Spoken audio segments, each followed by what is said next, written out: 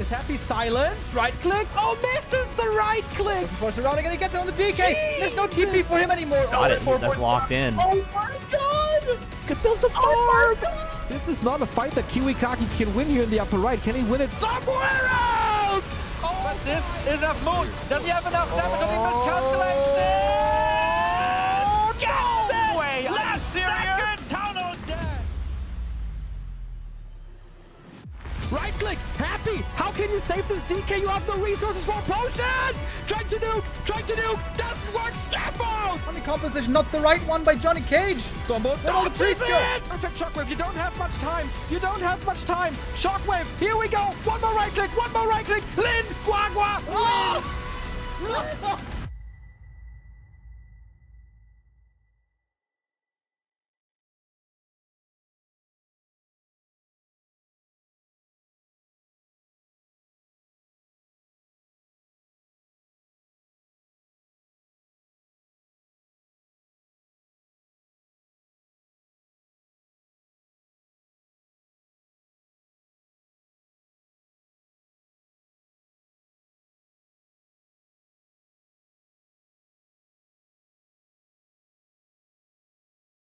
Oh shit, I was muted. Yo. What's up, guys? Yeah. What's up? We got the Friendship Cup today. It is the 17th of June. I was just saying, the older I get, it seems like I get more and more terrified by how fast time seems to be flying by. 2025 is going to be halfway over in 2 weeks. Crazy, right? 1st of June. 1st of July, I mean, in 2 weeks. One of my best friends' birthday is on the 30th of June. But it seems like there's going to be no party this year because he has to finish his PhD thesis. And he only has like, I think 2 months left with lots of work still to do. So I think no thesis there. But next week, we're going to have the first barbecue party at another friend's house. Looking forward to that. So 28th of June, when that is. That's when I won't be here. But I'm going to be right here for the rest of the week, from Tuesday to Saturday. And yeah, today, Friendship Cup. Like I said, we had the first 2 days already yesterday and the day before. And Team A so far was, well, we can't call it dominating, but they have won out and gotten the points so far. I wonder if this means that they are first place guaranteed already. This might mean that today's matches are somewhat less consequential, but I hope that the players will still be giving it their best shot. Also, there's still this thing here to look forward to. There's some additional awards for MVP, performances. MTV still exists. Did you guys know that? MTV, I think it's like a streaming service these days. I heard that they have some TV shows on there that might be good. I think I saw some of them. It was like this mayor of Easttown or something. That was alright, but it was pretty superficial. Trying heavily to appeal to the aggressive macho sense in some men. And there was another one. There's a new one. Isn't there a new show on MTV? Anyways, we're going to be more concerned today with Warcraft, of course. Team A versus Team B. So first day was 1v1. Second day was team games. And third day, we're back to 1v1. King of the Hill. King of the Hill means that for your team to win, you're going to have to eliminate all 4 players for your opponent. Meaning your team has to win 4 matches. And first day was actually kind of crazy, where Fortitude, like a little frog. Fortitude started off very strong, getting 3 wins in a row. It almost looked like the all-kill, but then came Lin, and he was smacking Lin there with 4 match wins in a row. Very, very impressive. Same teams today. Same players ready to spring into action. Will we see a different result? Can Team B finally get the win? We'll see.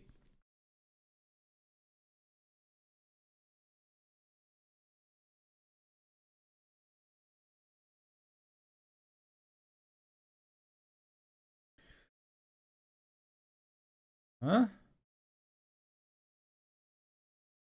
Trying to see how far along we are. Seems like we're a little bit late to get the game started today. But that's okay. We got some time, don't we? Right now we do have Infi and Fly in the lobby. They might still have to do the vetoes.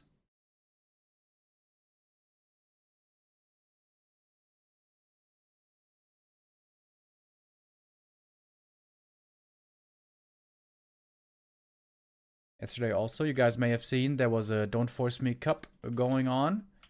Don't Force Me Cup, where it was a tiebreaker situation between Life, Forti, and Happy. Neo was casting that. I was catching some of the VOD. Some cool games, and the tiebreaker ended in another tie. So there might be another tiebreaker necessary. I doubt that's going to be today. It might be tomorrow. We're going to try to keep you informed as the information is coming in. Thank you very much, Mr. Winner, the legend, with the raid. Hello, hello, everyone.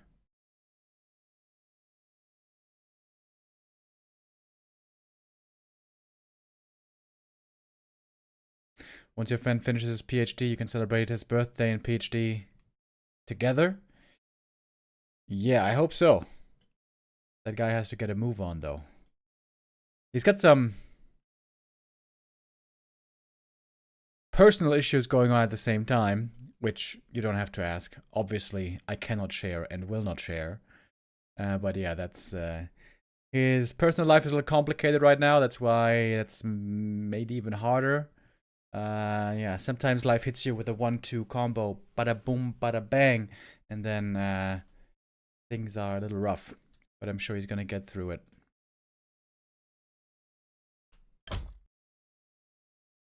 I wonder what we're waiting for right now.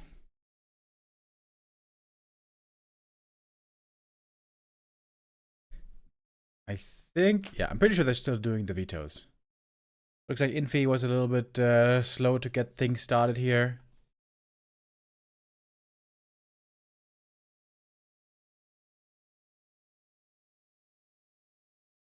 Maybe,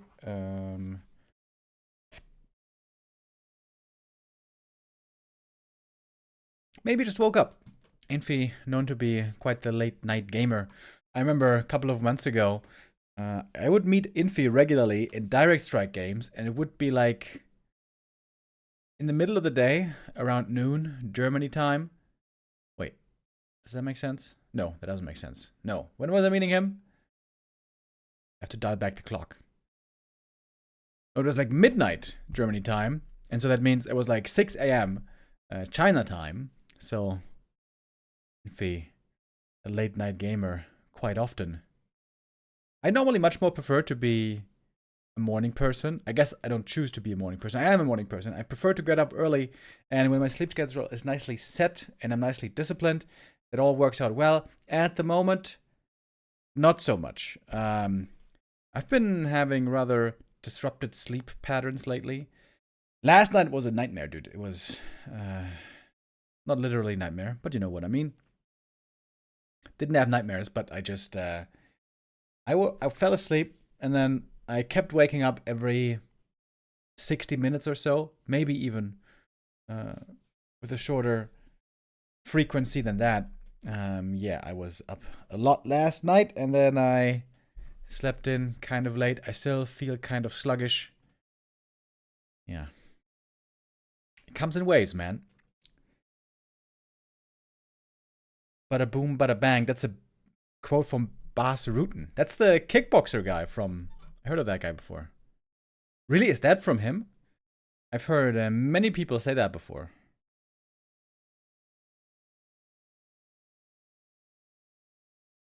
trying to fall asleep on Christmas Eve. I don't know what you mean by that, really. I imagine that makes you an American. Because falling asleep on Christmas Eve is very easy for us Europeans. Hold on. Is that the same in every country?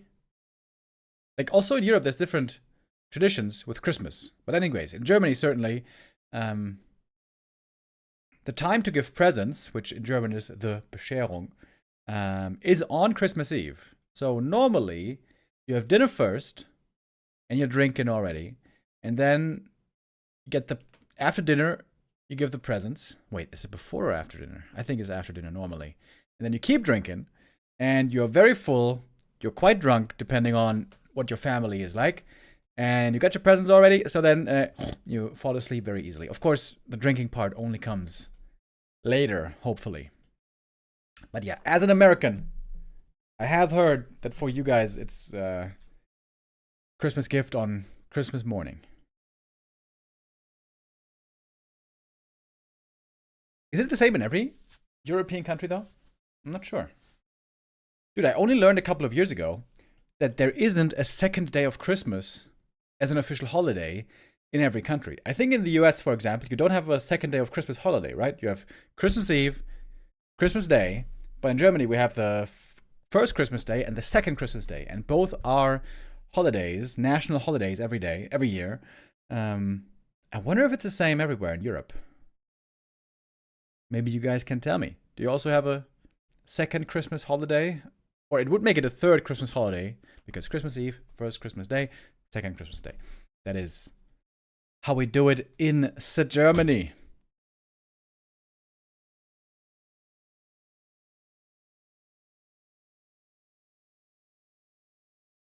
It's the exact opposite in Australia. It's presents first, then Christmas dinner for lunch. So the leftovers is what you mean. Yeah, leftover Christmas dinner, of course, is also normally what we sustain ourselves with for roughly 4 days, because there's always way, way, way too much food.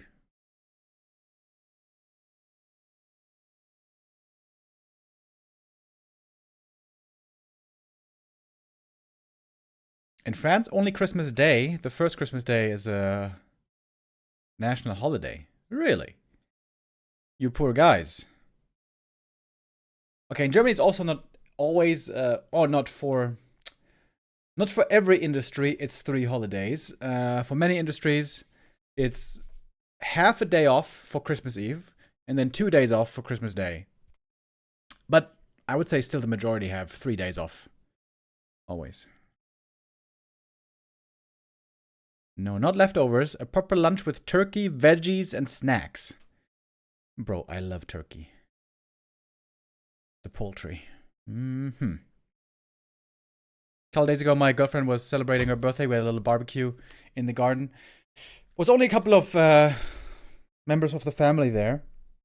Rather small gathering. But we bought some special marinated turkey. And my baby, that was so good. And of course, I am the barbecue chef in chief. As is only proper. Okay, well then. Seems like we finally got our vetoes done though, folks. We got our first match coming up.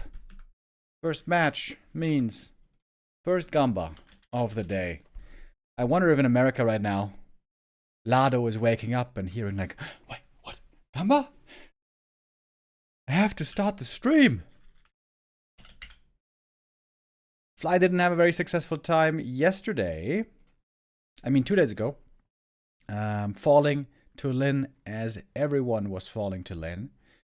Hardest hitters today for the King of the Hill are Lin on one side for Team A, Forti on the other side for Team B. And the last time, 2 days ago, we saw them play, it was a rather confident beginning statement by Team B, where they sent in Fortitude, their strongest player, right away. And as I mentioned, got 3 matches under his belt instantly, almost got close to the Oracle, but then came Lin and showed them all who's boss. Okay, anyways, let's start. Here we go. Map number 1. Is Germany Catholic or Protestant? It is very mixed. In fact, the Protestant Revolution began in Germany with Martin Luther. And a very bloody long war, the 30-year war, over the different sects. Do you call them sects? I think there's a different word for it in English.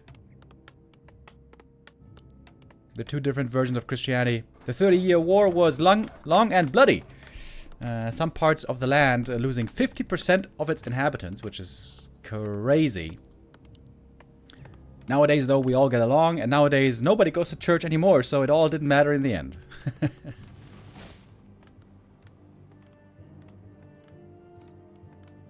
I wonder, though, what's the actual distribution? Germany, distribution, The player's forces are under Catholic, Protestant. So it's 24% Catholic, 22% Protestant, so it's very even.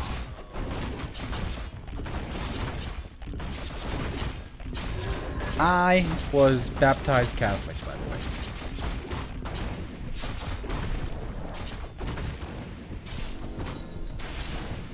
Gotta switch the overlay here. Hold on. Of course, Fly is not playing human. That is Infi. 2 days ago, he was playing Night Elf when going up against Forti. Here now going back to his main race, which he refused to play for so many years. Gonna be some peasants going down here. I wonder if he tried to deny this. So 2 peasants falling so far.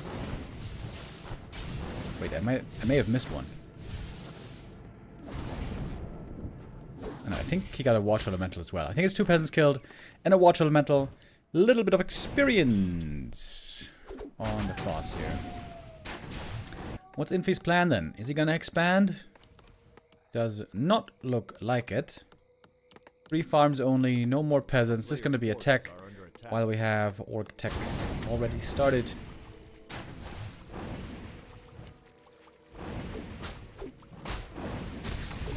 He killed a creep? What? Really? Sorry, I missed that. I was Googling religion. It's kind of weird. Normally, the Orc never shows up in time for the steal. Maybe Infi making a slight mistake there with the way he was creeping that camp. Using militia. Oh, losing one of them here. So it was quite a few peasants going down indeed. But if he can manage to get a fast level 3, it should all be worth it.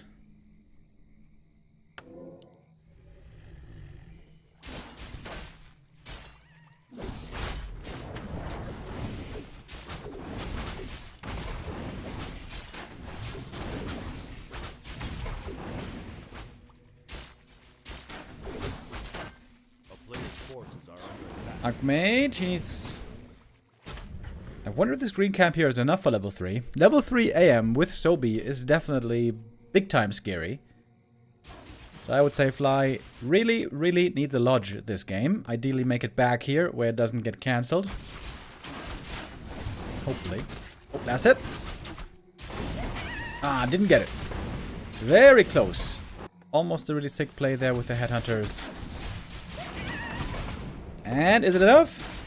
Oh, it is just enough, dude. Like, on the dot.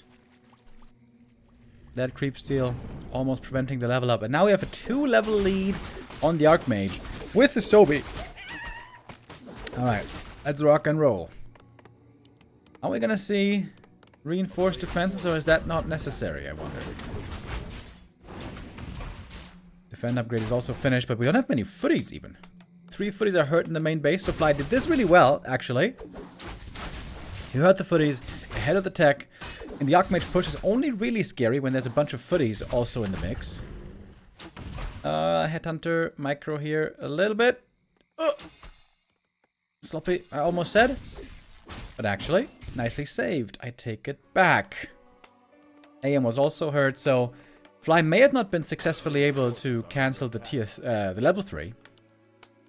And delay it for long, but he put lots of damage on the AM and on the footies, so he took all the danger out of this push.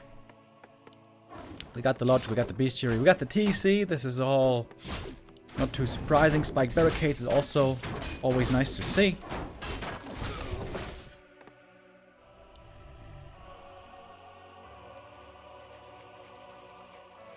The player's forces are under attack.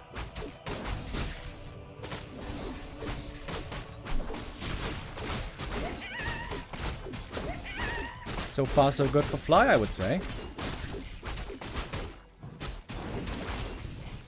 Here now is the push for real. A little bit later than Infi would have liked, but he can still look for kills right here. Two of the headhunters very hurt. There's going to be one going down minimum. Oh, and now Infi is finding the damage. This headhunter also about to fall. I am ready for the pickoff. And there we go. That is the damage that Infi was looking for. Tier 2 buildings are up though. First Shaman, and then another one coming soon. We do have reinforced defenses. Fly wants to play it safe. The burrows are now very sturdy, but look at all the water elementals, bro. Oh my god, Sobi Mask. Oh my lord, the Sobi Mask. It's quite something. What's going on here, by the way? But he's running away. Low HP. MK is joining. We got double Sanctum on the human side. Farseer. Uh-oh, if he gets Stone Potted here. Farseer! No heal pot. He might be too broke. Speed Scroll, Field Salve, defending in the back of the base. Stormbolt finds the Grunt.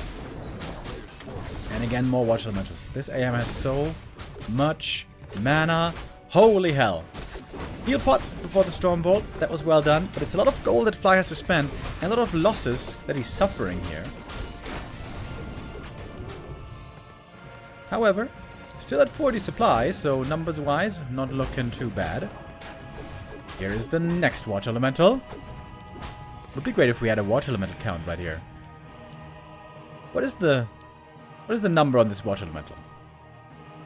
There were 2 Watch Elementals here. Then there was another one here. Then there was another one here. Guess that's up to 5. And then like 4 or 5 in this push. So this should be number 9 or 10 Watch Elemental, I think. Pretty nice. And having Brilliance Aura must be nice. And of course, Sobi. Oh! Oh ho ho! Double Sobi, baby! Let's go! Oh,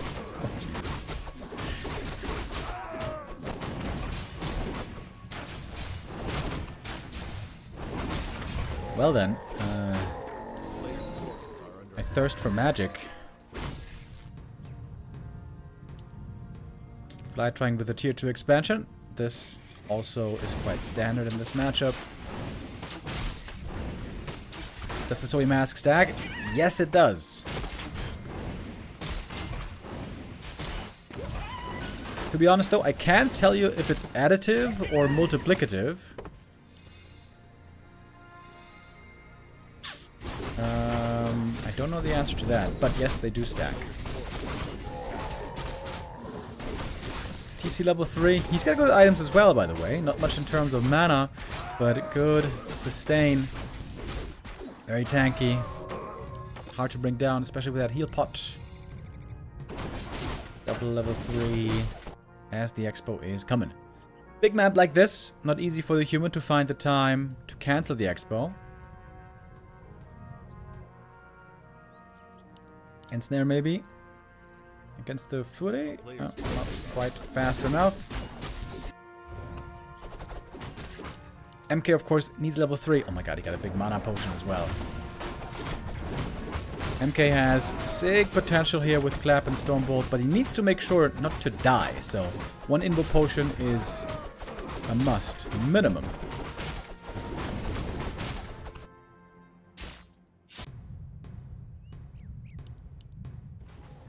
Plus 14 damage from the Farseer, by the way. Also really good. These damage and mana items, damage and int items, I mean, on the Farseer. Very, very strong. Fly now, trying to force Infi to stay home. He's threatening the base. He's gonna take the fight here.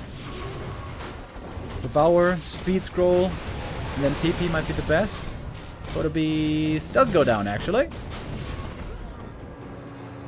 I think he got the Berserker, got a Sorceress, got a Peasant. That wasn't too bad at all. And now the expo is up. Got some wyvern A player's forces in the are mix under as attack. well. Infi now under pressure. He has to push. He has to try to destroy this expansion. MK leading the charge. Still a whole bunch of mana.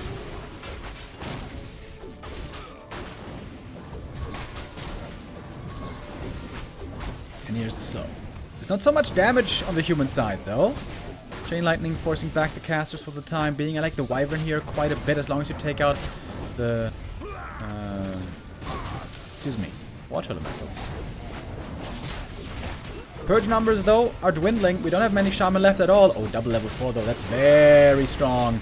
Here comes the Chain Wave again. Heal Scroll against it. We're chasing after it. Farseer in serious trouble here. Eats the Storm Bolt. Heal Potion passed, though. And now the Archmage. He's the one in trouble with the Ensnare. TP's away, and that's a big win for Fly. Forcing the human back to his side of the map. As the Expo is up and mining. So much gold on Fly. He can go for Heal Selves, Clarities, Heal Scrolls, everything he wants. Invo Potion probably also not a bad idea. Mr. Banana Brain! Thank you for the resub.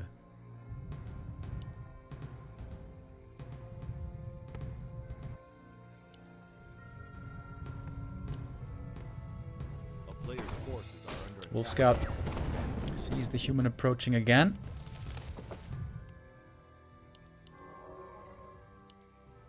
All the money spent all of a sudden on Fly. He doesn't have that big of an army, really.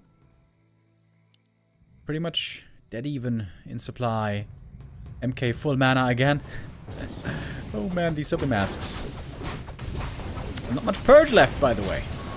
TC running in. Speed scroll necessary once more. But the next Stormbolt might kill him. Purges here might have been a little bit too late. And Infi might be taking over right here, right now. Heal scroll doesn't seem to be helping too much. Chain Wave looking good, though. Stormbolt. I'm expecting it. I'm expecting it. There it is on the TC. Can he survive one more time with the heal scroll? Block from the breaker. It is a bash as well. The TC with the Invo Potion. Man, still alive. Ever so barely. He's healing up as well. Stormbolt on the Farseer. I just noticed there's no clap, by the way. Despite all this mana, no clap. Very surprising. Great hero saves by Fly here. Barely holding on to his heroes. Peasants perhaps wanting to fight the peons, but not right now. Focused on this fight. Ooh, Stormbolt flies on the Farseer, though, not the TC. Still a whole bunch of water elementals. Mana potion used. More wolves being summoned. The priest going down, and it seems like Fly may just barely have been able to do it. Pretty cool fight, though. Was very tough affair. If one orc hero goes down there, it's probably Infi taking the game. Fly now simply has way more resources to work with. Back to the shop to go again. Next invuln is available.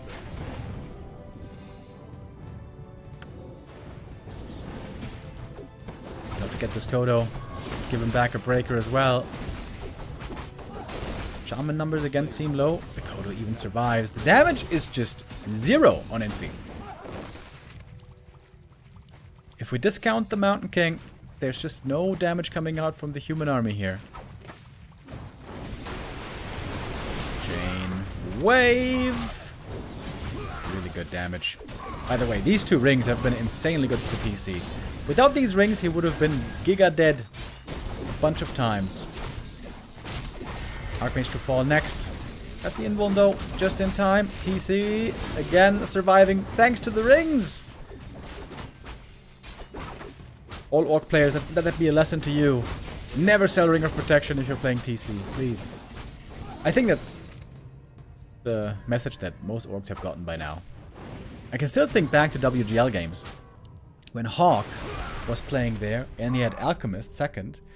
And in a bunch of games, he was selling all the Rings of Protection he was finding. When he had Alchemist, a hero with only 1 armor. After the game, we asked him, but Hawk, why did you sell the Ring of Protection? You had Alchemist. It's so good on an alchemist to have more armor, you know? And I think back then was the time already when rings were +3 and not +2. And Hawk just said, no, rings are bad. Rings are bad. And I was like, I don't know, bro. I think rings can be pretty good in the right scenario. Didn't want to believe me for a couple of years. But of course, in the end, as always, it turned out that Remo was correct.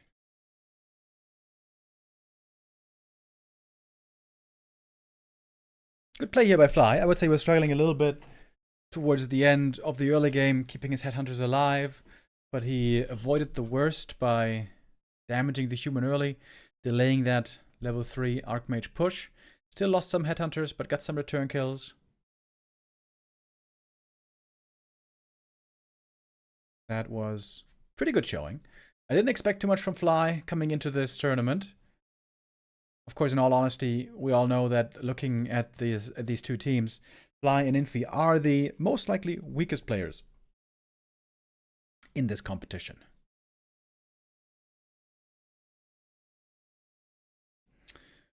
Okay, I think you can join into map 2 then right away. Northern Isles. Here we go.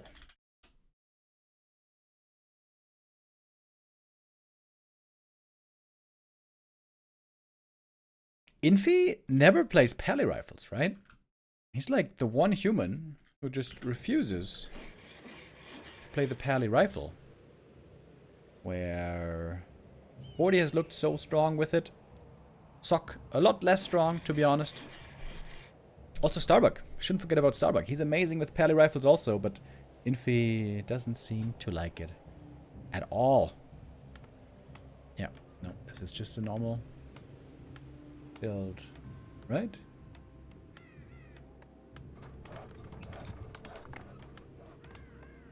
Wait, is it? Hold on. No. No. Wait, this is pally rifles? Yo, I'm actually not even kidding excited to see pally rifles here. Oh, damn. Infi playing pally rifles. I've never seen that before. You know, seeing the map, I was instantly thinking of pally rifles because this has always been a very popular map for the strategy, especially when orcs were playing more tier 2 and more expansion. This map was great for it because with pally rifles, once you're level 3 with a strong rifle army, it's very easy to stand in the middle and then easily get to the Orc Expo to find the cancel, where it's hard for the Orc to play the hit and run. So the newest development that we've seen with Orc play against pally rifles, we've seen quite a bit of tier 3 with Naga 2nd into Torrens with either Shadowhunter 3rd or TC 3rd. That's how Lin was finally able to beat Fortitude. That was 2 days ago. That was in this tournament. That was in the first day of the Friendship Cup. Well, then finally found a way to beat Forti. Is this the ultimate answer? I'm not so sure. I think Fortitude played a bit imperfect there. I think he could have played a much cleaner game. I think he was way too aggressive, but that's beside the point. Lin did finally find a winning recipe against what before that he was almost never able to beat. Interesting base build here by Fly, by the way. Got the war mill a little bit outside the base. Players' forces are under attack.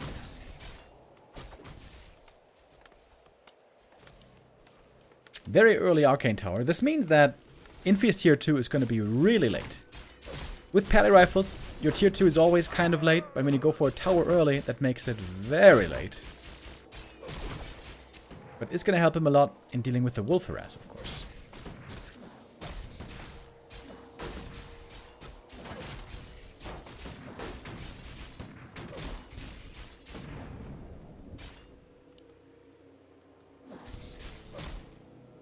Paladin, by the way, getting Ring of Protection, really good. With almost every strategy, you're looking for damage items on your heroes.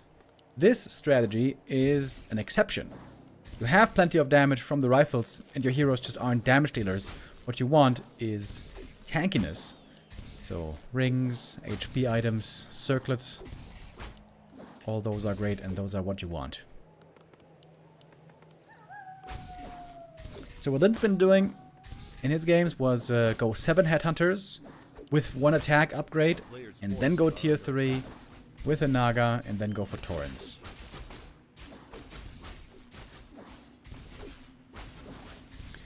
Infi staying far back so far. Maybe should be contesting this camp. Not sure if Fly should be allowed to get this Murloc this easy. It's gonna be 1 item for free, and the mantle is in fact wonderful. Mantle and Slippers, in fact, a little OP, in my opinion. So strong in the early game.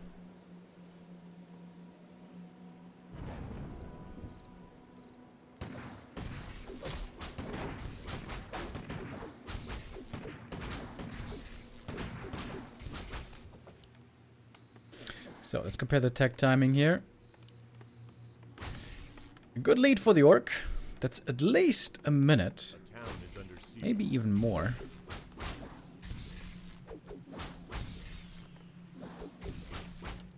Fly's not going for the attack upgrade though, for his Headhunters. Infi playing very, very passive here. When we've seen Forti play this, he's way more willing to trade, go out and exchange blows with the Orc. But Infi is just being very, very patient.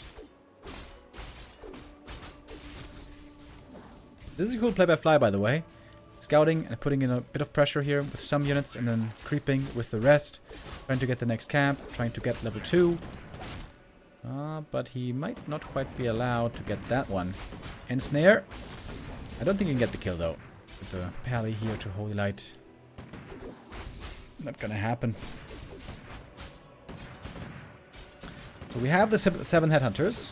This is indeed the number that we've seen by many Orcs. Pally gets a level 2, and that's a big level up for everyone. We want to be clean here with the Headhunter kiting game. In comes the Naga. I love seeing Troll Regen right here. You can see all the Headhunters a little bit hurt. Troll Regen can have huge value. Upgrade that costs 100 gold, 100 lumber. Fairly cheap. We're not seeing it yet.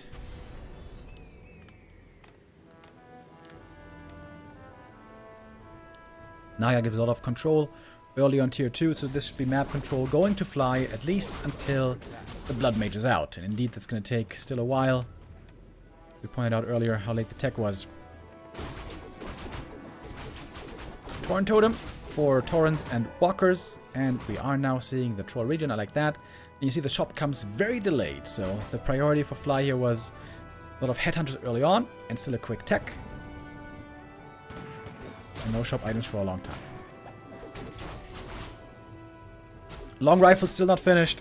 With that upgrade, the rifles get a lot stronger. It seems like Infi is not able to play the style as well, though, as Forti tends to play it, and we're used to seeing from him.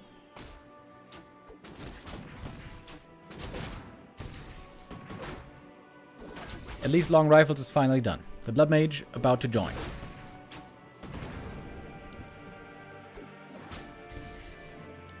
Pally, only 1 more Holy Light at the moment, and this rifle might go down. Naga with some stutter stepping. That's 2 rifles killed in the early game. Very good start for Fly. Didn't lose any units. He still even got a decent amount of mana left.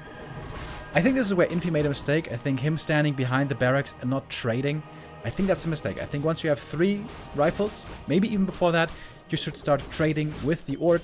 Then the Farseer quickly runs out of mana normally. And perhaps also going for the Arcane Tower. That might be a mistake, I'm not sure about it, but the slow tech here certainly didn't seem to do him many favors. Siphon mana comes in. Farseer now completely dry. Naga has a Fog Lightning ready. Ooh, and a Book of the Dead! That came from the center camp, of course. Looking for more kills is Fly. Playing a good game here. But he doesn't want to overextend. Malicious support is actually very strong. There's 1 Fog Lightning here. Is he gonna use it?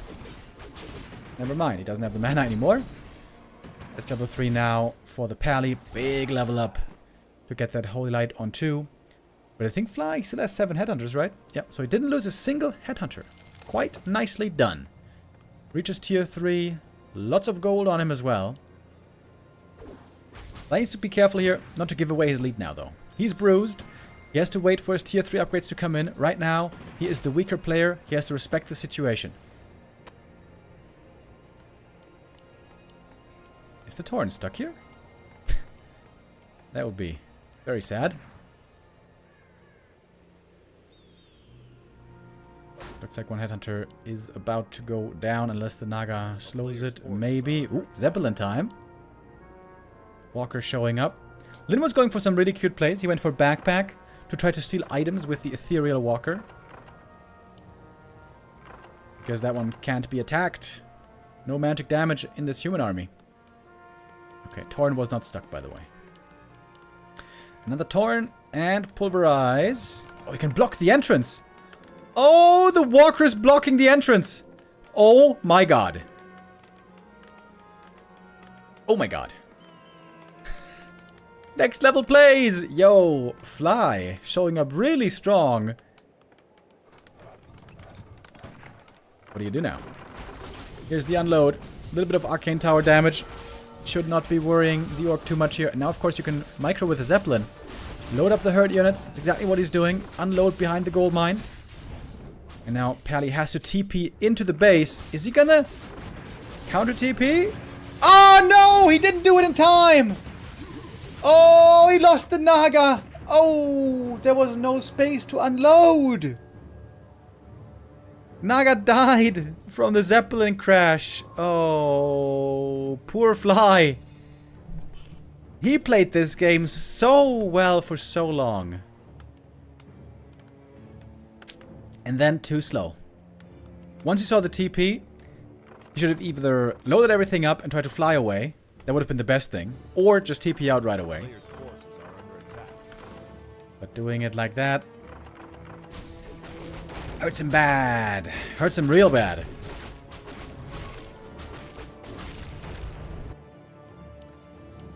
Doesn't even have Berserker training, by the way. That's very weird. He was in tier 3 for a long time, had a bunch of headhunters.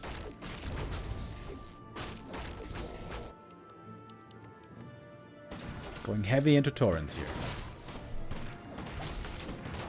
And I think now Infi's got a big lead. Got the double level 3. Trying to steal the item. Pally got it though. Bartholo's boots. Sells them right away. Lots of gold for Infi. As we saw, the early game can be really rough with Pally Rifle.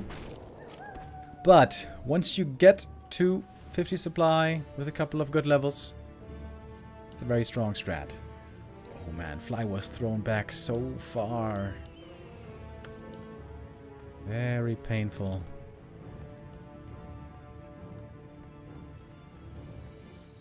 The town is under siege.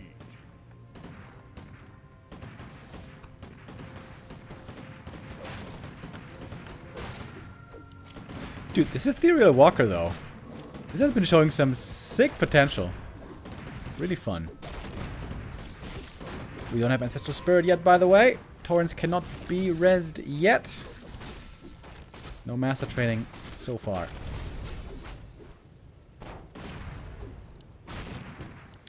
No Orb of Lightning yet either, by the way.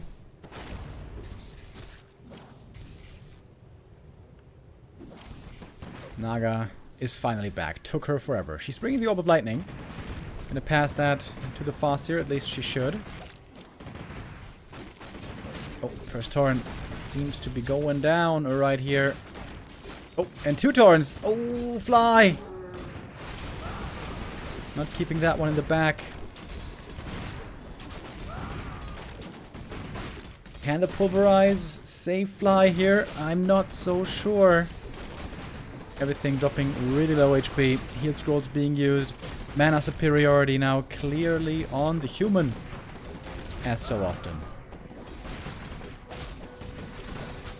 The Zeppelin is very annoying to deal with. Orb of Lightning also not passed. Wolves, Chain Lightning, using that mana potion. Ooh, 6 save. Zeppelin, by the way. Very, very close to falling. So far, though, a wonderful trade indeed for the human. Zeppelin goes down. That's a bit of dizziness.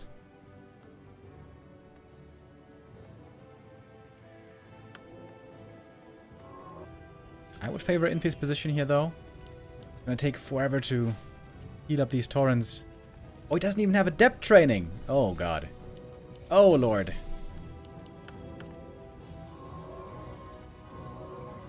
Yeah, it takes 3 heal salves to heal up 1 torrent from low HP. And it takes forever.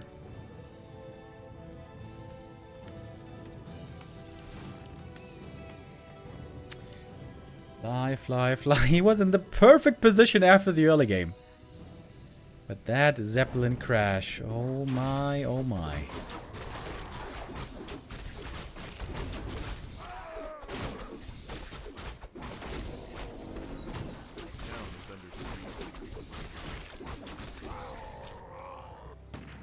Alright, here's the follow-up push.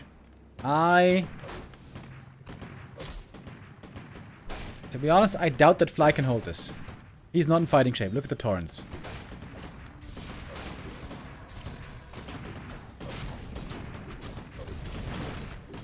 Also, earlier he had 3 torrents. Excuse me, 4 torrents. Now only 3. Level 1 heal wave on torrents also does not do much. One more hex, but mana is kind of running low here.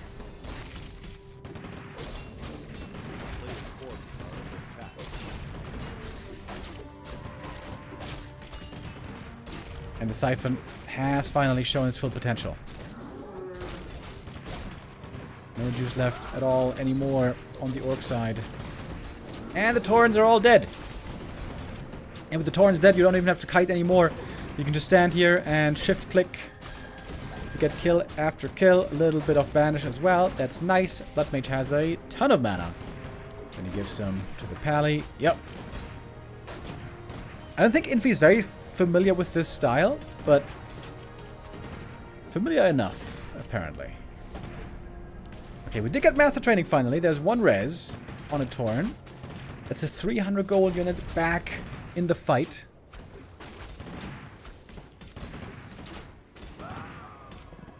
That 1 rifle didn't need to die, to be honest. Could have saved that one. But it does look a lot like we're nearing the end right now.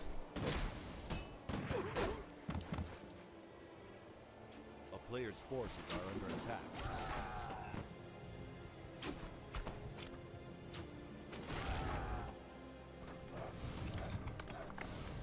No shop even at the moment for the Orc player. Human shop here would also be wonderful. I feel like oftentimes it's a human shop close to the Orc base that makes the push almost impossible to stop. Oh, Fly's army is looking The town is under siege. a little pathetic. If you will excuse me for saying that.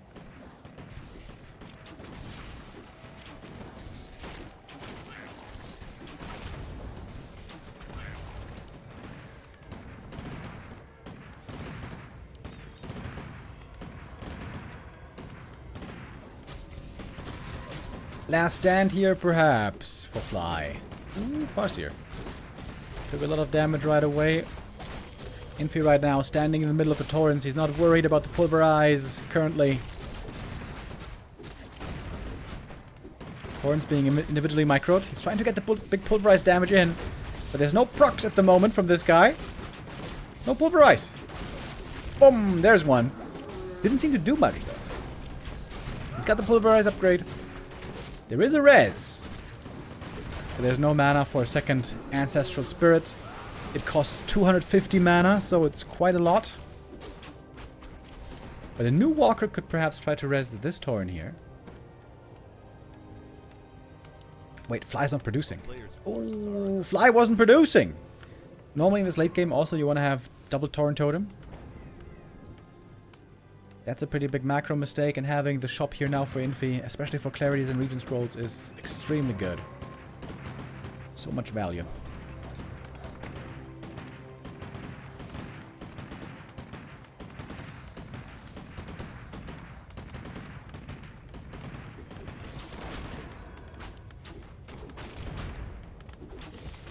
Let me taking a little bit of damage here, but of course there is the Holy Light to fully heal him up again. Wait, is that level 3 Aura?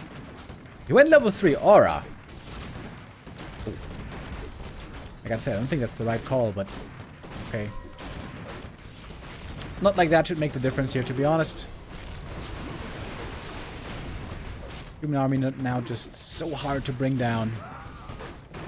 A few rivals are falling every now and then, but Holy Light is keeping most of them alive.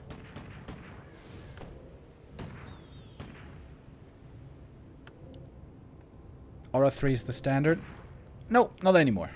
It used to be, when it gave 6 armor, but now it's 5 armor. Town is under Now it's a lot more level 3 Holy Light.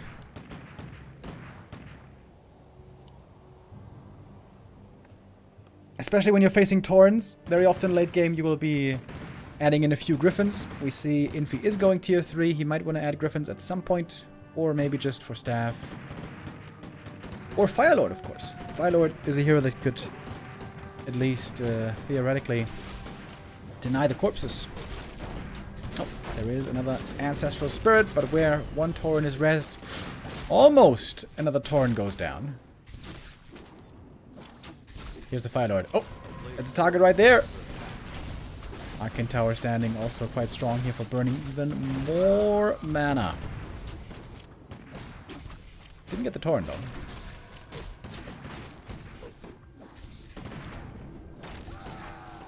I think a bit of Infi's inexperience here with Pally Rifles is showing.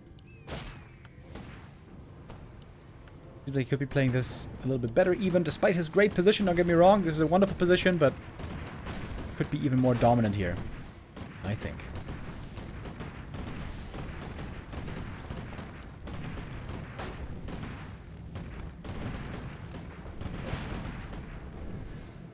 Nine armor riflemen, damn hard to kill.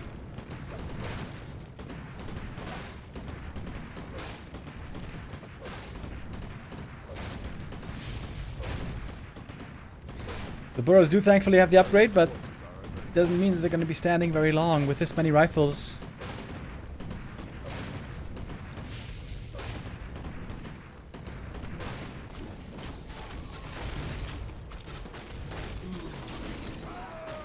Helm of Valor.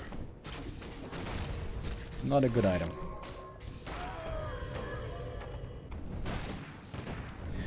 I am pretty damn sure we're going to a third map here.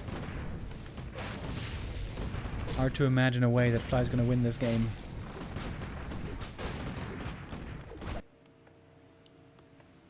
Third attack upgrade coming for the rifles even.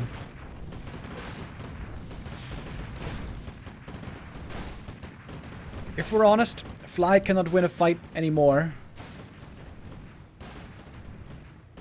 Dude, look how long it takes to heal these Taurens up. Oh my lord.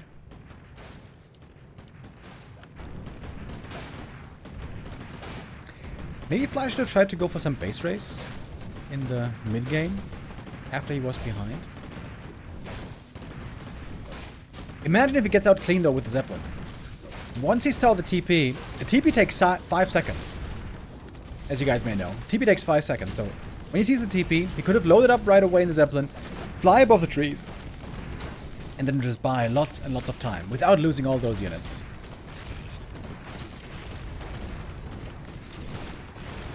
Trying to go for the hero kill though. Oh, and he got it! Somehow he got the Pally. With the Hex coming in at the right time. Oh my god, Hex again. No way! Oh my god! Oh my lord! No! The Hex kills on the 2 heroes. Crucial targets. Fly might still win this game. I guess now he's gonna win this game. What? What? Oh my god, Infi. Throw of the century. Oh, I wasn't even properly casting this game anymore. I was like, yeah, this is done. But turns out, when you get surrounded by like 5 Taurens and you don't micro your Blood Mage. Oh my lord, Infi. Well. Certainly a bit of inexperience showing here with the Pally Rifles, but that was such a one map. Does he win the series? I mean, we don't know. Can't say that for sure. But man, Infi, you had to win that map, brother. And the Taurens do it. Man, the Taurens have had a pretty good success rate lately.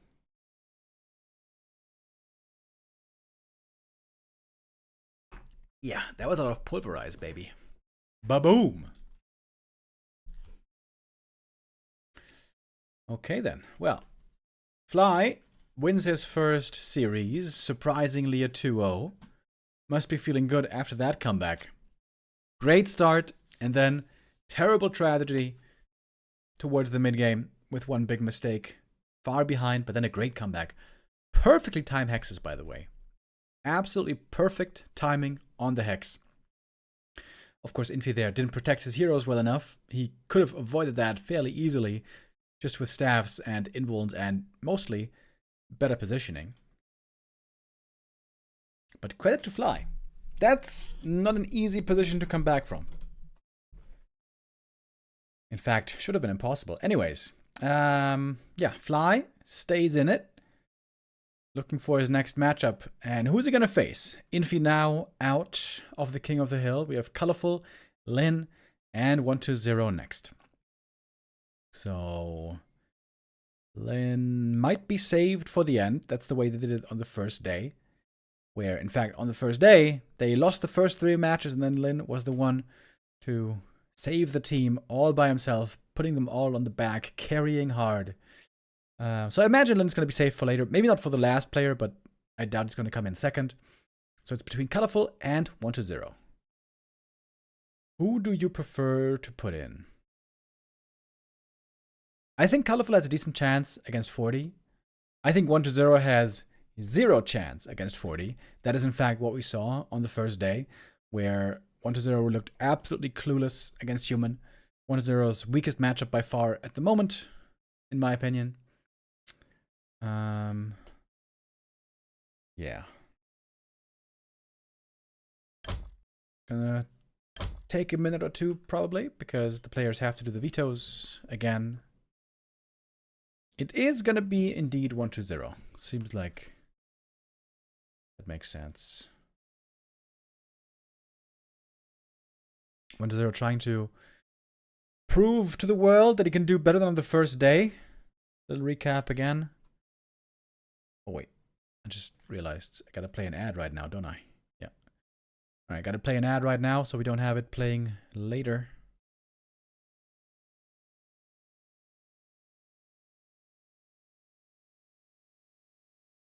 I gotta wait for the timer to be up.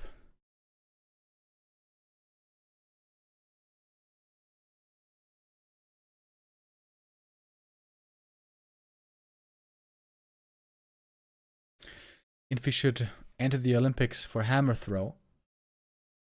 Yeah, I'm sure he would be pretty good at it. Just like Mia Lesnar. I wonder how much of chat knows who I'm talking about. Mia Lesnar is the daughter of Brock Lesnar. And every wrestling fan will know Brock Lesnar. I never watch wrestling, but I am on Reddit a lot. And they love wrestling and they love Brock Lesnar. And they're also fascinated by Mia Lesnar, which is the daughter of Brock Lesnar. She's like 20 years old or something. And Brock Lesnar is a crazy built guy. He looks almost like a comic book figure. You know what? We got a couple of minutes here.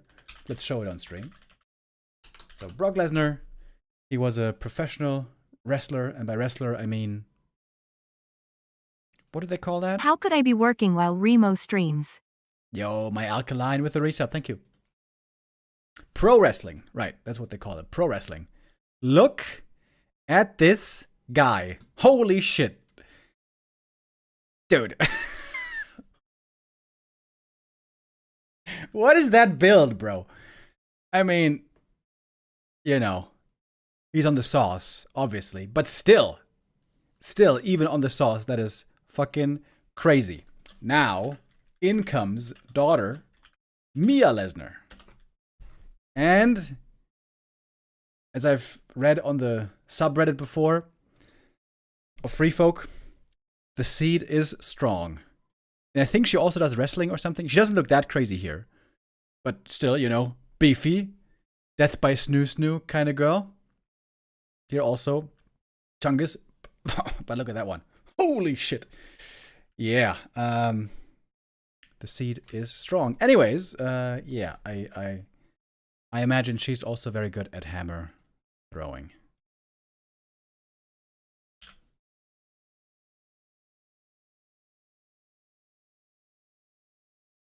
Bro is a square. Yeah, dude, that guy. Pretty wild.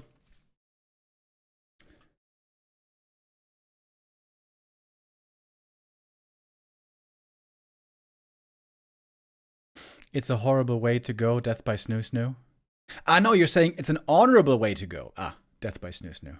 Yeah, I was about to say, you know, knowing the internet and knowing men a little bit, I imagine some would very much like to be that to be their way to go.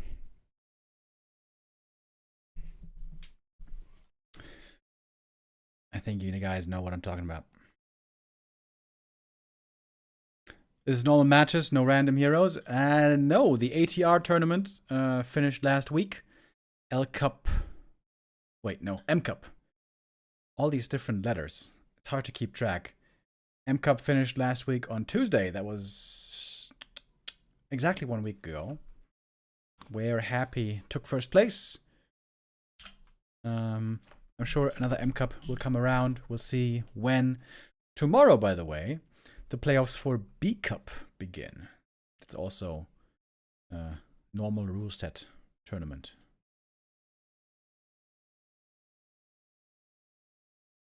All right, we got the next game coming up. 1-0 or fly. 1-0 going into this as the big favorite for sure. Even if 1-0 perhaps isn't in the greatest shape right now. I would say against Orc, 1-0 has consistently looked good. I have mentioned how I think weak he is, to be honest, right now against Human. But against Orc, 1-0 has looked good consistently. He has proven that against Lin as well for quite a few times in recent history as well. Here we have the encounter between 1-0 and Fly, and we see a lot of green for 1-0 right here. He is on a 7-game win streak. They haven't even played each other much. That's kind of crazy. They didn't play this year. They played once last year, twice in 2023, 3 times in 2022, and the last win from Fly was in 2021, NEXT, 4 years ago. How is that possible? They both play in a lot of tournaments. I mean, Fly doesn't play in every tourney. Often he's just a streamer, but still he plays in lots of tournaments. It's been exactly a year since they last played. That's kind of crazy.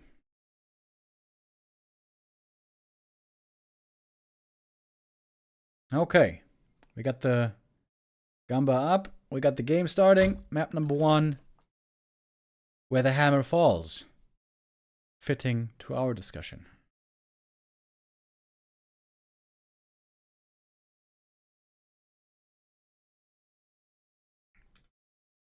Off we go.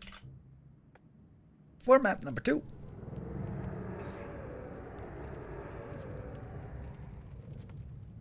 Wait, gotta update the scoreboard. Here we go.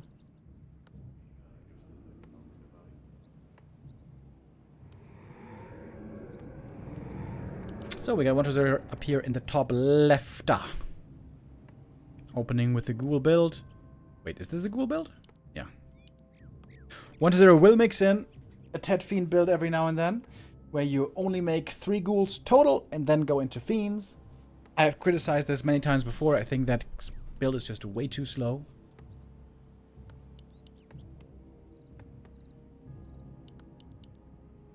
Wonder has also played other interesting strats, though, in the past, with Ghoul opening into double crypt Fiend push on tier 2, trying to punish the Orc strategy while it is still weak. Almost every Orc these days goes Blade Master into Wyvern. Seems to be the strongest strat right now against Undead on 1 base, 1 base. And that takes a while to come online. You want tier 3, you want 50 supply, you want a bunch of wyvern and a little bit of bats and a couple of items and a couple of levels.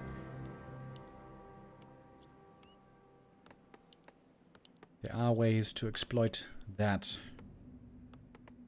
It's also something that Happy, for example, never plays. Happy never goes for things like tier 2 all-ins. Happy always wants tier 3, destroyers, orb, and triple hero. I think that limits him in some ways. Not in many. I mean, obviously, Happy still has big success, as you guys may have noticed. But yeah, you're never going to see Happy play a tier 2 all-in against Orc. But sometimes, that might be a winning strategy.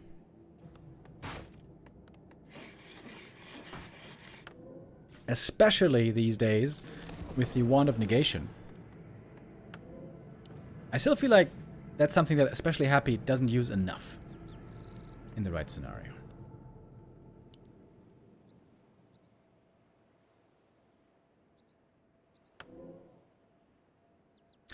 We're going to be fighting for the green camps here, because those clouds of attack are very important.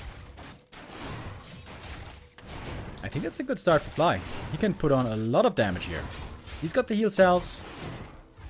Taking out the skellies first. Interesting.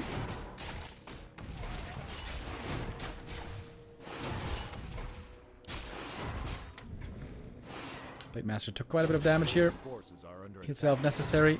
There is dust, by the way.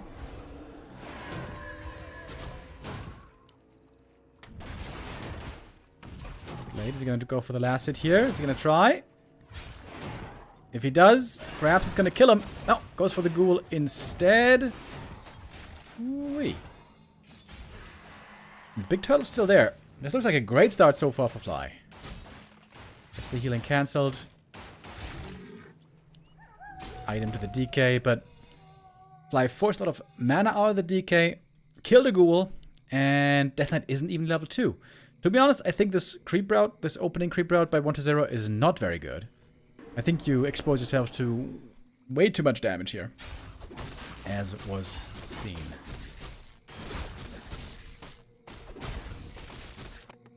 In the meantime, tier 2 is soon to finish. No war mill yet. I could steal the last hit here. Gonna take another windwalk to get out though, and all of a sudden, not much windwalk left at all.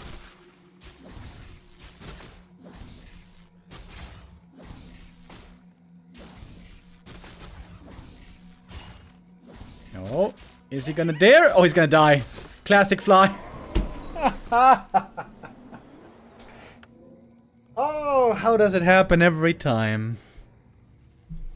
I think 1-0 was baiting him into that as well. He's like, yeah, go ahead. Go ahead. Take the last hit.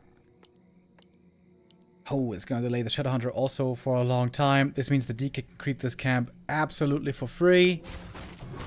Nope, that was not worth it. Fly, that was not worth it. Every time.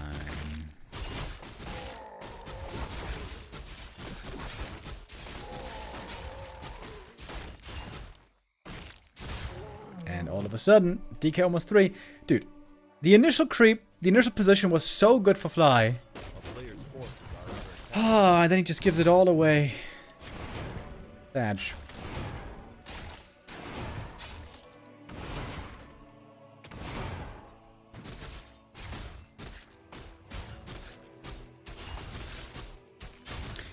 Good items in the DK, by the way. Double circlet and glove. This will be very nice for the Lich. Oh, and mantle as well. This Lich is gonna be cooking. No claws so far for the blade.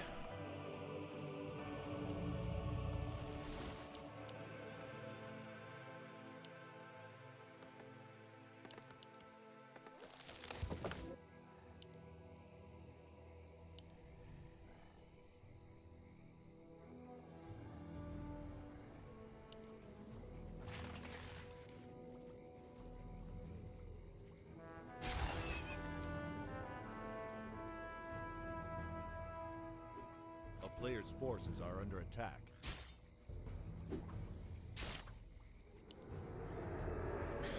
Shadowhunter finally out, but there's a level 3 DK here, so that's something you want to respect normally.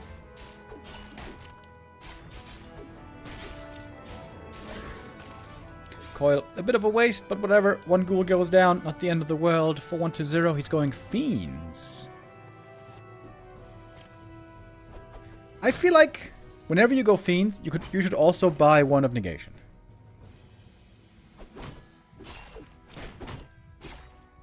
In my opinion. Especially against Hex, I feel like one of Negation is so good. Ooh, Shadowhunter. Uh-oh. Looks like he's dead, isn't he? Yep, there's the Nova. A little bit of a block. Speedstroke couldn't save him.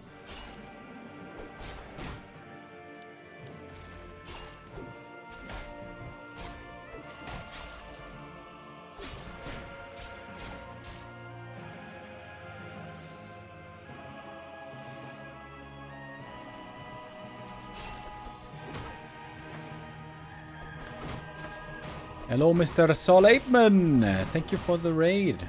Welcome, everyone. Third and final day of the Warcraft Friendship Cup today. Oh, Blade Master, can he get a kill here maybe on the Lich?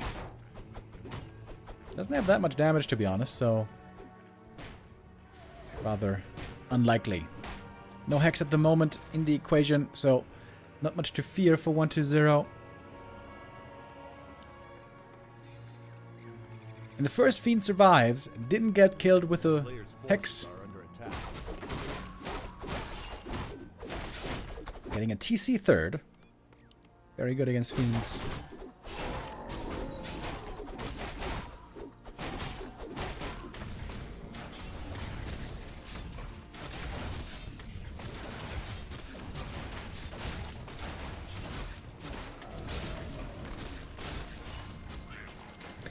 I wonder what the third hero here is going to be for 1-0. Dark Ranger is the most common choice, especially against TC. But from 1-0 we've also sometimes seen Pit Lord, which is the hipster pick. A player's forces are under attack.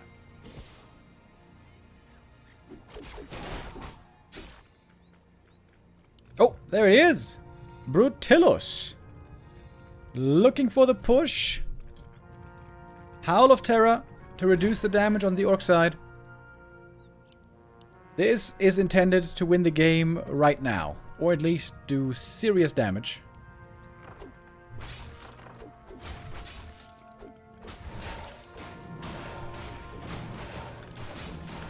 Imagine if there was a Wand of Negation here.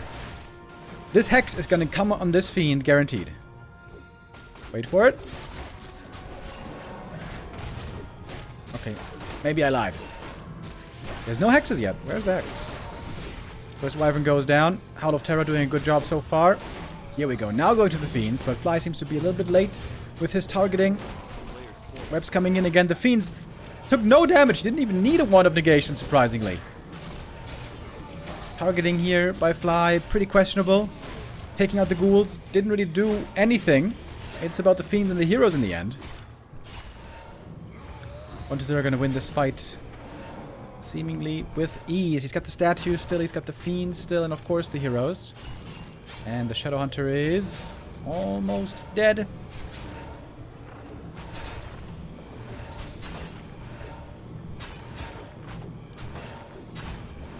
At least the TC is going to be rezzed quickly, was only level 1. Hafau Bürfeld with the resub. Thank you.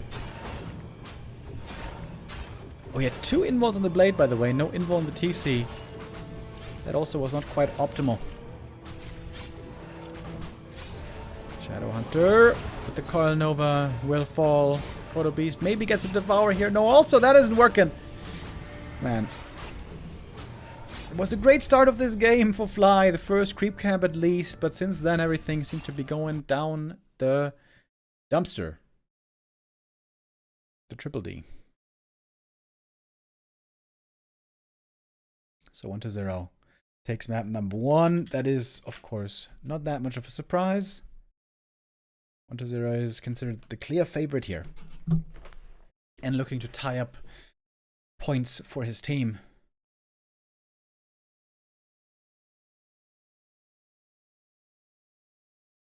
So far, in fact,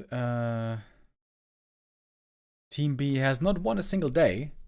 So the way it works here in the Friendship Cup is winning the match or the match series of the day gives you 1 point. But since the first 2 days were won by Team A already, Team B may not even have a chance to overtake anymore. Seems like that is... that ship has sailed, kind of. But still gonna 1 try. year. What's your direct strike MMR? It is... Wait. 2,228. I lost a couple of days, a couple of games this morning. And I dropped by about 50.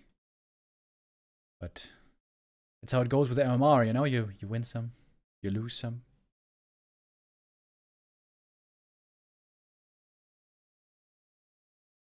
Yeah, I'm still liking Direct Strike a lot. And I have to get, wait. Alright, I can show you. I want to get the Tauren portrait, because Tauren is my favorite unit in the whole game. And for that, I need 1,000 wins. Right now, I have 625. So 375 wins I still need. That means about 750 games I still need. So there's a lot still to come.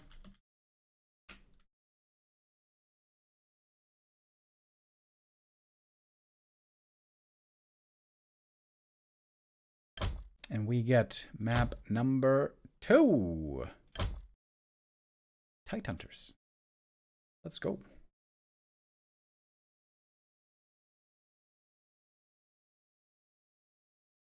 Do you play Orc?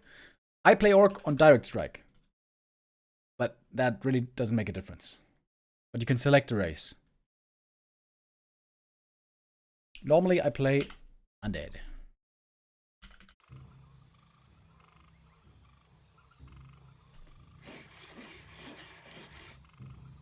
Alright, here we go. Map number 2. Light top left. 1-0 bottom right.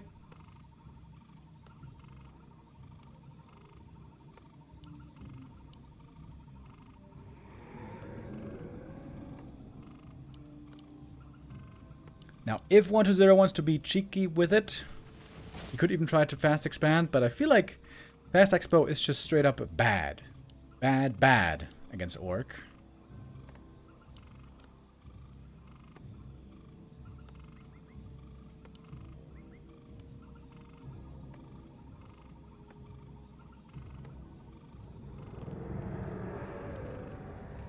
Hold up. What is this Acolyte up to? Looking for the critter. Okay. And then... okay, might just be scouting. Expansion would be quite the surprise. In fact, playing Expo against Blade Fast Tech is very easy. But then Orc on tier 2 and tier 3 can strike back very hard. And it always needs tier 3 to properly find a power spike. And Orc being so strong on tier 2 and tier 3 can punch that very, very well.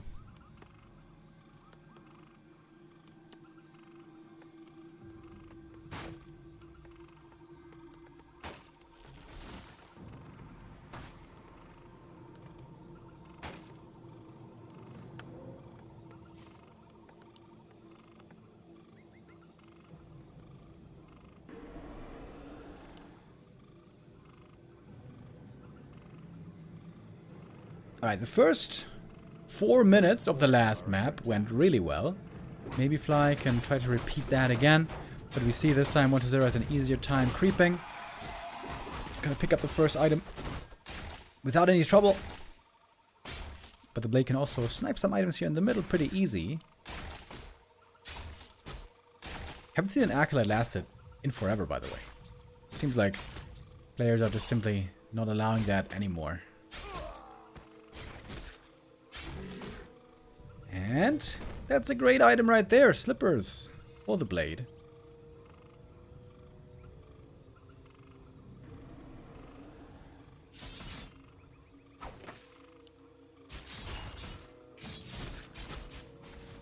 Oh, Blade knows he's unlikely to steal anything from the camp, so he's going for the Acolyte, hoping for a slow reaction.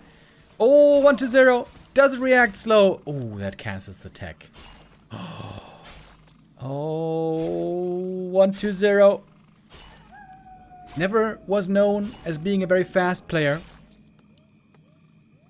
That's a huge punish. Ouchie. Blade could even steal an item here if he realized that the DK doesn't have it. And now, let's look at the tech difference. Oh my lord. That's almost 2 minutes.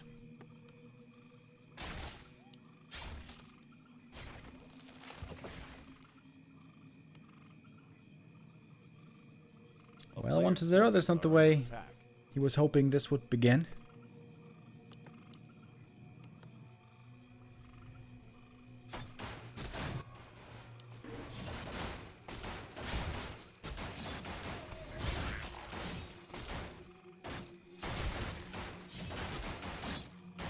Very good items at least to start things off. Blade Master. Oh, it gets surrounded. Good thing he's got that Windwalk still.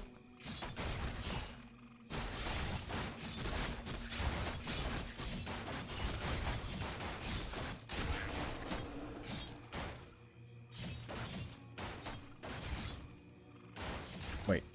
Once they're not going to save the ghoul? That would have been an easy save. But alright. Good start for Fly. It's a good start.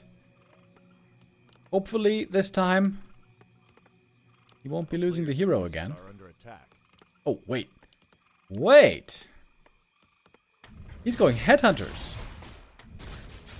Oh, going for another ghoul kill.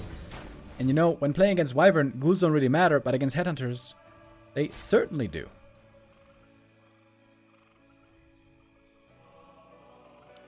Level 2 for the blade, nice and early. The DK though, he's level 3. Got some good items here. He's gonna get the next item from the Murgle.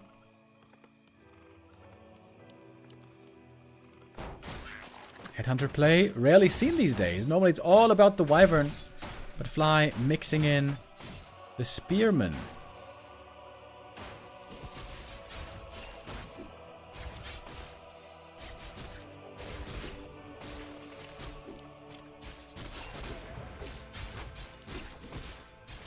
Hex on the Death Knight.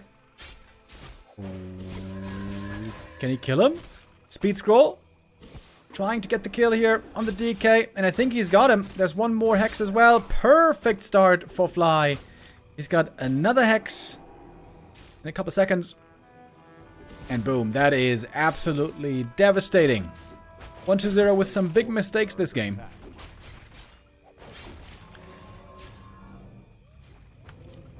This was such a painful early game for 1-0. Oh my. At least 1-0 saw the Headhunters, but he had to cancel attack, lost the Acolyte, has to go for the Tavern Res, lost a bunch of ghouls.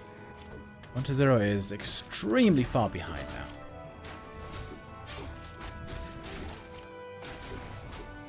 We're seeing a Wyvern Headhunter mix, by the way.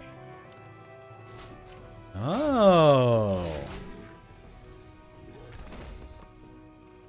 Haven't seen that before.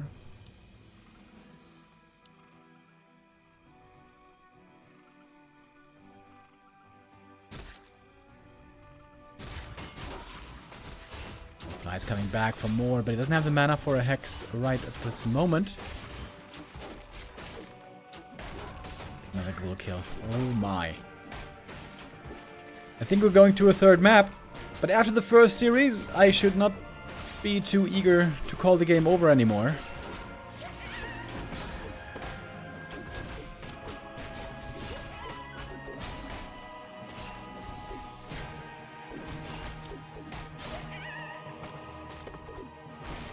We got the Lich.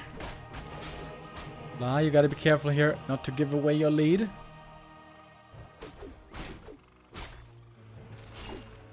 Coil Nova locked and loaded.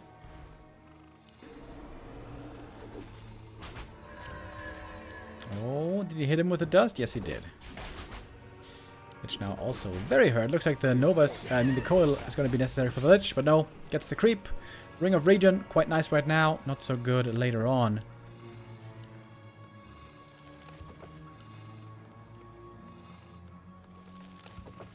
TC third, Berserker, Kodo. What third hero is 1-0 going to play here? Dark Ranger always works. Pit Lord always kind of is okay at least.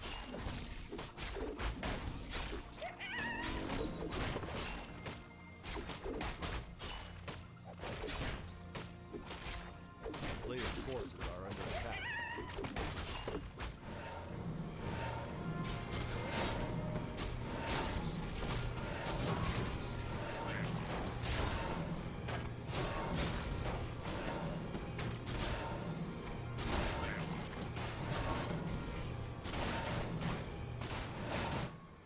Third hero is indeed the Dark Ranger. Very good against Berserkers, but not so good against Wyvern. Maybe it's just one token Wyvern. Nope, there are gonna be more. This Orc army is gonna get very strong with high levels. Blade on the chase, looking for more kills. Undead army seems to be pathetic right now. No man on the DK either. Might just be trying to get away with his Wand of the Wind.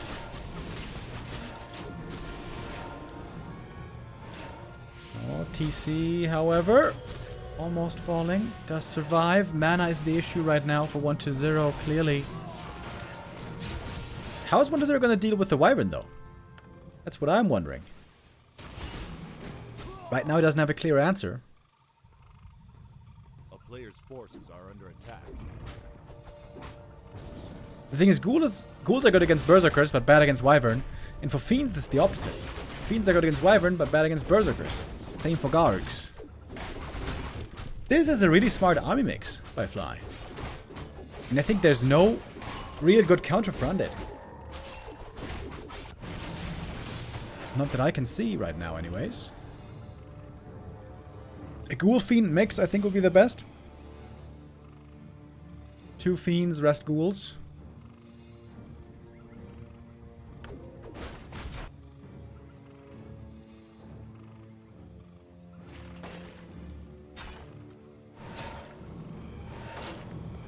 Master doesn't have an invul here, so can't commit to try to get the kill. TC with some really good items. Love the ring, love the gauntlets.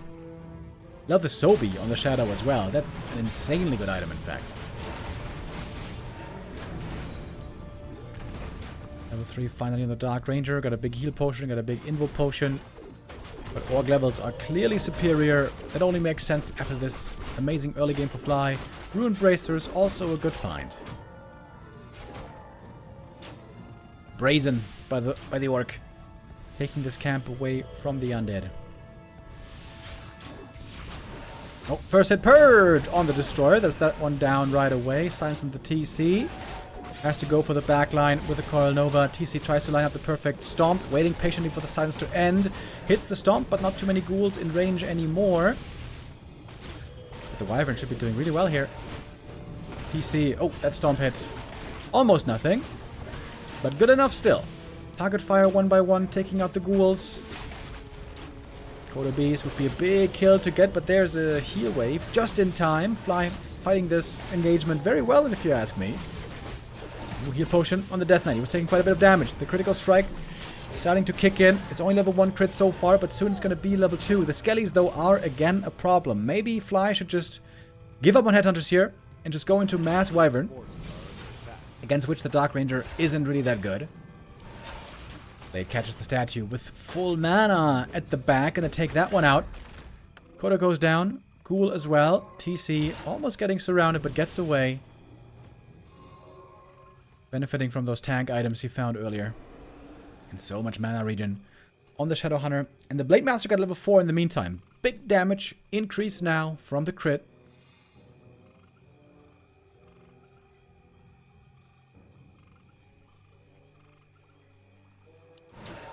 No level 3 yet on Lich or Dark Ranger. That's a problem. Levels are just very weak on the undead side. Every hero is supposed to be 1 level higher at this point in the game. Fly looking for the creep jack. Fly playing a really good game here. Picking off one ghoul after the next. TC's almost level 3. There it is. TC 3 before Lich level 3. That is unheard of. Trying to get the kill. Can't get it again. Tunnel vision on the TC. But 1-0 can't find the kill. There's more mana still on the Shadowhunter. Of course there is with the Sobi Mask. And that is the hero kill on the Death Knight. And that is game. Fly ties it up 1-1 with a well-played game. And a bunch of mistakes by 1-0. That was a little bit sloppy by the Chinese undead. Started off bad with the Acolyte going down. Continued to get worse with the DK falling. Fly here. Absolutely dominating 1-0.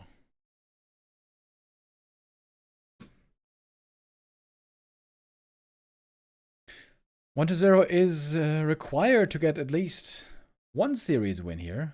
It would be kind of a shocker if Fly beats 1-0. That's not how this is supposed to go.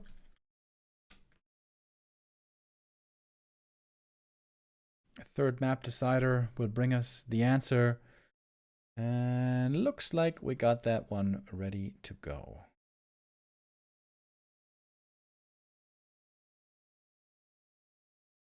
Springtime. For the next map.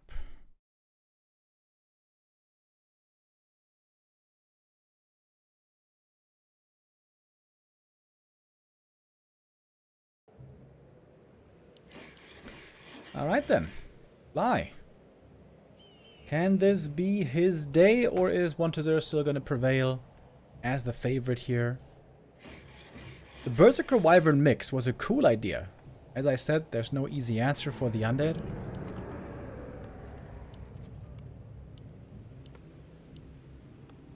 I wonder if he's going to try to repeat that. We'll see.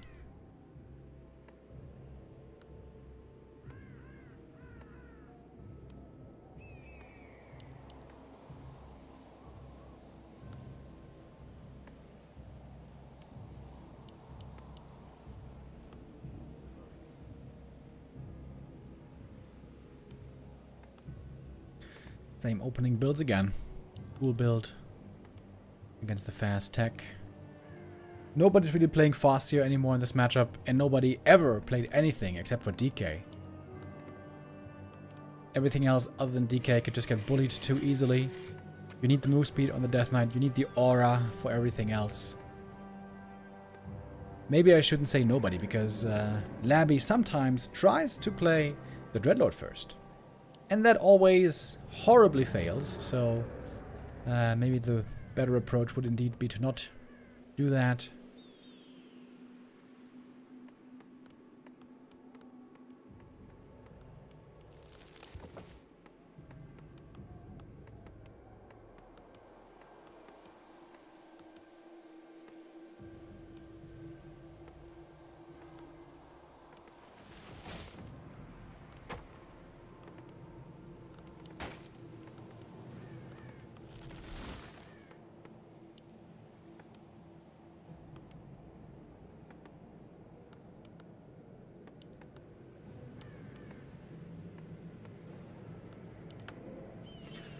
Out comes the DK. He will normally try to creep up. Get that level 2, level 3 if he can. First time we see the Blade Master beginning with a bit of creeping. Can hope for claws here, go for a circlet at the shop. And heal up pretty easily with the salves.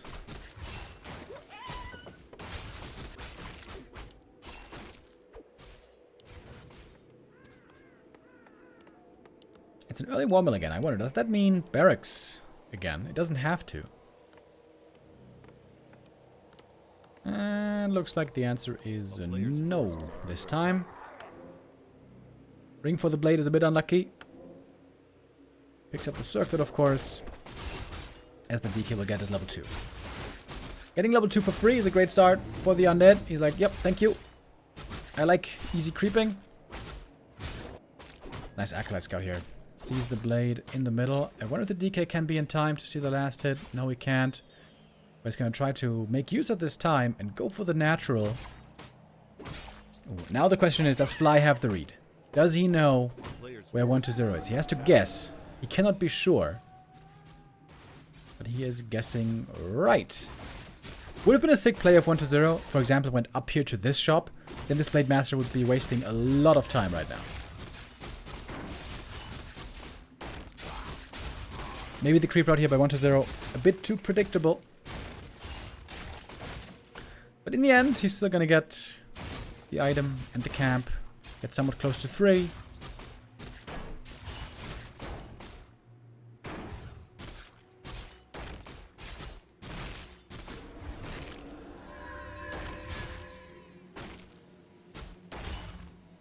Don't want to see the classic fly here.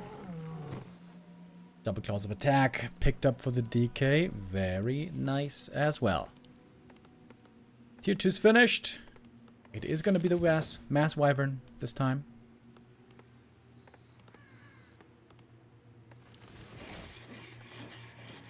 With Shadowhunter.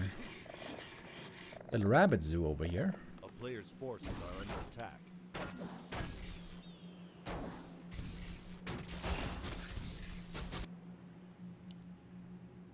Blade Master a little bit lost right now. He's looking for the undead, wondering, is he at the lab? Nope, he's not here. 1-0 over here at a rather small green cam, looking for the easy level 3, which he gets just on the dot. Could creep this camp here pretty easy as well. Look for the consumable. Wait. The blade is not stuck here, is he? I hope not. Oh my god, that would be... Uh-oh. He is stuck. Has to go for the telly staff. It doesn't cost him too much. Selling the telly staff. Gets you a lot of gold back. This DK is going to be having a great game. He's going to be level 4 in no time. Tons of mana as well. This all started with Fly's choice of creeping 2 green camps. This gave the DK a very easy start into the game. Maybe not the right choice.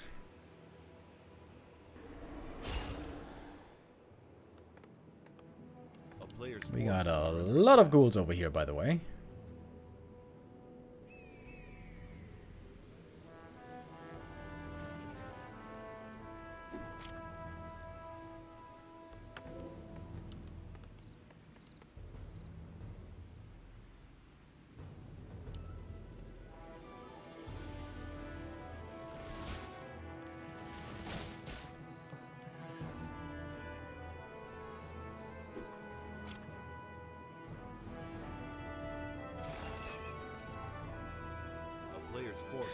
The game is slowing down a little bit. 1-0 is again going for Fiends, keeping the units at home. He's got some Ziggurats behind the gold mine. I like that.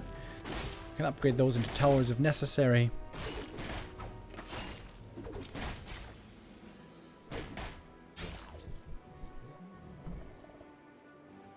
Fly keeping the staff teleportation so far. 1-0 is on the hunt, just with the heroes. Ah, never mind. Also, we got some units over there.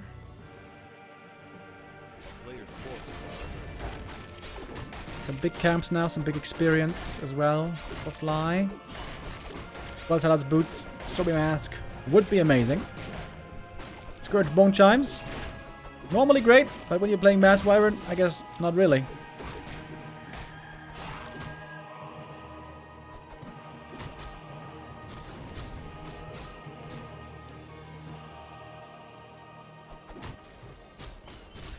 The right play here for Fly is to try to avoid fights as long as he can. Keep creeping, keep leveling. And draw out the game. That's what Lyn has shown so impressively.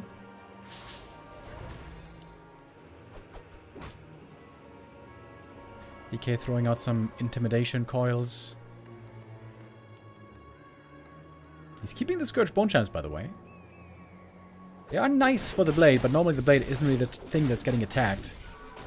It is the Wyvern. It should be the Wyvern.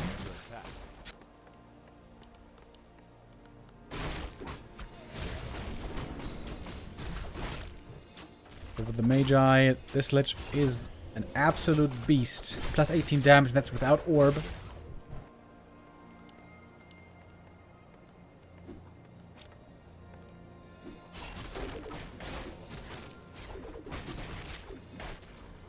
Monster is going to pick up the Orb of Corruption, and then it might be time for the push. DK almost level 4 already, that's great to have as well. Blade Master, really strong items also. He gets level 3 here. I would love to see level 2 crit. I think level 2 Windwalk would be a mistake here. Does go for it though. 1-0 always goes for these push that 50 supply. I think the Windwalk 2 here is not the right call, to be honest. Invuln picked up and a dust.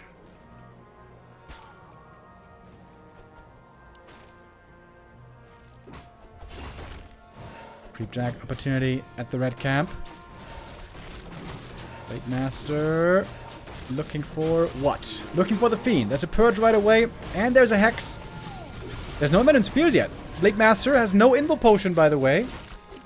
He forgot about the Envenom Spears. Oh, Fly! You are lacking damage. Does he realize? He forgot the upgrade. Oh, that's a big mistake.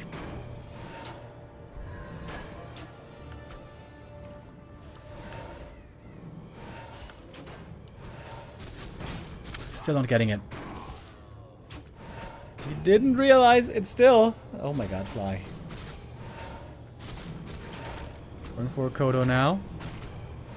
Fly shouldn't even be fighting here. He should be creeping everything in the north. The longer the game goes, the better it is for him. TC gonna go down. Kodo trying to get out the Devour. Can't get it. Fiend too slippery. Shadowhunter. Not level 3 yet either. And here come the webs.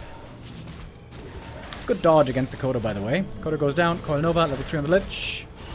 Blade Master might be dead now, if there's a reveal. Ah, but Fly, why are you fighting? You got 3, 2, 1 levels. Why are you fighting? Very, very wrong call by Fly. Seeing the Creep Jack opportunity is perhaps understandable then. And there goes the Blade.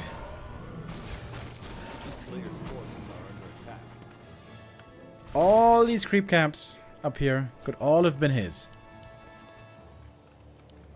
That's something that nobody understands as well as Lin. You want to be the passive player. You want to delay. You want to look for the late game. You might be the Orc, but you don't want to be Smork.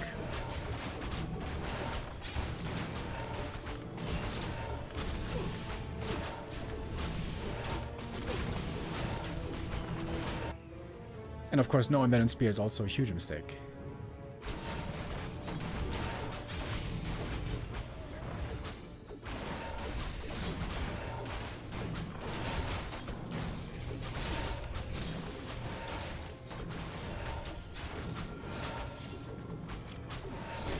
And we got Banshees as well. Silence on the TC. Blade has an Invul at least this time. Weird positioning now. Maybe Fly still has a chance. Stomp. If there's a Hex on the DK... Oh, it's a bit too late. And there's a Purge from the Orb of Lightning. It's always a bit of unlucky interaction that can happen to you if you're the Orc.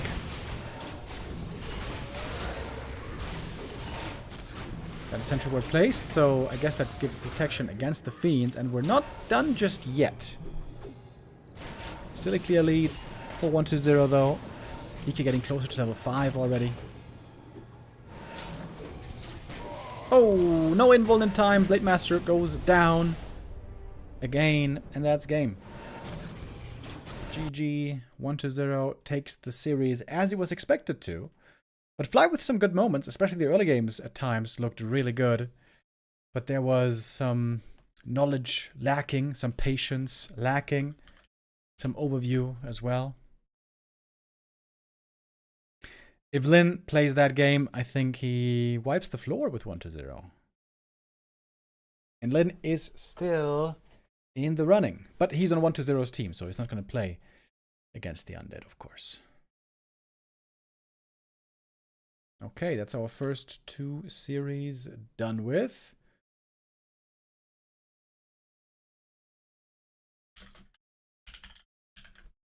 Question is, who's going to be coming up next?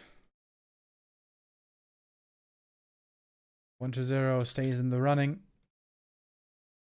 And Team B is going to have to decide who to put in next. They still have 3 choices. Forti, or Labby, or Kaho.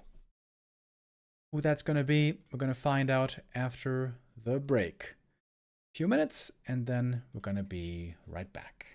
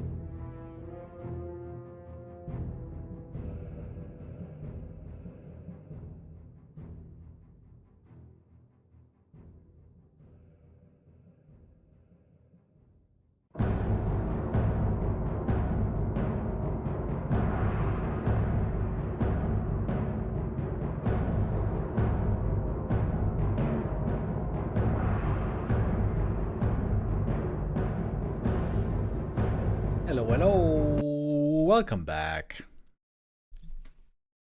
So, first 2 matches are done. The score is 1-1 between Team A and Team B. And we have found out indeed who the next opponent is. It's 1-0 against now Kaho.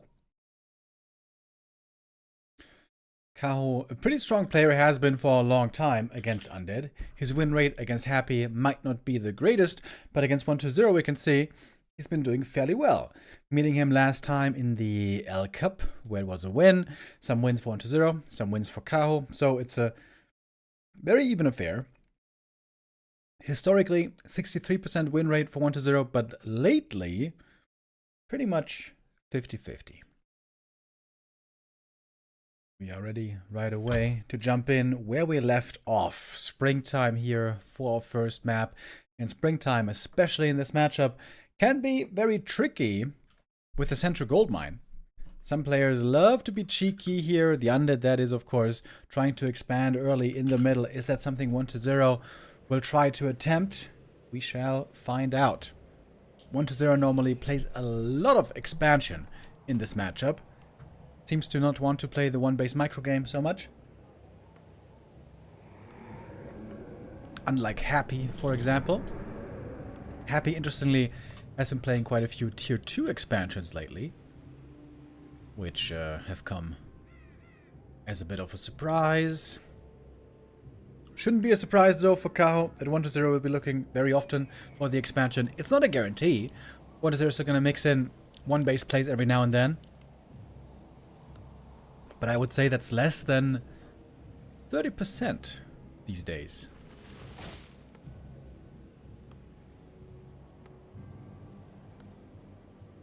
Who has one fly versus 1-0? Well, if 1-0 is still in the series, in the King of the Hill, that means 1-0 is in and fly is out. That means fly lost.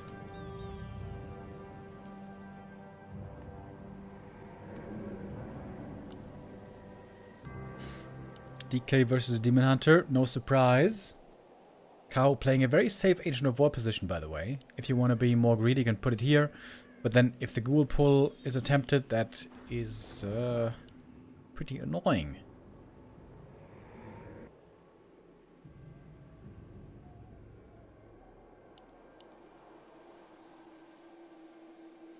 A player's forces are under attack.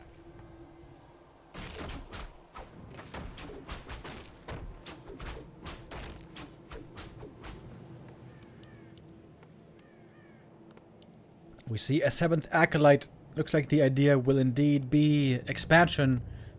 The question is where. There's a Wisp right here for Kaho to scout. Timing is perfect.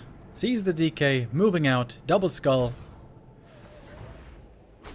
Wisp no detonate, but detonate here is not that important. Detonate on Echo Isles is very important. Because if you don't detonate, you give DK easy level 2. Here, DK gets level 2 regardless if he gets the full camp. But here comes another Wisp. Not blowing up just yet. And of course the Demon Hunter expected to play Immolation Harass right here. Not the easiest camp for the Undead, by the way. Certainly manageable, but not as easy as some other camps. Kaho is looking for the late game. He's counter-expanding with the Tree of Life before the tech even. So he really doesn't want that one to get cancelled. Demon Hunter here wants to stick around for as long as he can. And just keep the Undead busy. Ideally also look for kills. But keep the Undead busy. Make sure his Tree of Life finishes on the other side of the map. We're looking at the 2-base game here. Quite possibly. Unless 1-0 can find the cancel later on. Was that 3 Wisp detonates? That's a lot of Wisps invested early on, to be honest. 1-0 doing a good job here, cycling out ghouls in and out. Costs him lots of lumber as well, by the way. So you can see 1-0 still doesn't have enough for the actual Haunted Gold Mine. Haunted Gold Mine costs 210 lumber. Demon Hunter took a lot of damage. Would get level 2 if he gets the Skelly. And he will.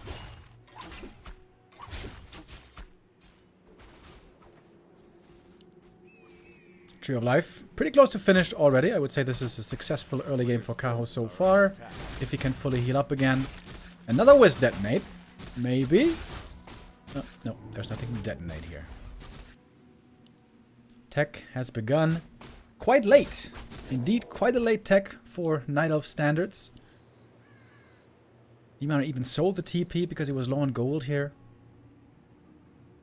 And there's not too much moon juice either, by the way. That is the dangerous thing when playing this fast expansion. No third moon well for a long time. Minimal healing for a long time.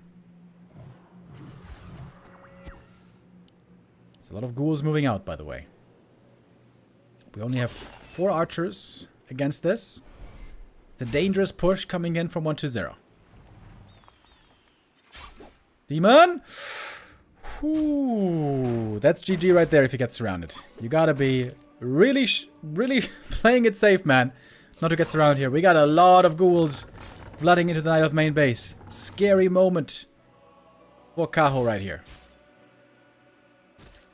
A player's forces are under attack. To comfortably deal with his ghoul pressure, he needs a second hero. That's still far away at the moment. He has to run and buy time. Losing 1 or 2 archers is fine. Losing the Demoner is not fine. Of course, also this delays the Tree of Life expo, counter expo, quite a bit. But the undead tech also, we see, is quite late. Back of the base, Hunter's Hall coming up. A little bit late, perhaps, with that. No archers lost so far. If Kaho can manage to get out of this early game without any archer losses, that would be great for him. Panda could be a good choice here against the mass ghouls, but Kaho, I think, always goes for Naga second. Naga Demon, of course, always a good pairing. Just like in the campaign.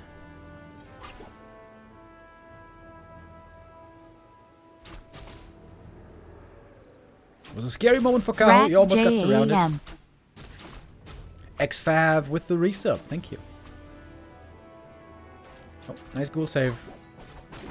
Maybe not quite the save. Alright, time for the second hero now. Here we go. The Naga's in. Getting swiftly surrounded, though. Might be going down here, but if 3 ghouls die in exchange, I think that's a good trade for the Night Elf. Eliminating ghouls early. Very nice. But the Naga doesn't even go down. I think Kaho is trying to stabilize more and more in this game. Next thing, of course, he has to be worried about is the Tree of Life. Has moved into position. Didn't start creeping yet. Naga very hurt now. Ooh, nice save with the DK. Naga over here. Can see the tunnel already.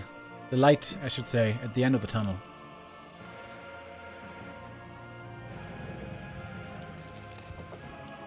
More ghouls. Ghouls for 1-0.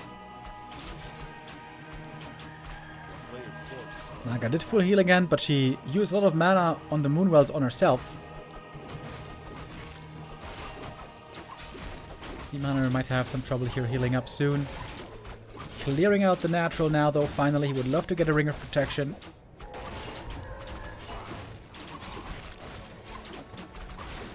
Hardly any creeping so far in this game. Lots of camps still indeed available on the map. The demon gets the Ring of Protection. That's wonderful. DK about to lock in level 3.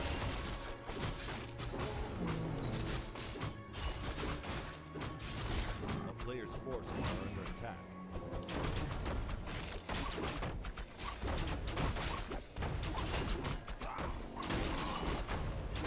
Lots of great items available here from the Furbolg Tracker. I think the only bad one is Flute. Even that one isn't terrible, perhaps. Would be sick if Kaho could get this camp as well, and with Dryads, he might be able to. Dryads are coming. But you can see the Demoner is... Well, he's not hurt, but Moon Juice is very, very limited. So creeping this camp without Ancient of War may be a bit too spicy. Kaho is looking very strong right now. He's got the level 3 demon, he's got Dryads coming. And he's going to claim this item here as well. Big heal potion would be the dream. Big invuln, also good. Mana burn, where is it? DK staying out of range, trying to. clear experience lead now on the Night Elf, thanks to the second hero difference. This is all pretty standard. Mana burn. There we go. 2 Novas, though, still available.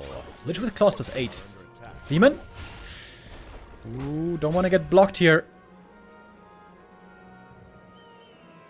Ancient of War trying to take the next shop creep. Oh, 1-0 could disrupt this, maybe. But he's just trying to creep the other orange camp in the middle. Going to be satisfied with that. So that means Kaho gets 3 out of 4 orange camps in the center. Very nice. And a quick level 3 Naga. Still hoping for that big heal pot. Nope. Only 1 of Mana Steal. That's going to be a sell, most likely. As tier 3 is finishing up, finally Bears are joining with Reju. When is 1-0 going for the push? Answer should be pretty soon. He's at 58 supply already. Of course, he had more gold than the opponent. Forcing a fight right now would be great for Kaho. We don't have Frenzy Ghouls yet. We don't have Destroyer yet. This is a great time for him to fight, even if he doesn't have Orb. 1-0 needs a bit more time. 1.5 minutes. That's when things get serious. DK got the sword mask, by the way. Ooh, my. Perfect item right there. There's no TP on Kaho anymore, by the way, so he can't just creep anywhere on the map and not be ready for an assault on the expo. Kaho has to make sure he knows where the opponent is and gets ready for a possible push. Because normally, that's what 1-0 always does. He expands first, he macros up, creeping in the mid game, and then spending all his money on tier 3 and going for a push between 65 and 75 supply, roughly. If Kaho holds that push, I think he's going to be far ahead. I think Kaho has the better mechanics between these two, at least in this matchup. And yes, that means that I think that he micros better than 1-0 in this matchup.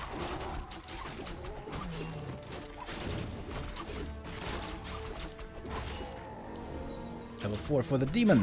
Quite nice to have as well.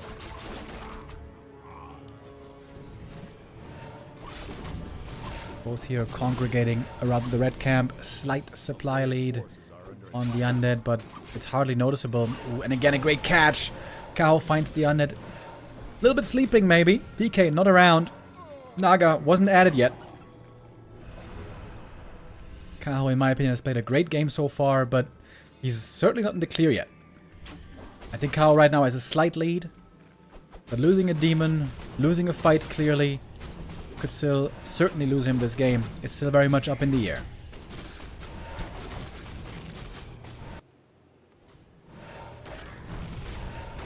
Kaho's army isn't that big yet.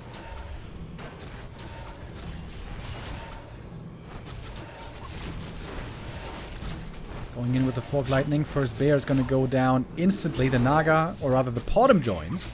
Didn't even see he was making a third hero, but indeed he was. First Orb of Venom. There's going to be another one on the Demon Hunter later. Wait, does he have Owl Scout? Didn't choose a skill point yet. No, it's the Aura. A player's forces are under attack.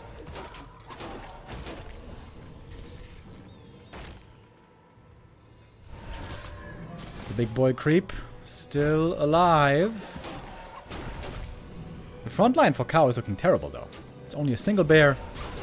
And of course the demon. Walk Lightning getting another kill. Supply lead still slightly on the undead. Oh, we're getting Ancient of Wind Talons. Talons are extremely strong. Best Night Elf late game unit against undead. For the Destroyer counter. Last hit though here goes to 1-0. Item for him, Hood of Cunning. Good for the Lich. Lich just got the level 3. Kaho going back and forth. It's more dangerous for him to engage because he's got the slower army. Kaho now trying to disengage. Best thing for him right now might be to just buy time, play it patiently, and wait for the Talons. Talons are going to be very strong once he actually gets them out, but doesn't have them yet. It might be worth it to give the red camp here to the undead just to get the Talons out. That's how strong they are. A little bit more experience from this camp. Naga level 4 is actually not bad. Gets underrated sometimes. But level 2 Cold Arrow is a huge slow.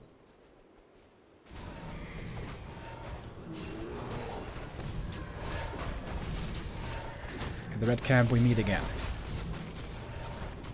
Demon Hunter doesn't have a tele staff, by the way, so the staff is gonna put him on the sidelines for a while. Kaho engaging into this with the demon not here is pretty scary.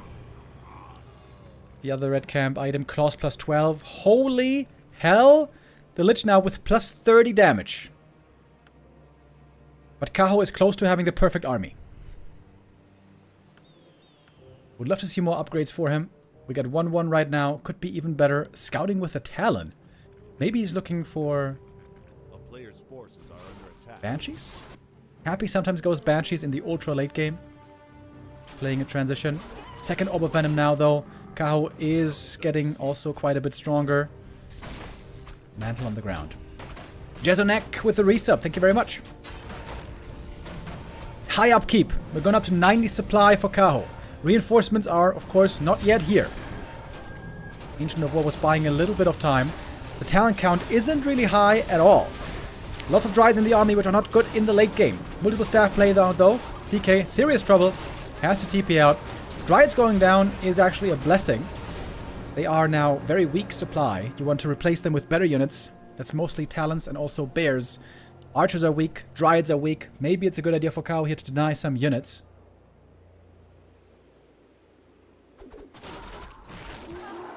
Yeah, that's what he's going to do. Now it's also daytime. It's a long daytime. Disease Cloud is kicking in. Kaho is going to need heal scrolls. He's got one already. I think he wants another. He's almost fully slotted on his heroes. That's also very nice. 80 versus 80 supply. Almost. He's going for Talon Master Training. No, he canceled it. I was about to say, that's a bit greedy. He doesn't have many Talons yet.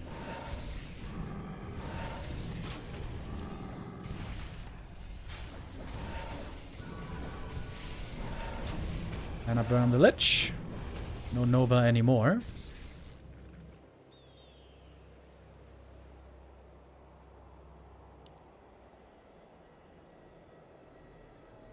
Kaho can also work on more upgrades now. All of his units benefit from the same upgrades. That's a good advantage for Night Elf late game.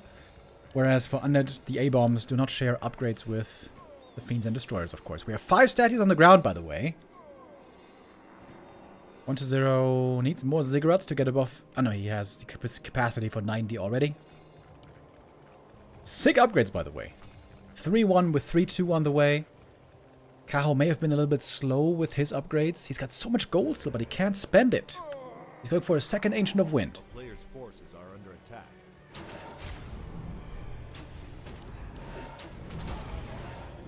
Mana burn again. There was no Nova used before the burn. That's a bit of a mistake.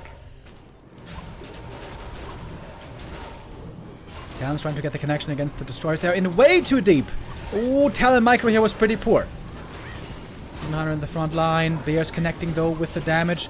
As the Talons are taking the fire, the Bears are surviving for quite a long time, but now they're almost all gone. Second Ancient of Wind now was huge, by the way. This means more Talons can be remade quickly. Fork Lightning comes in, killing off more Bears. Big Invo Potion was committed on the Demon Hunter. It's going to be over soon. He has to make sure there's a staff ready for him. It's the DK who has to leave first with the TP. The staff, did it save the bear? Yes, it did. Last second. Again, Kaho holds at the Expo with a lot of gold. He can spend that now on more units and more upgrades. Getting to 2-2 or 3-3 is crazy good for Night Elf. Right now, he's got 2-1 only. Kaho needs more upgrades. He's got so much gold! Spend it! It's making me mad. If he loses this game because he doesn't spend his money, I'm gonna be sad. Also, should have gone to the shop. Get the Invo Potion right away. Kaho is making some macro mistakes here. What's going on? Spend your money.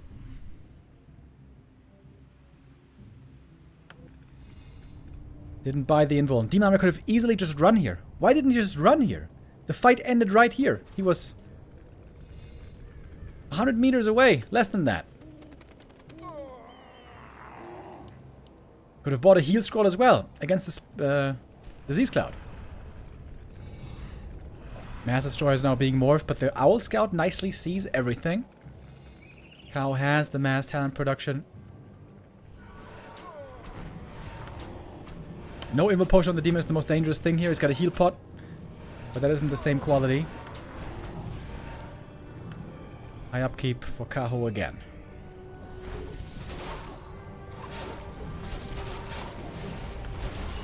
Heal Potion there, necessary right away. Lots of nuke on the Demon. There is a staff, of course, but there's not much Moon Juice left at all. It's almost 0 Moon Juice, in fact. A lot of web on the crows. I don't know if there's a dust against the fiends. DK again taking a lot of damage, by the way. DK again has to TP out. One destroyer here, pretty close to falling. Does survive. Okay, Kaho. Now, what do you want to do? Go to the shop and spend your money. Invo Potion, though, still on cooldown for 40 seconds. Once he sees that, he should be going to this shop. Run, baby. You got boots of speed.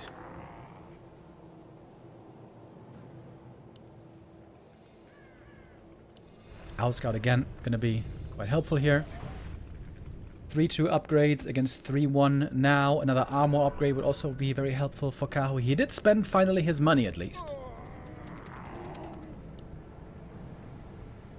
It's nighttime again. There's no Wellspring upgrade. Oh my god. Kaho didn't get Wellspring. And he didn't get Ultra Vision. Oh my god, Kaho. How are you not getting these huge upgrades? Now we got a lot of crows. That's a lot of damage against destroyers. Lots of them also being webbed. Frontline bears getting staffed out. Demon Hunter now might be vulnerable. If there's a double staff, could still be saved. Demon Hunter level 5 though. Kaho still seems to be owning this fight hard. He was not spending his money ideally at all times, but still in the fights he is doing very well. The mass talents, so good against destroyers. This is normally where Undead has to go to gargoyles in the late game to have a chance. Maybe 1-0 missed the timing to transition. Death Knight level 5, but the Lich is dead. And that should be the game for Kaho. Demon Hunter returning. He's level 5. Naga's level 5. Portum level 3.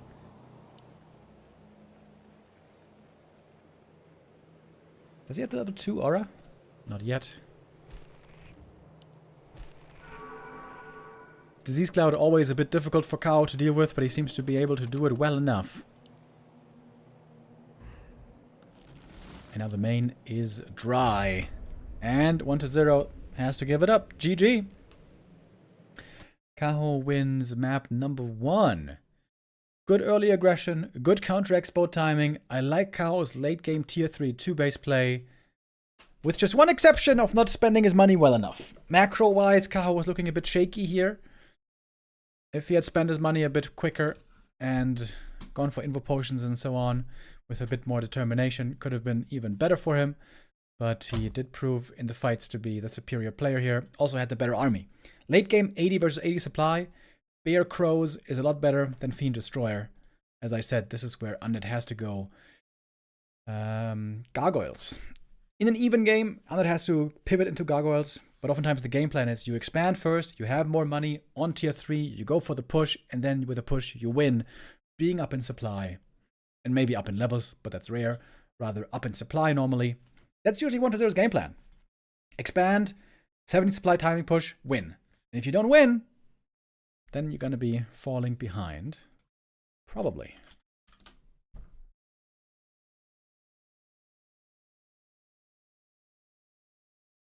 Good start for Kaho. Map 2.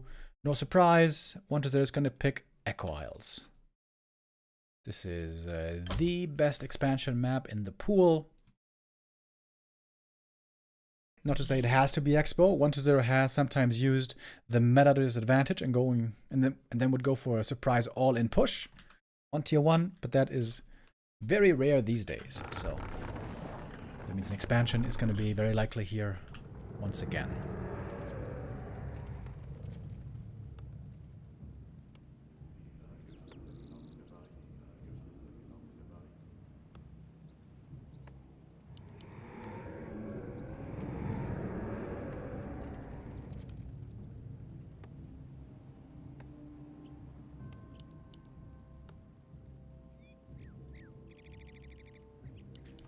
.0 get at least 1 point so far. That's better than it was 2 days ago in their first encounter.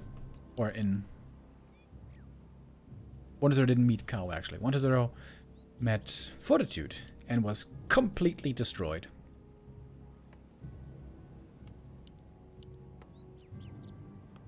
Is 4v4 coming? No, 4v4 was played yesterday. 4v4, by the way, went to Team B. That's where they were the most successful so far, I guess. They won the 4v4 with 3-0.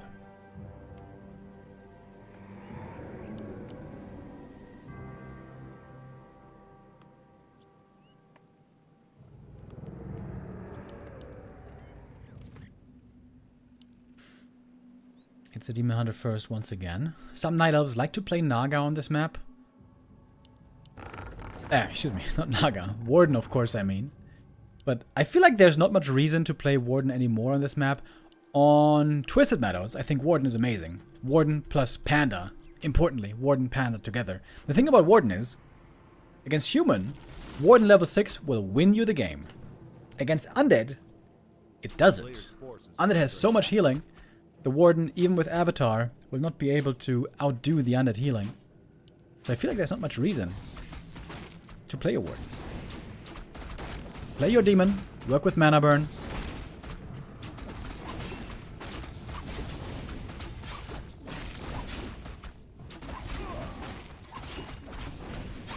Creep made a bit more difficult here with the green camp. Lots of Ancient of War repair is necessary. But it seems like it is working out well enough. Ancient of War is dropping pretty low here. DK. It's very important for Kaho not to give Wisp experience away. If the DK gets a Wisp kill, it's an easy level 2 that you must avoid. As the Night Elf.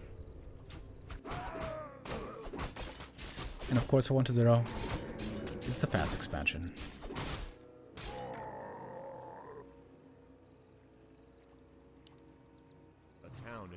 Wisp? Kaho! You had one job! Not give the Wisp XP away. Huge early game mistake. This might be the reason why the Tree of Life falls. Players' forces are under attack. Oh, there's a ping. Oh. Ghoul Rally. Forgotten about.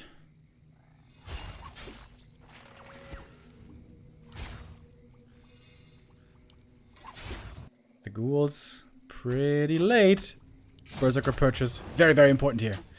Very important Berserker goes to Kaho. Oh man, if Kaho holds on to the Tree of Life, this will be very lucky. The ghouls here are just simply late, way too late. If they all come together, maybe he can get the Tree of Life cancel. But seems like right now 1-0 is focusing on the main base. It appears as if the tree is safe.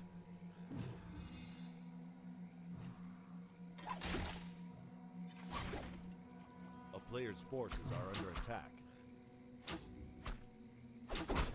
1-0 now going to return to creeping. Small mistake by Kaho with big consequences. I mean, detonating a Wisp doesn't sound like much, but it makes a huge difference in the early game. But the bigger mistake was leaving all these ghouls up here. Whoopsie. Not perfect play by either of these two.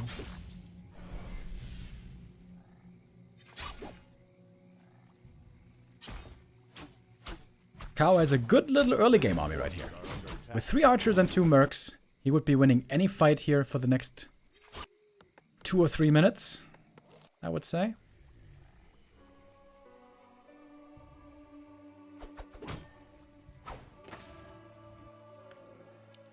Demon Hunter chasing after the DK, trying to keep him honest. I like that as well. No boots yet on the Demon. Which I feel like you do want to get sooner rather than later. Mantle might be good for the Naga. What is 1-0 up to, though? DK creeping the gold mine in the north. There's a Wisp close by. I wonder if he's going to scout for this. This would be a sick game read. If Kaho is anticipating this. Gets a level 3 nice and early. There we have the boots. And the staff. going to be level 3 for the DK as well.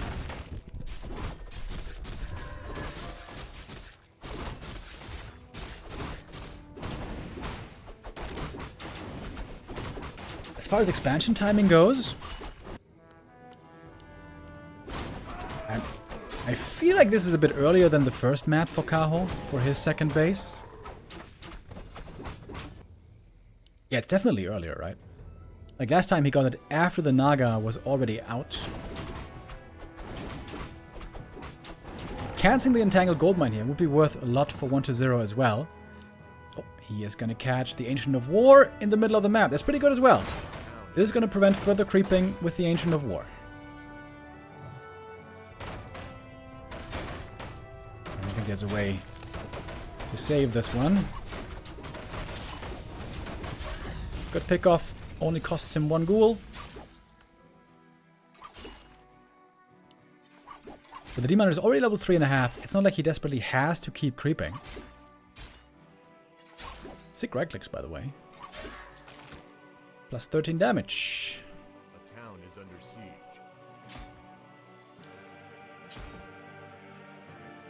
A player's forces are under attack.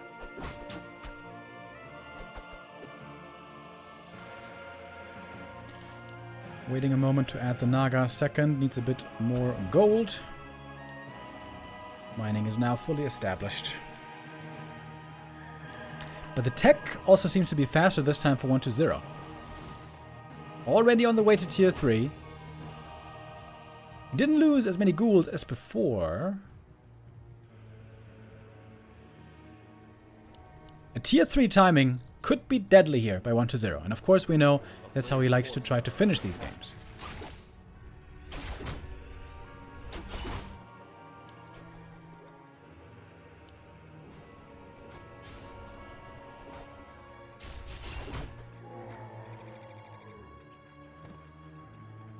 Oh, perfect creep jack timing. Kaho just started to begin the creep.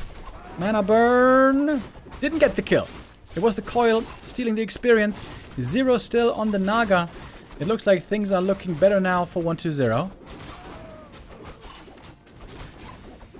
Demon is going to get a fast level 4 again. Big Invo Potion is also very nice. The Naga is going to have way weaker of a beginning stage. Previous map, the Naga had way more experience than the Lich. This time it's different. And tier 3 is coming soon. A town is under siege. Double Ancient of Wind being made very early here. I wonder if Kaho can get away with that. Does he really have the time? Oh, Berserker ensnared. That is an easy kill on the big boy unit. And there's no detection either. Is he going to use the big Invo Potion here? Yes, he is. Force the mana pot and the coil from the undead. If he gets 2 units here, that would be certainly worth it, but again, no detection.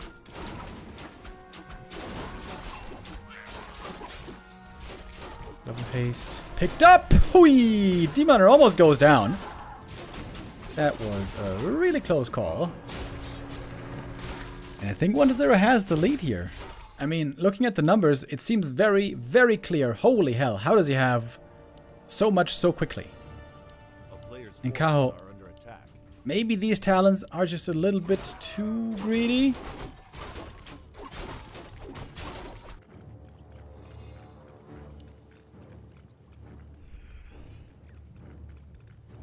1-0 on his map pick here.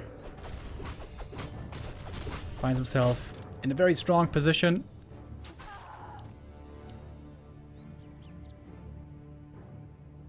$15 supply lead for 1-0. Can pick up a heal scroll pretty easily as well.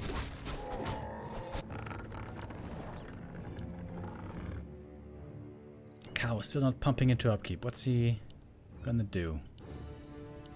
Waiting for training upgrades. Ooh. Trying to creep the big camp in the bottom left, and the push is coming his way right now. We got Master Bears finally finished. That is a hell of a scary push right here. Kaho only now going into upkeep. Seems like he only has a handful of units.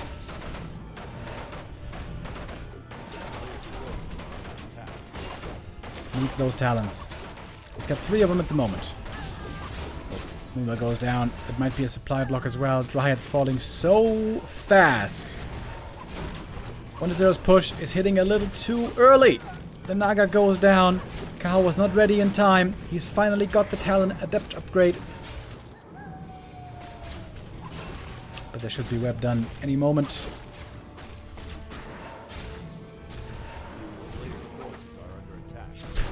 Destroyer gets ensnared.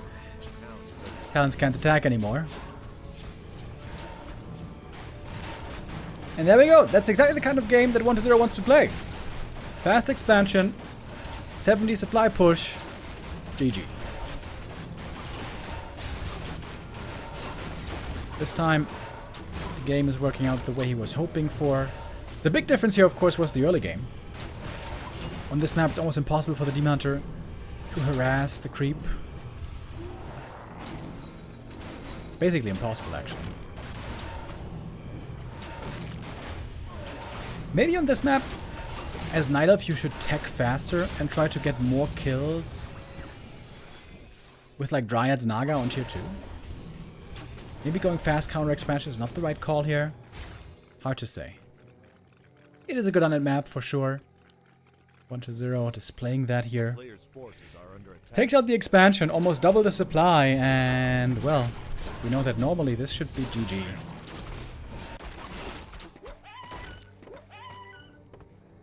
Kaho is not giving up yet. He's got a good army. With quite a bit of gold as well, actually.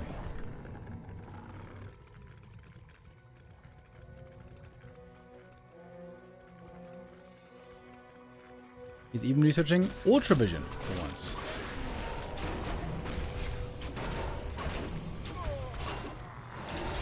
Talon's right now looking useless, just watching from the skies. There's no destroyers at the moment. The bears are getting picked off one by one. Talons have no mana left. They can't even take to the skies anymore.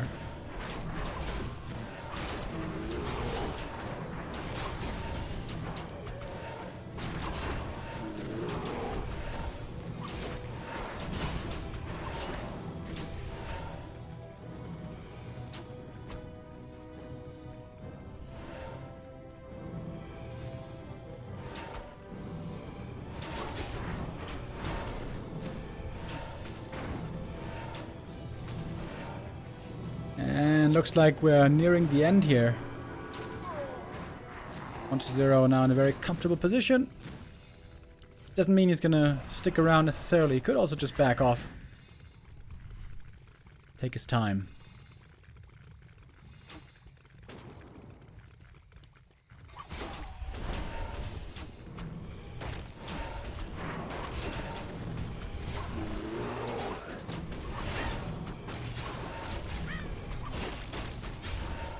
Is now webbed and easily killed.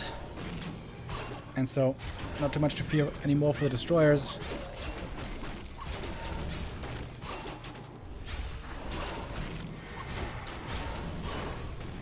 We got invulns, we got heal scrolls, we got seemingly everything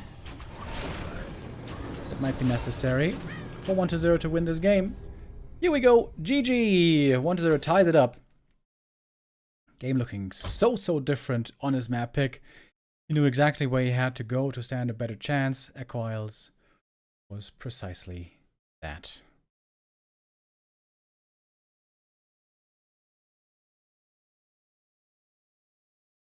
So we're gonna have a third map decider. Another very popular map these days, and that is Hammerfall.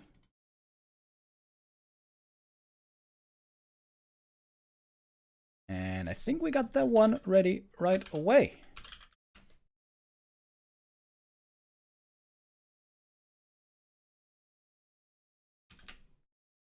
Warcraft III could very well try to expand here again. But on this map, it would be a lot more doable for Kaho to go for the counter expo. And importantly, harass at the start and slow down the undead.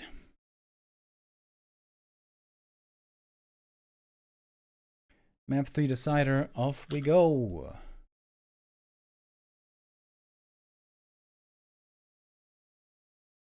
Oh wait, we got no game sound. There we go.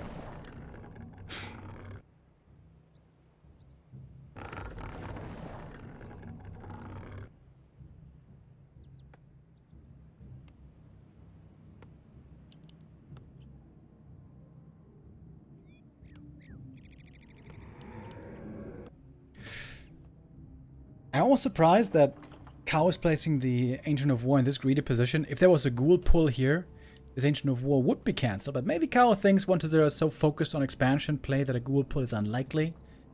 That could be as well. Happy, for example, loves throwing in a ghoul pull here every now and then. Haven't seen one yet today. I think in a couple of days we haven't actually seen a ghoul pull.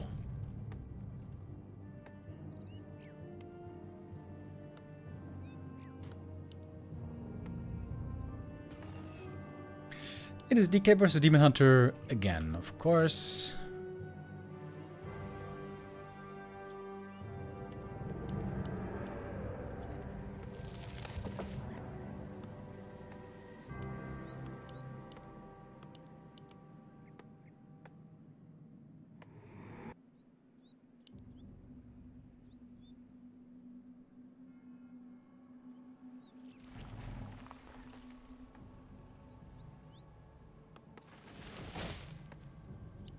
Players' forces are under attack.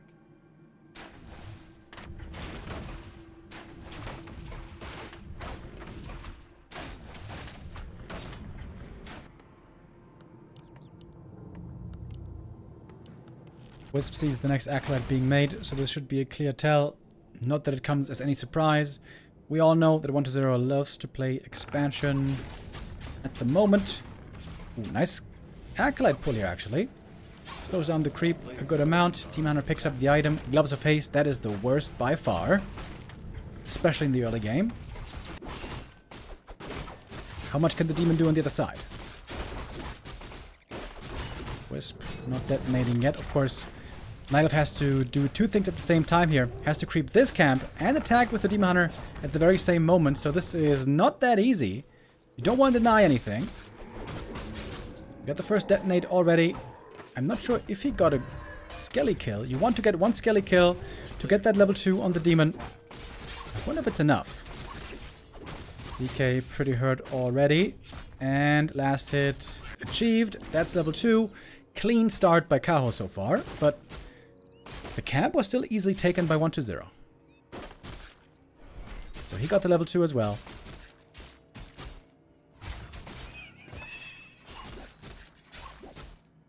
Both playing a good start here. You can see 1-0's number is lower because he had to invest more ghoul time at the start.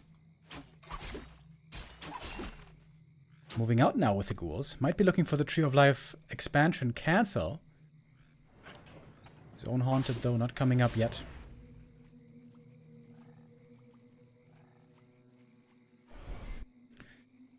Yeah, I'm not sure if this one can be defended. There's not many archers yet. Some wisps moving out would be a neat idea. Ooh, the archer almost falling right there. DK is hurt, but the ghouls are all very much in fighting shape. There is still a lot of necromancy available as well. More skellies can be brought to the fight. If Kaho manages to have this tree finish, I think he's going to be in a good spot here.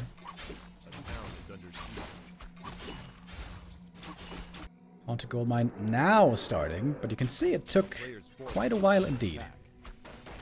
Now chasing for... Nope, doesn't get it. Ghoul gets away just on 2 HP, so good saves also by 1-0. But the Tree of Life finishes, good defense by Kaho. I would say so far this is the best performance by both the players. That's only the first real unit going down, I think.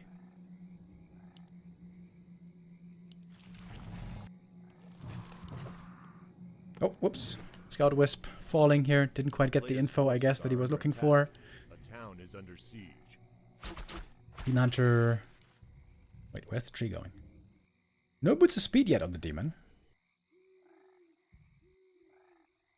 Those normally help a lot with whatever you're trying to do. We get a lot of ghouls moving out. 1-0 is not done yet with the aggression. He wants to delay the Night of Expansion as much as he can. Oh, I thought he was going to go attack, but no, he's creeping the next gold mine. He's not going to go 3 bases, is he? Is he going to go for another Acolyte here? That would be wild. A player's forces are under attack. DK now close to level 3.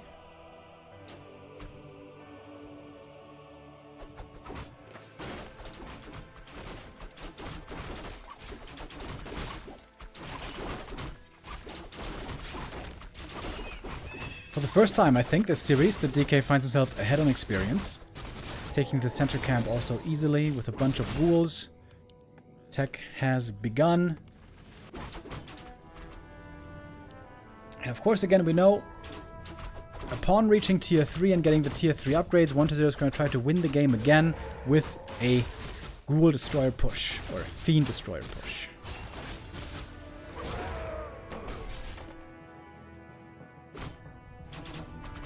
A player's forces are under attack.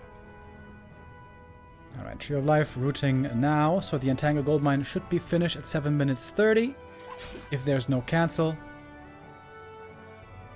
I don't think there should be.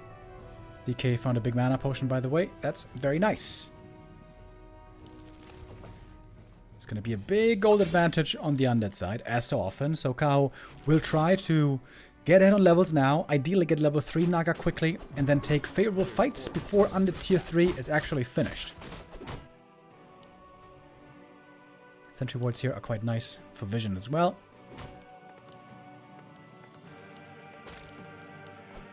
Got a lot of ghouls here right now.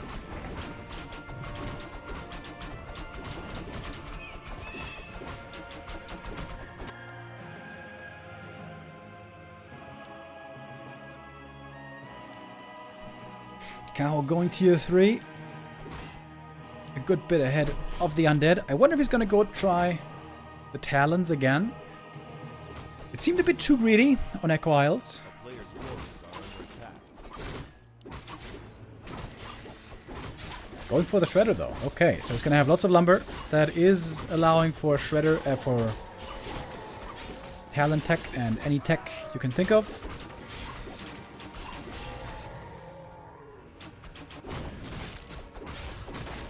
DK level's also looking really good though. He's going to reach a fast level 4 again this game. That's what you love to see. Mining has begun. Gold lead is about 1,000. Almost exactly 1,000 gold lead here for the undead.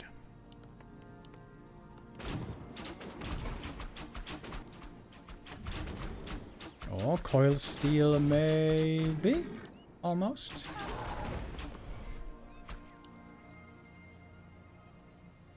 Ancient of War in position for defense. Özgur Akuvat, Avokat, I mean. Thank you very much for the YouTube support membership. So Naga is again getting the level 3. So with Dryads right now, I imagine Kaho would love to take a fight. He's got 2 Dryads only. I think I like that. Going quickly into bears.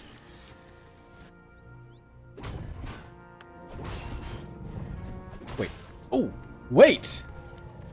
1-0 is playing Gargs.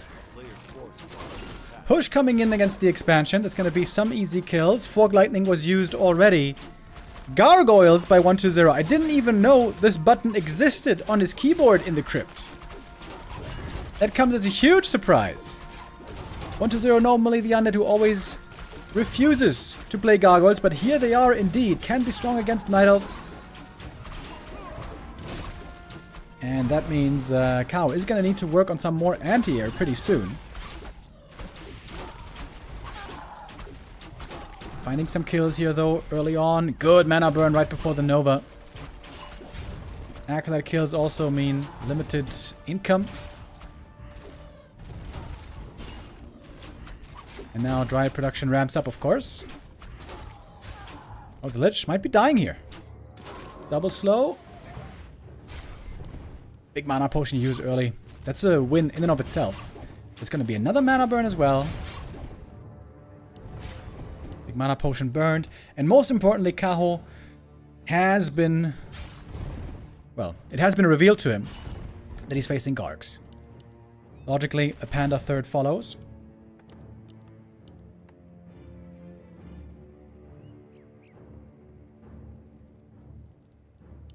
Now what you want is not bears, and it's not talons either. Talons not great against Gargs. It's just mass dryads and mass upgrades and strong heroes.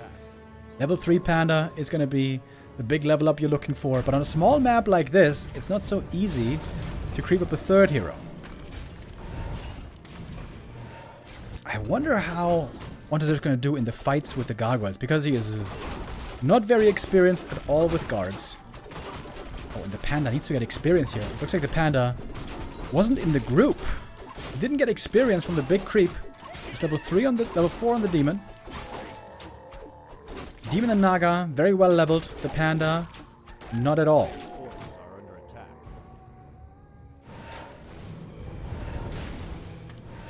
Demon Hunter here. Very hurt already. Eats the Nova right away, of course. Needs that Ember Potion. In comes the Fork Lightning. It's going to be 1 kill on a Garg right away. Save on the Dryad. Upgrade-wise, we have 1-1 against 2-0.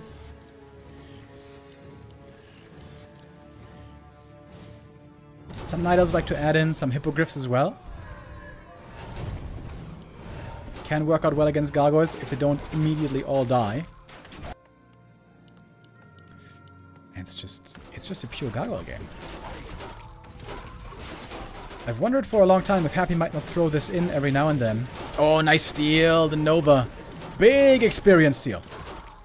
Big deal, especially for the Panda, who's still not even level 2, let alone level 3. We got some creep camp still in the top right. But again, not many creeps to go around on this map.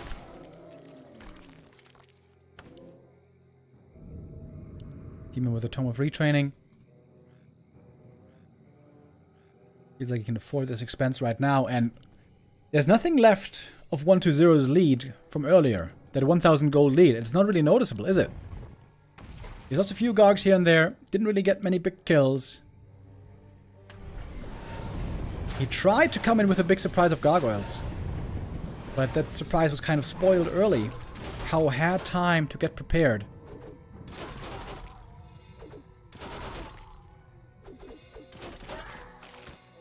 Double Obel Venom can also be really good here later, by the way. Naga not yet in the fight. Drunken Haze right away on all the Gargs. We have no Stone Form yet, by the way. Ins the Fog Lightning. Now we got level 2. Breath of Fire is ready as well. Not using it yet. Panda doesn't have many targets to attack, although there are some boots on the ground, I guess. Naga hits level 4, level 3 for the Lich. There's the Breath of Fire. Some Ignition also on the Drunken Haze. Destroyer trying to dispel a lot of it. And indeed, many Dryads have gone down. But in the end, it's going to be about the heroes, as so often. Naga losing a lot of HP here. One more Fork Lightning, going for the Invul and Heal Scroll just to play it safe. The Demon Hunter is having a field day. He is being completely ignored so far. Invul Potion. Naga stays in the fight for a little bit longer. Demon Hunter, he's hurt as well, by the way. There's a Staff of Teleportation, though, on him. Staff of Preservation as well. Naga gonna pull the TP out. Doesn't want to stick around here for too long. One more Garg goes down. Back to the main base. That also means the Panda might be able to go for an Obel Venom.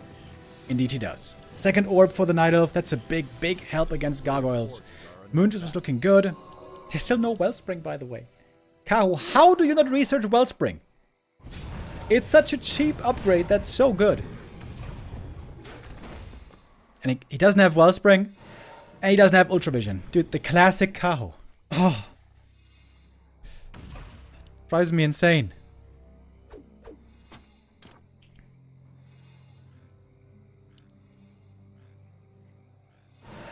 Nighttime soon to be over.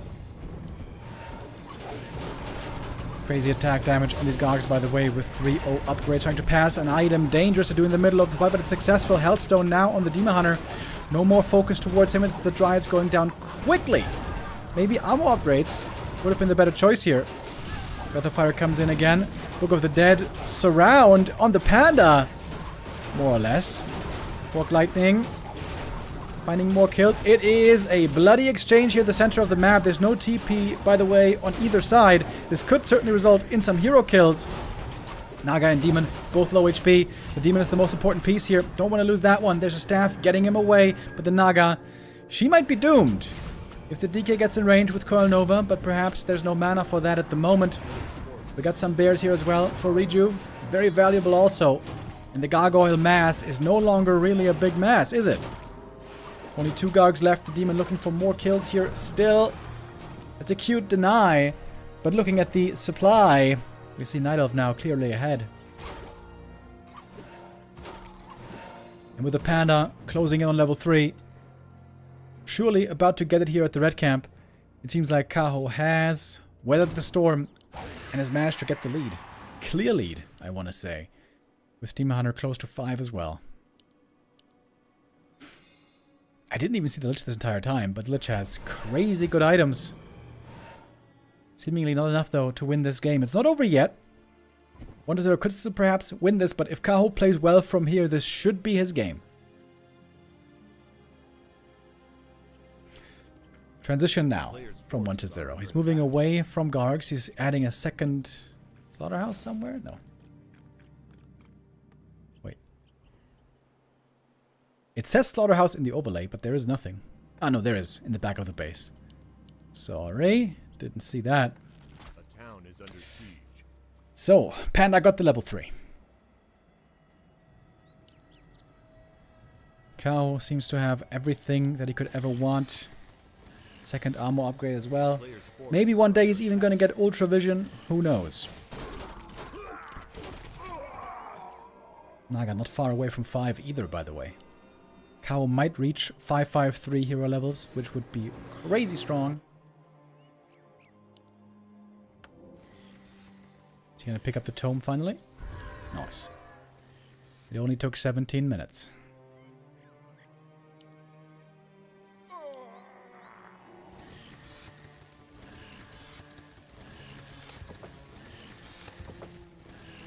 Darks flying into the main base. Sniping the Shredder would be wonderful. The Demon is close by. And so is the Naga. Hey, we're finally getting Wellspring. Wonderful. How about some Ultra Vision, huh? Might that not be nice? Ultra Vision, Kaho? No? Okay. But yeah, 2-2 upgrades is really good for the Dryads and Bears. Kaho has correctly identified that Fiends are coming, so more Bears is going to be now the priority. Still lots of Dryads, though. Normally, I think having a lot of Dryads is a big weakness in the late game, but when you have strong heroes to make up for that, I think it's okay. And it just takes a couple of kills to get double level 5 on the Night Elf heroes. I feel like that will be the ultimate neckbreaker. If Naga and Demon get level 5, and Kaho at that point isn't ultra far behind, I feel like that has to be his game.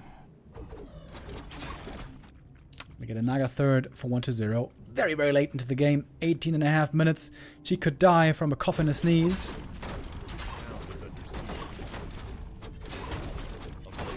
There's a TP on Kaho. Maybe he wants to take out the Haunted first. In the meantime, his own expansion is under a bit of threat. Could be an export trade right here. Haunted is gone for sure. Roar ahead of the fight. Here comes the TP home. Tree of Life is still standing. Only Entangled has been eliminated. Another advantage. Huge advantage for Kaho.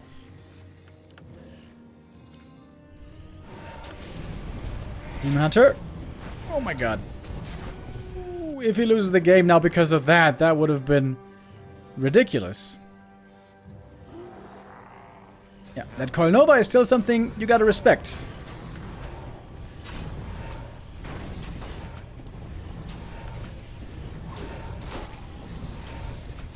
Bears need to go into the front. Team Niner wants to avoid being the single target of attention. Rock and Haze, Breath of Fire, Fork Lightning. That's a lot of damage right away. Big mana burn as well. DK now low mana, but he's got 2 heal pots. Bears connecting with the damage. The A-bomb is gone. There's not much disease cloud really being spread. Dryad so far untouched. Heal Scroll comes in. Fork Lightning, Breath of Fire, huge damage. 5-5-3 now the hero levels. I think that is gonna conclude things here. There should be no way out of this anymore. Maybe the panda's gonna die if there's no staff for him. But there is a staff. Heal Scroll, not good enough. Lich goes down. Game is over. And Kaho will take this series.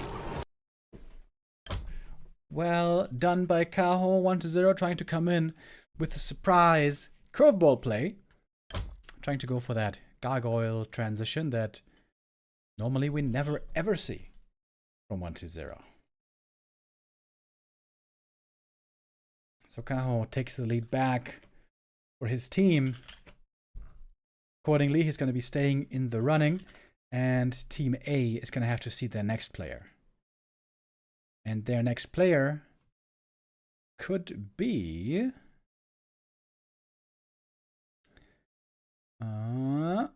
either Colorful or Lin. And indeed, we have the answer already.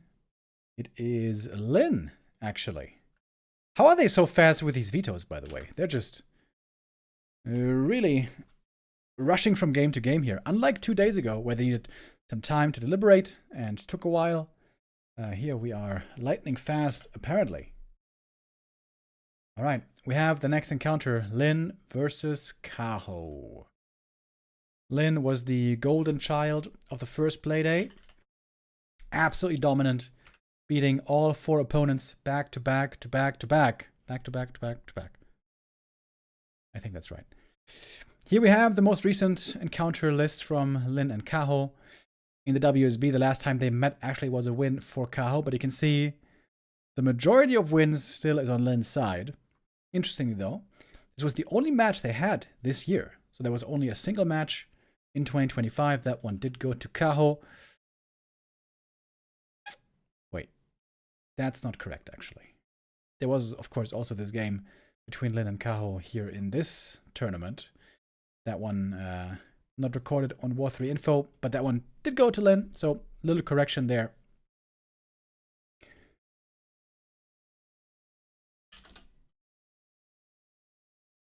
All right, let's see if Kaho can get his revenge now, or is Lin looking for the next all kill? We are heading to map number 1. Northern Isles, it shall be.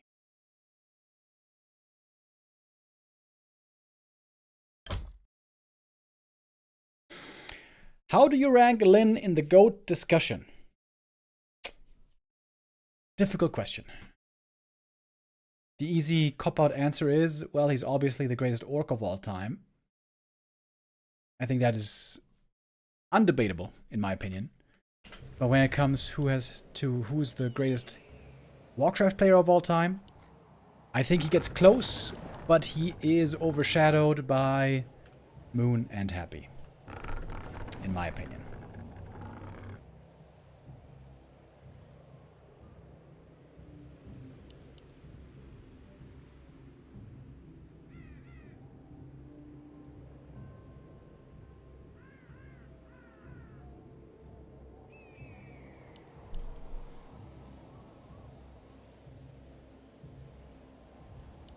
So,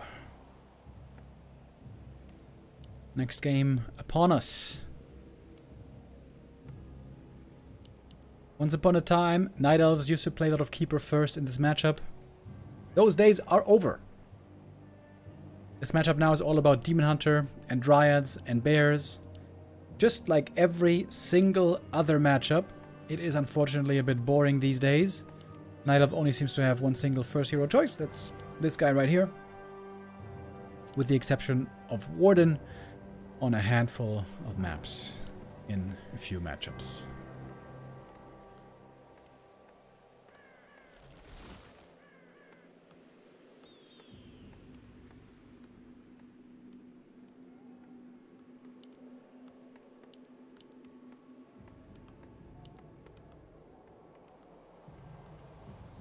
player's forces are under attack.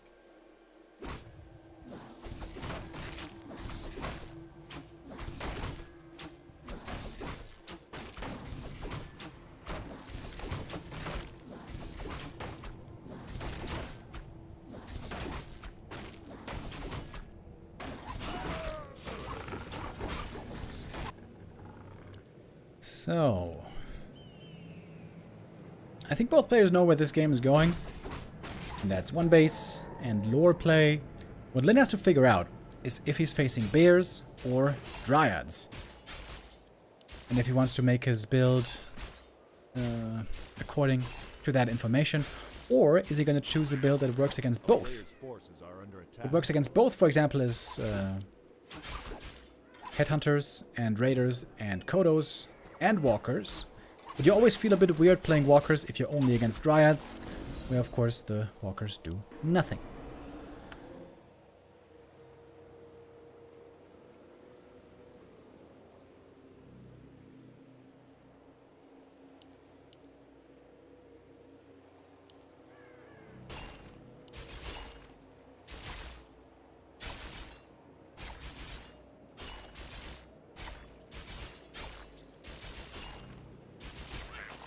Player's forces are under attack.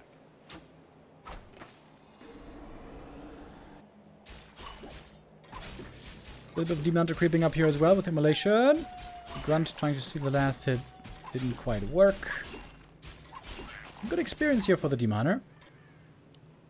Blade Master got a single archer kill. If you're the Orc here, you definitely want to avoid getting allowing the Demon Hunter to get a fast level 3. But then again, Kaho's skill build here is not mana burn.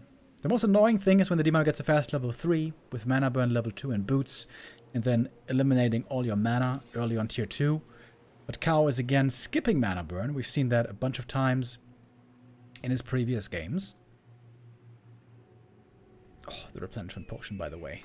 Such a sick item in the right situation. But the timing by Lin is also exquisite. Perfectly at the right moment here, looking for the steal. But his Windwalk is about to run out. Feels like he can't get this in time. Gonna force away the Demon Hunter though. Good items on the blade. Plus 8 damage already. He's only level 1 so far, but if he gets the last hit here, that would be level 2. Back at home. Tier 2 finishing up in a moment. We do have the early Hunter's Hall, so it looks like Lin is gonna be going for some headhunters here at least.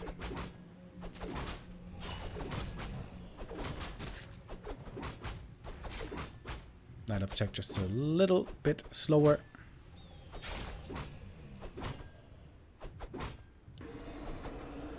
They both really want this last hit.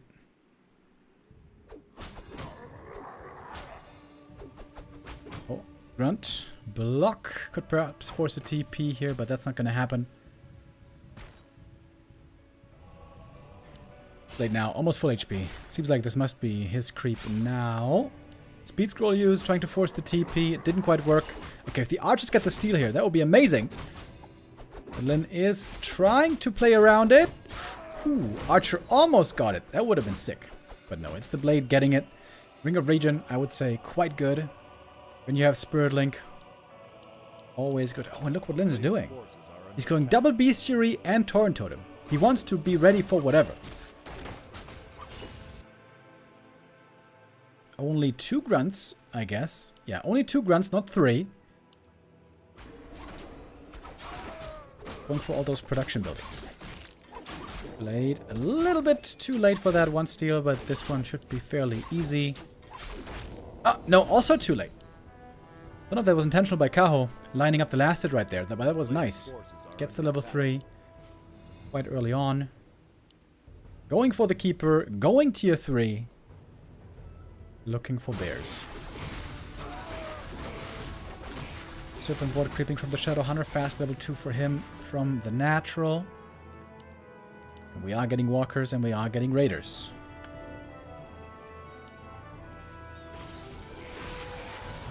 Oh, Creep Jack. Keeper with Entangle. Can easily look for a last hit here. Oh, going for Hex. But that is not going to save the grunt, is it? That hex might have just been a big waste. Now we have no heal wave. I think Lin was thinking he was safe here. The Blade Master was scouting in the middle, but kind of missed the Night of Movement. Largemouth Base with the resub. Thank you.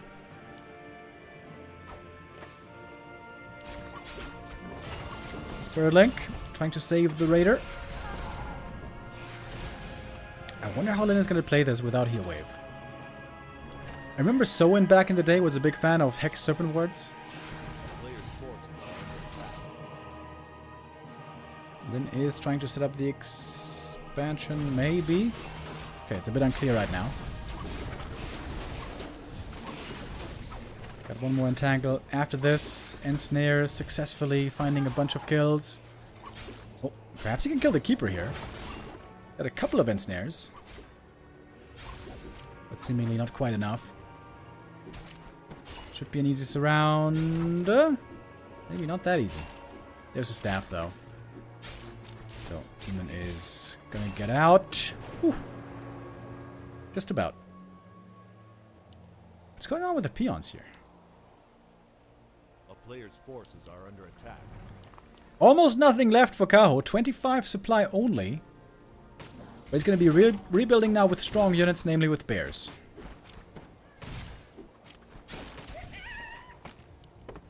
Battle Giant Strength, I would say that's whatever.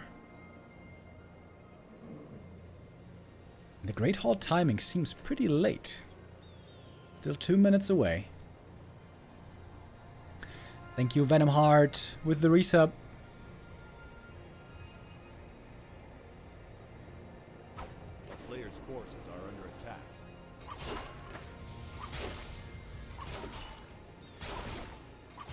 Demon doing quite a bit of damage here. Raiders with a speed scroll looking for a different pick off the Keeper, but he also has Rejuve. Awkward fight it seems for Lin here. Heal potion necessary. Raider goes down. It seems like the heal wave is really lacking.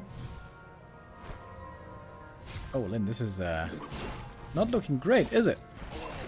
Next round goes down. There's the staff for the save. Lin needs to get some kills here.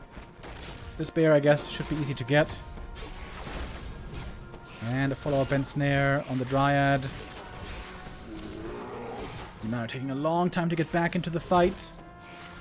Now he finally arrives, but can he keep fighting? Probably yes. Lin needs heal scrolls so bad. By the way, the Ring of Regen again, proving to be wonderful.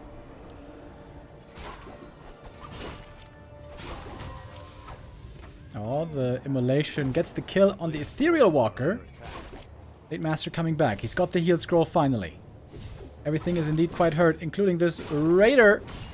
Heal scroll necessary, and here it is. Oh, wonderful heal scroll. Indeed. Disenchant against the entangled Shadow Hunter. Ooh, 19 HP, 8 HP, taking more damage from Spurling, 2 HP. Shadow Hunter, where you going? Where you going? Oh my god. Hex, just barely getting away. What about the Keeper? With the crit, he goes down. Oh my god. It looks like Lin is juggling flaming logs right now. Everything's on fire, but barely. He is holding on to most things that he had. GG is called. Lin takes map 1, but it seemed like a close call in the end. Team Hunter topping the scoreboard in terms of damage. 9,500. That was damn close, but Lin makes it work. Takes map 1. Thank you very much, Buttcrumbs, gifting us up to Butt Train. Always wonderful to hear from you and to have your support. All right, map 2. We are wasting no time. I just wonder, do I have to play an ad break right now? I don't think so. We can wait for after the map. Tight Hunters coming up right away.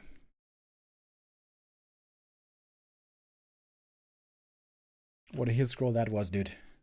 Heal scrolls, baby. Huge impact.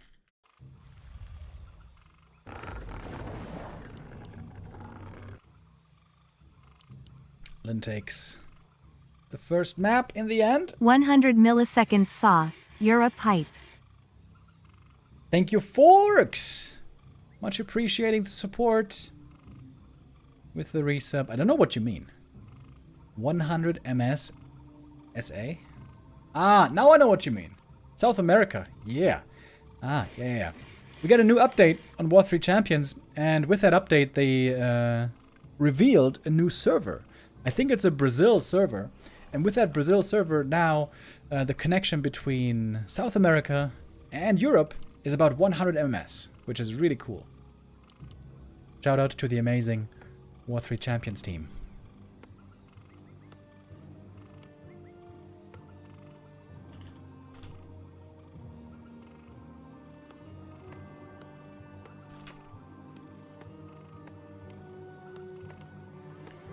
Alright. Next map, next Gamba. Demon Hunter first against Blade again.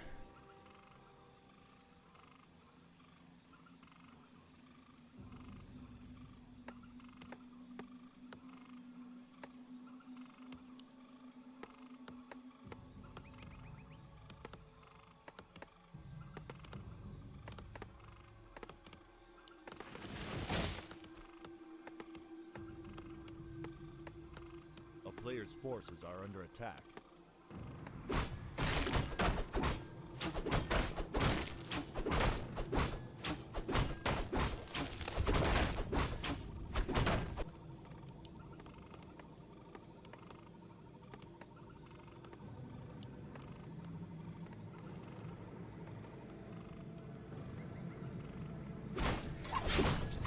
I think the Demon Hunter so far hasn't had an insane inventory. What he would love to get is something like 2 rings, 2 circlets, or boots. Lynn this time opting for a very aggressive opening. Picks up the circlet. Oh, but then, never mind. Backs off. Where's he going? A player's forces are under attack. Okay, back to the shop. Attack begins. Orc is ahead just by a bit.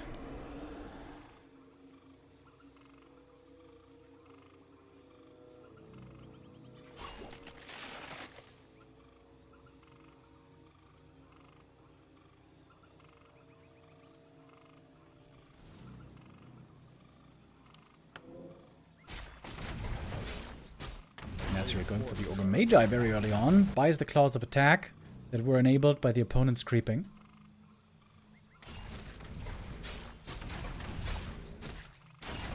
He's trying to keep him busy with the grunt, by the way. He's trying to gesture, look at me! Look at the grunt! Ooh, and the Blade Master. Almost meeting his end there at the camp, at the hands of the camp. But no, gets the big mana potion, great for the shadow.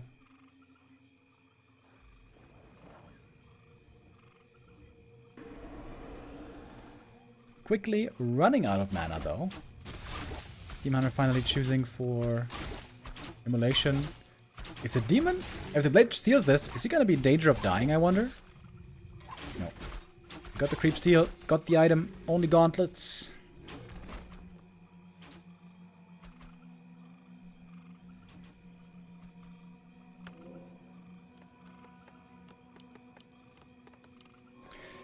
So we're seeing 2 grunts again. But Lynn spent quite a bit of money on items this time. I don't know if you can afford Double Bestiary and Torn Totem again. A player's forces are under attack.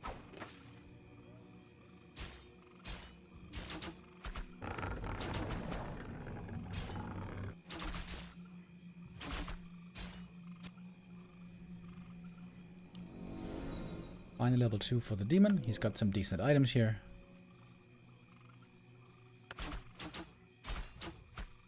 Does go mana burn this time, though. Oh man, Blade Master movement and positioning just on point, exactly in the right spot. He also knows a wisp. He knows there's a wisp up here. Forces are under attack.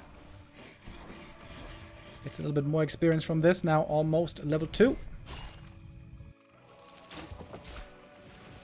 Grunts also know what's going on. With the archers on the other side.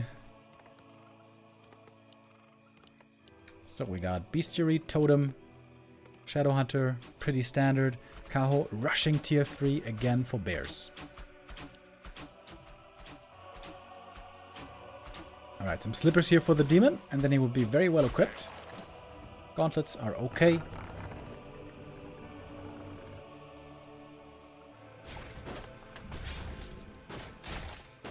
The player's forces are under attack.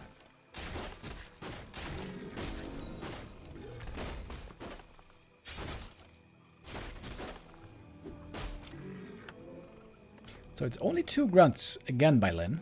And I guess if you only have 2 grunts, it's not really worth it researching the upgrade.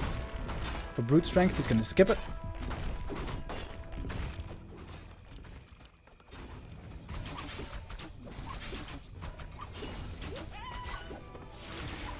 Another circlet here found for the Deminer, and that is perfectly level 3. Could be level 2 mana burn this time. Indeed it is. Very good against the Shadow. He, over here, found the Mantle of Intelligence. Really good on that hero, even if he's not an int hero. More mana is exactly what the Shadow wants, of course. We get a Naga second this time by Kaho. Can be perhaps more aggressive early on tier 2 with this hero. Looking for the Expo cancel. That's the reason he's here. But Lin is not. The shop on this map always gives a lot of great scouting info.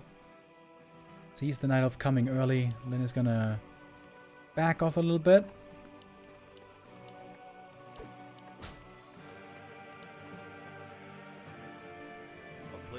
Kaho running around and wasting his time a little bit right now.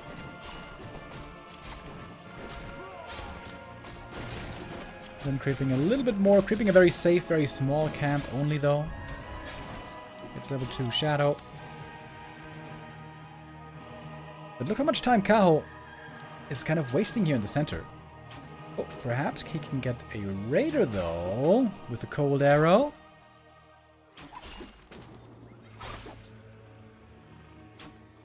Oh, nope, never mind. Raider also gets away. Again, Kaho was busy with that.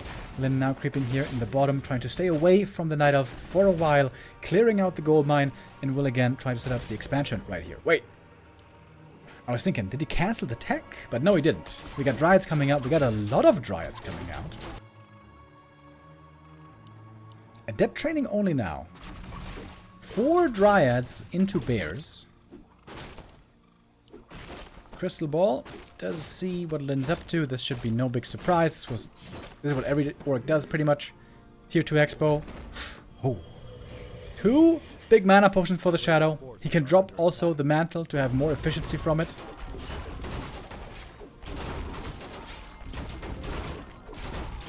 Heavy slow on the blade. Doesn't quite get the archer. Oh, but the Rock Golem is gonna KS that one.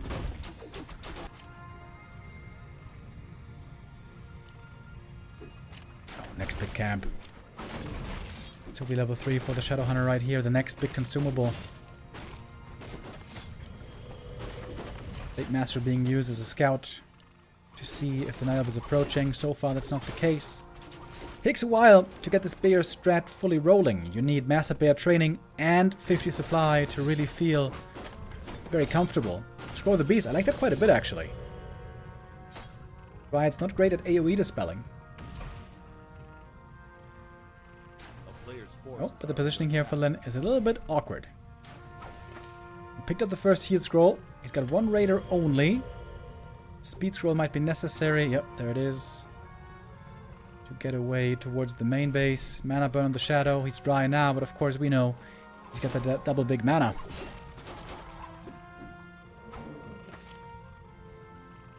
Again, not many bears here. It's a single one right now. Getting ready for the rejuve. Rejuve on the Dryad. That's full HP. That's kind of weird. Demon Hunter didn't get rejuved yet. There it is.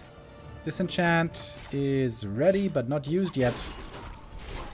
Oh, Blade. All of a sudden, he's very hurt. A lot of target fire towards him. Dispel on the Hex. Shadowhunter out of mana again, but once again, remember, There's going to be another big mana potion ready. Not a bad fight for Kaho, though, is it? Ensnare is flying. Kodo Beast did get a devour. He did eat a bear. That's big. Mana potion. Heal wave. Mana burn now would be huge. Hex to try to prevent it. Speed Scroll of the Beast, excuse me. Still available. TP out is forced. The Naga was hurt. The Demon Hunter was tanking a lot of damage and didn't come close to falling, really. The Expo is now up. Finishing just in time. Lin going to this shop. He's making another one at the Expo, but Lin has lost quite a bit here. Supply-wise, we see the Night Elf ahead by a little bit.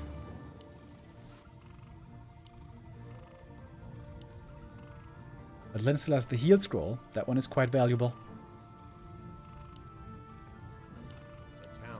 Not that much production, though. Not that big of an army for Lin here.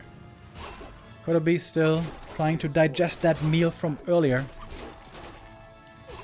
No TP for Kaho, though. He's going to be stuck in this corner. Oh, good mana burn. It seems like the mana burn is working out way better than the evasion, to be honest. Okay, there we go. Kodo did devour. Now we can eat something again. Favorite snack is a bear. That yummy, yummy bear tello. And with the ensnare, gets that easy. No way to prevent this. Speed scroll trying to save the raider. Doesn't get it. Mana potion on the shadow. There is a mana burn available. Oh, he didn't use the heal wave before. Big mistake by Lin. Scroll the Beast now coming into play. Heal scroll as well. Lin using all the items that he has.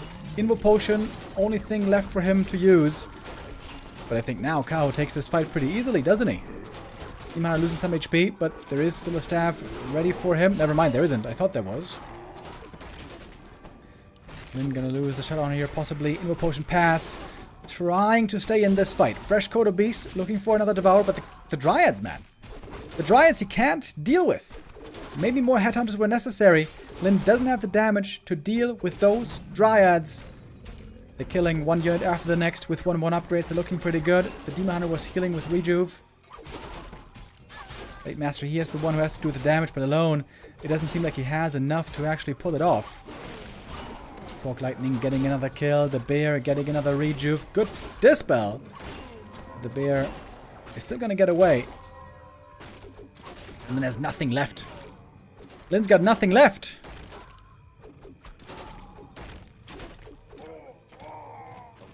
Kaho doing well here for his team. Team B. Team B that so far lost both days in this competition. Day 1 with the King of the Hill and day 2 with the team games. Both went to Team A.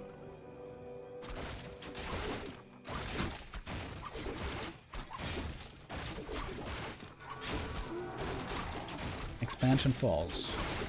Is there still a chance here for Lin? It's looking bad now. Very bad.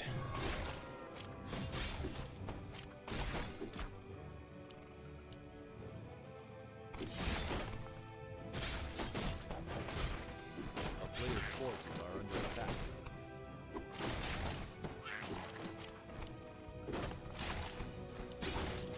Two big mana potions were not enough. Seeing those items, I felt like Lin was going to be able to hold, but the bear push seemed to be coming a bit too early. The army size for Lin was seemingly not quite enough. He didn't have enough Kodos. And didn't have enough units against the Dryads especially. These Dryads were doing fantastic. Lin now struggling against the creeps. We can see Lin's army is not something that inspires a lot of confidence.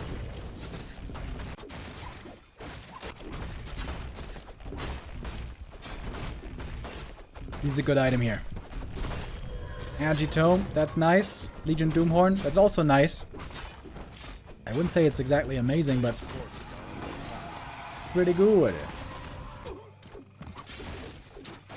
Kaho, quite the big army now. 60 supply, pushing into the Orc base. Lots of damage from these 1-1 bears.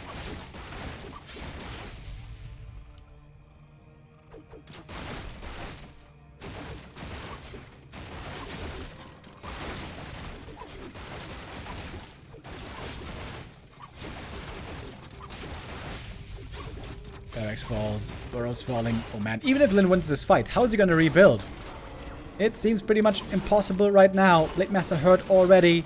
Bears mauling away at the Orc army. So much damage being done. One gets devoured. I don't even think Kaho cares. He's just gonna sit and deliver here. No, wait, it's called stand and deliver. Sit and deliver is also funny. And that is gonna be it. GG. Kaho ties it up 1-1. And does make this work. I felt like before this game, Lin always had the right answer against the bear play, having the right expo timing and so on. Map 1 was really close already, as we saw with the Shadowhunter. Almost going down. He came so close. But here something didn't quite work out. What was the issue? Maybe the expo was too late. It felt like it took forever for the expansion to actually finish. Well. Lin, he had a perfect first day in this tournament, beating every single one of his opponents. Now Kaho is trying to put an end to this. It was also a 2-1 in their first encounter 2 days ago. Can Kaho now get his revenge? We shall find out on our decider map. Concealed Hill.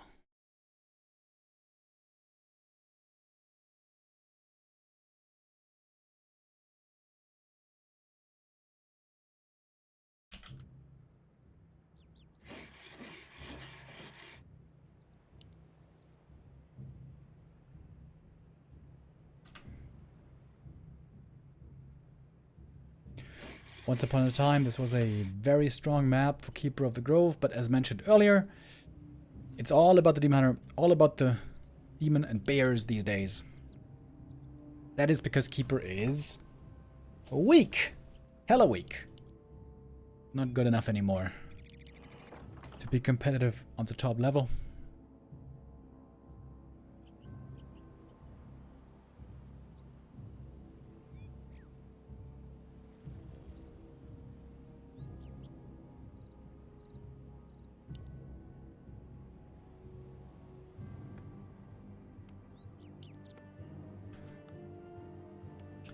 If Lin loses here, there's going to be only colorful left. Infi lost already. 1-0 lost already. If Lin loses, it's going to be only colorful left to go up against Kaho and Labby and Fortitude. It would be an important win to get here for Lin. I would say if Lin loses, he is dooming his team.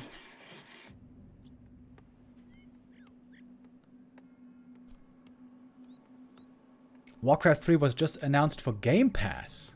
Really?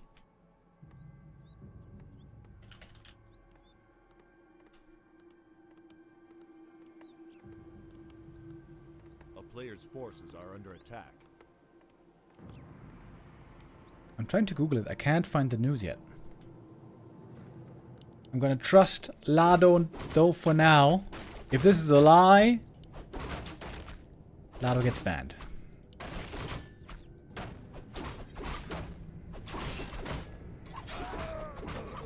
Game Pass, of course, is the subscription service from Xbox and Microsoft, where for a monthly subscription fee you have access to certain games that rotate on a certain timely basis.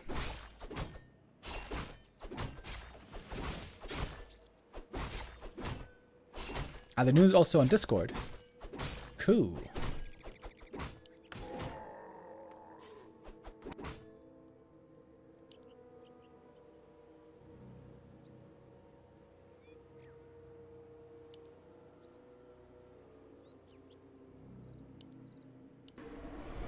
Mana burn first. For the first time.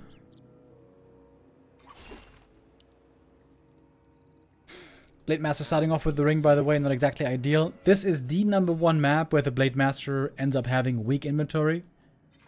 Because there's not many good items to find. The player's forces are under attack. And especially if you start off with the ring, that makes for a oftentimes difficult map.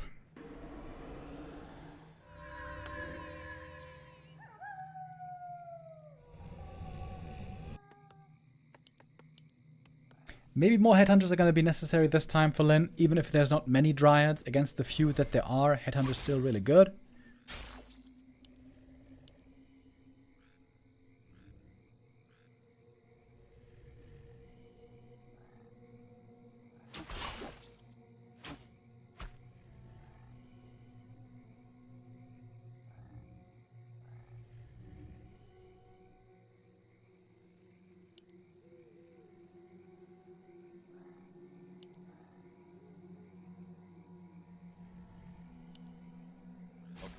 Playing without immolation also means the Demander cannot creep as easily, so he's playing a much more aggressive game here.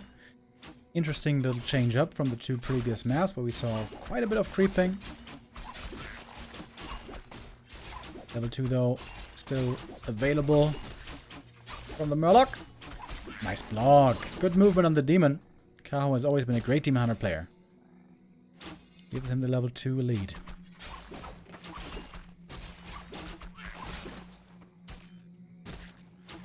Invasion mana burn confirmed. First time in the series.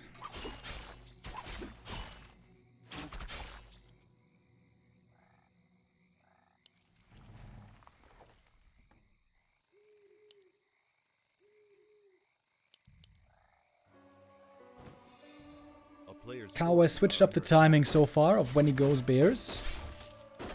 First map it was very quick bears. Second map it was quick tech into dryads into bears.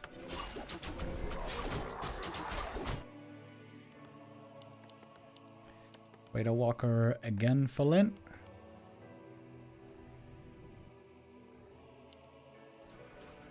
And fast tier 3 once more.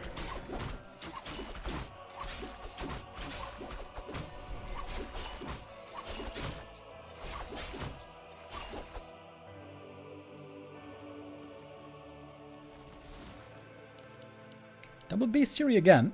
A player's forces are under attack.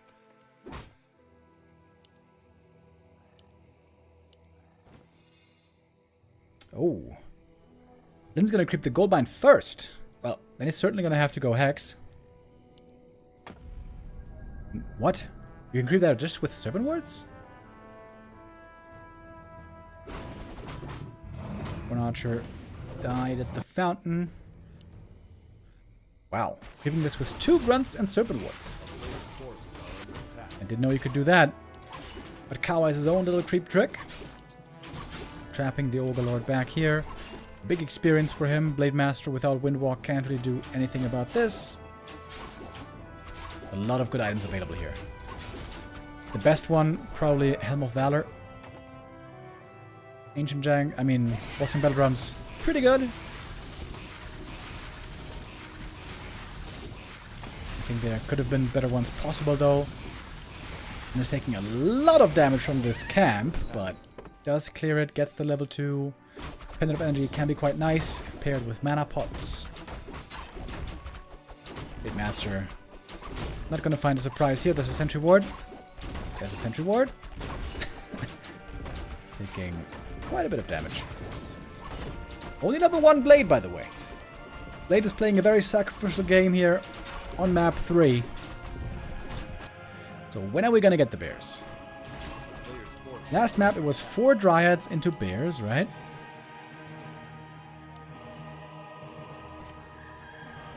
Then is again trying with the Expo. Big mana potion is probably going to be getting sold here by Kaho. As he's reaching tier 3, it's going to be time for the orb.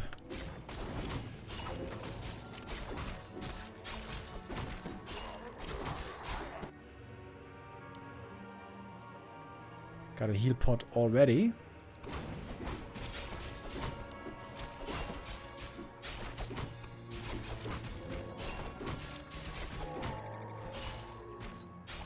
Oh, and this push by Kaho is coming quite early, even before bears. That's the nice thing about it, throwing in a couple of dryads. You can fight earlier, before the bears are ready.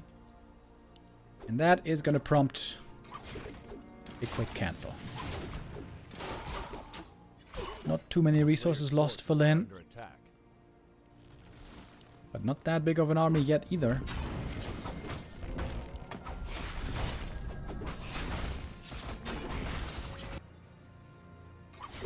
The burrows here are going to be under attack. We don't have reinforced defenses. These burrows go down quickly.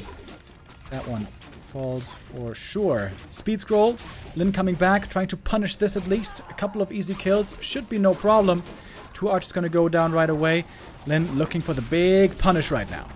Mana burn comes through. Heal wave right before. Oh, it's a lot of losses for Kaho, isn't it? He gets a raider at least, but all archers died. 2 dryads as well. If you count the one inside the Kodo. Next ensnare might be the next kill.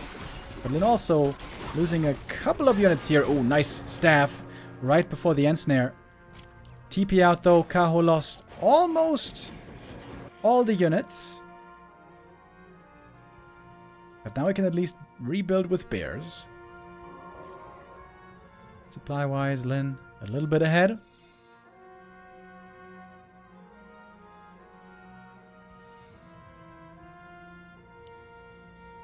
Gonna try again with the expansion, as it seems. Where is the Kodo, by the way? Ah, there it is. A player's forces are under attack. We got level 2 Serpent Wards. Heal wave only level 1.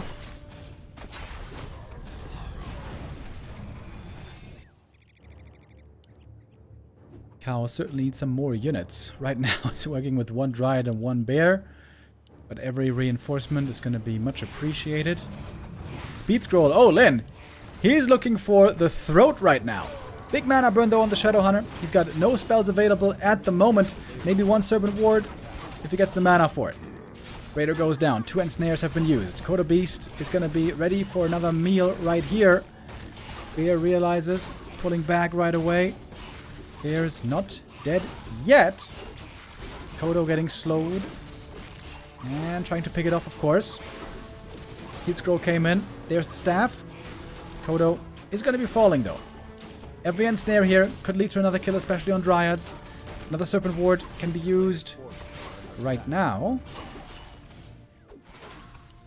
Before the mana burn, maybe. There it is. Serpent Ward and ensnare combo. That should be another kill. It is a slobber knocker now. It is just bloody exchanges. Both sides losing lots of units, but if Lin holds on to the expansion, that should be the lead going to him, one would think. Still went for the level 2 Windwalk, despite just getting level 3 right there. I wonder if crit might not have been better.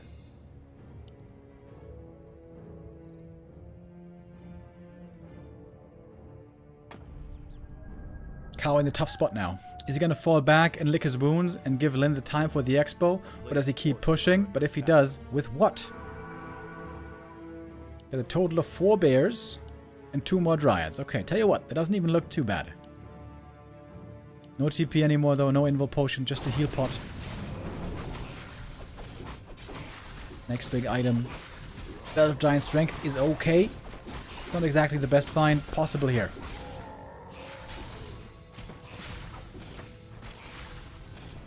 Oh, mana burn steel. Demon Hunter now almost level 4. It's going to tag him up even more. Didn't get the best tank items, to be honest, this game. Going for the Naga right away. Again, Lin with the killer instinct. He sees the opportunity and gets the kill right away. The heal potion is going to keep him safe. Lin says, you thought there was going to be an upset. You thought there was going to be a surprise. No way, no how. Lin looking for the next point for his team. He is much needed here. He's almost the last line of defense. Still a bunch of bears, though, in this fight. Big Master at the fountain, fighting back against the bears. More raiders are falling. Serpent Wards fighting on, trying to take out the Dryad, trying to take out the slow. Shadowhunter got level 4, but of course he's got no mana at all to work with. We're waking up the creeps. We're waiting for the Ensnare cooldowns. Blade Master now very low HP. That heal potion was used earlier.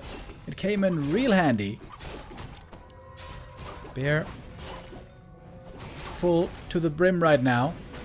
Ethereal Walker healing at the fountain. That's pretty cool. And this one also in ethereal form getting away. Belt now being sold. More items being picked up. Bunch of raiders added. And grunts as well. 4 production buildings here for Len. He's mining now fully from the expo. Walker also nicely scouting out what's going on. As Kaho is waiting for the Naga's return.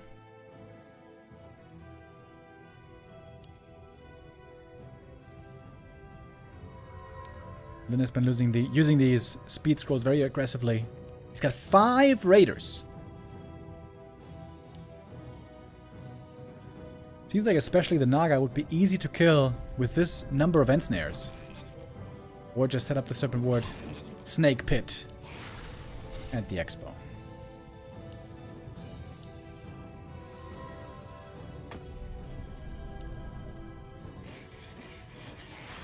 Oh, mana burn. He would love to get it on the shadow.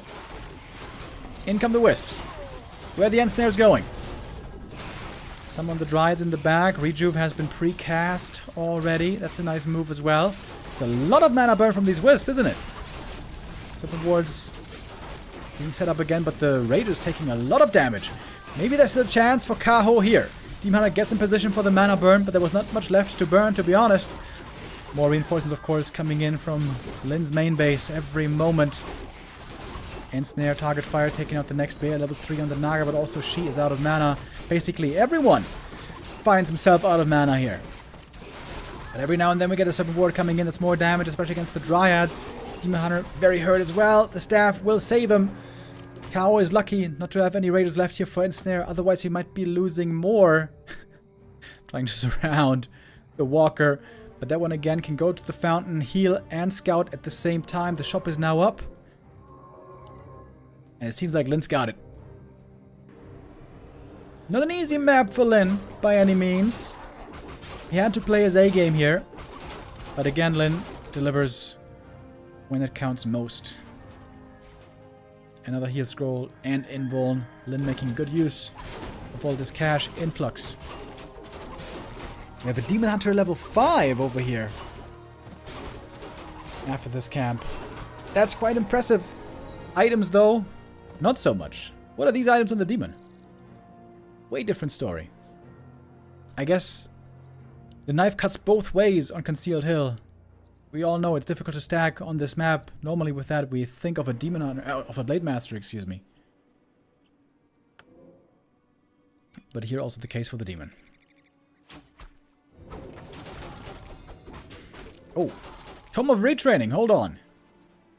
Level 3 Immolation and Evasion. No more mana burn. Game's gonna get a lot easier for the Shadow Hunter from now on. And those raiders could die quickly if they're not microed well. Against bears, against Immolation.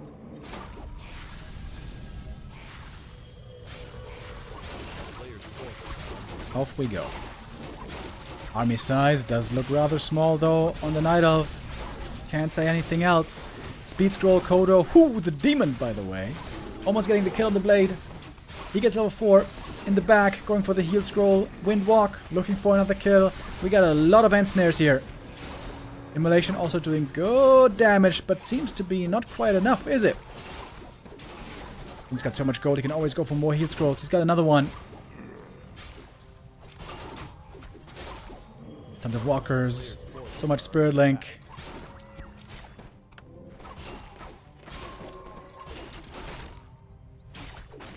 And now the Orc Death Ball is pushing forward. Now level 5 doesn't seem to be good enough to deal with it. Heal scroll. Oh, for huge healing.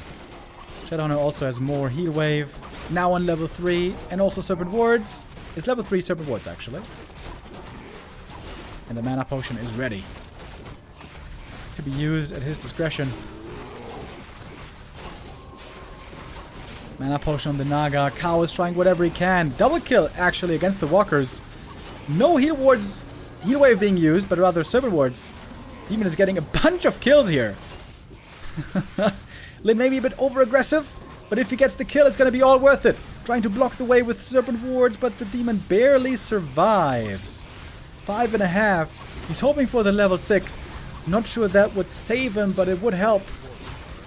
Problem is, there would be only Superman left because there's basically no other units anymore. Naga has died again, and Lin has done it again. 2-1 win, just like 2 days ago. For Lin to win this series.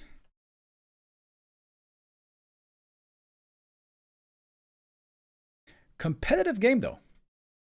Good game by Kaho here as well. He did not get curb stomped as so many others did in the matches against Lin. Lin, as mentioned, he needed to score here. Otherwise, it was going to be colorful only left for his team to defend against 3 attacking players. But now Kaho is out of the mix and we only have 2 opponents left. Fortitude and Labby to oppose Lin next. Do we know already who that is going to be? No, I don't think so. I think they took a little break here after this game. Yeah, indeed. I'm looking at the Chinese chat right now. Did they say already who's playing? Oh yeah, there it is. Lin versus Forti. Ooh, hells yeah. Oh, hells yeah. I'm down for that. Lin versus Forti. This was really exciting 2 days ago. Fortitude playing again his very strong pally rifle build, but Lin found seemingly an answer. But now there was 2 days of preparation. Maybe Fortitude has found a new adjustment for Lin's style. Can he get the revenge? Because nobody else could really take on Forti. It was only Lin that day. Now I wonder what the new encounter is going to look like. It makes sense, of course. When there's a longer break, it is Fortitude who is the one responsible. He likes to take his time. And he should. To play his best, which in Forti's case is absolutely amazing, you want to make sure you get all your ducks in a row. Alright, so that's our next match coming up in just a little bit. Number 2 versus number 3, highest ranked players in the world. Lin versus Forti, coming up right after this little break.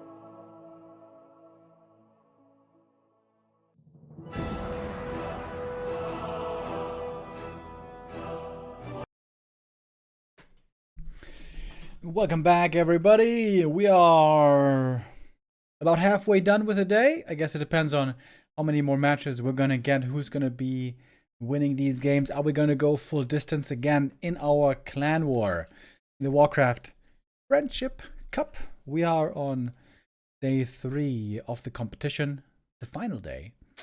Tomorrow we're gonna be continuing with B Cup, by the way. First day of the group stage.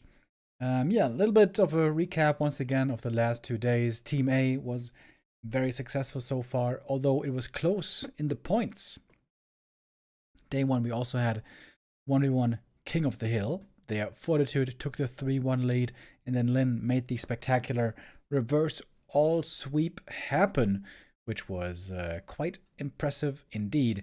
And in one of those games also, he faced Fortitude, and after a long time of suffering, finally Lin was able to beat Forti's Pally Rifle style with a 2-0 no less.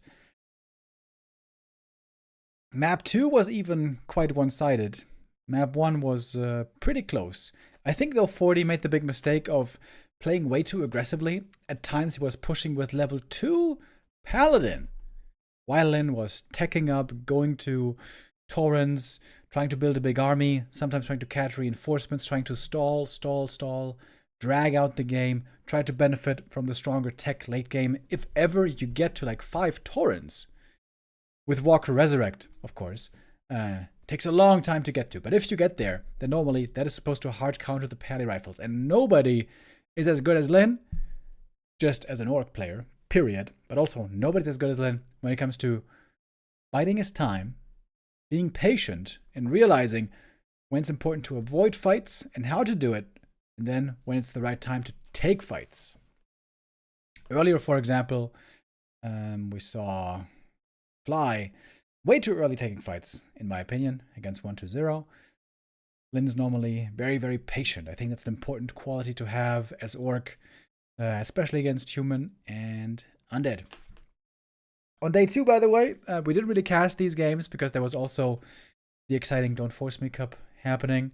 But here, just as a little recap, Team A dominating the first 2v2 with Colorful and Lin against Labby and Fly. And then also looking really good in the second one, Infi and 1-2-0. Bit of an unusual 2v2 combo. Undead Human, cool to see though. There was a 3-1 win. Forti tried to play Pally Rifles here as well at times, but Pally Rifles not as strong in the team games. We've seen that before. Also, of course, was nerfed very recently against everything. Pally Rifles, though, still in the right hands, in the right matchup, really strong. Fortitude especially has been showing this. And just for completion, the 4v4, that's where Team B dominated. Forti, Labby, Fly, and Kaho with a 3-0. Even playing a Dreadlord first on one map. That is very poggies. Archmage, Blood Mage, Keeper, Potom. Pretty cool. We didn't get to see those games, unfortunately. But I'm sure it was a lot of fun. Alright. Our map should be starting now in a moment. And I am delighted to see these two go at it again. Best Orc in the world, best human in the world. Let's start the Gamba, and then let's go.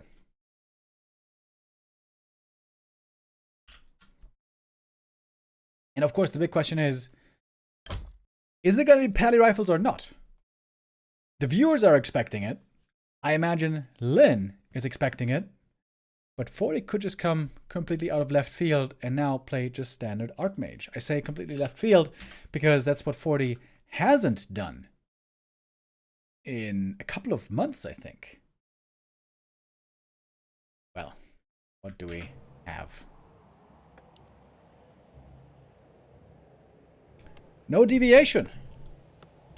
No pivot away from Pally Rifles. It will be the gunman once again.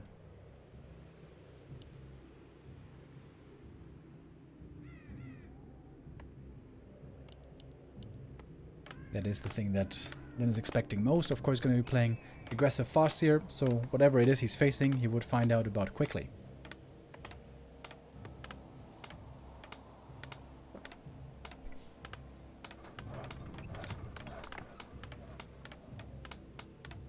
So the recipe to success last time was Farseer Headhunter, heavy early aggression.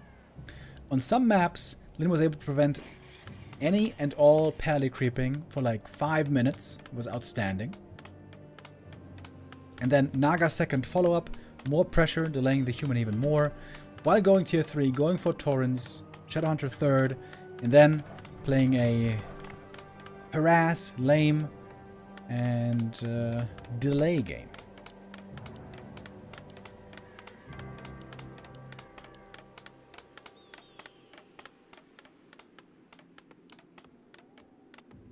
Out comes the pally. Of course, the Farseer is going to be first.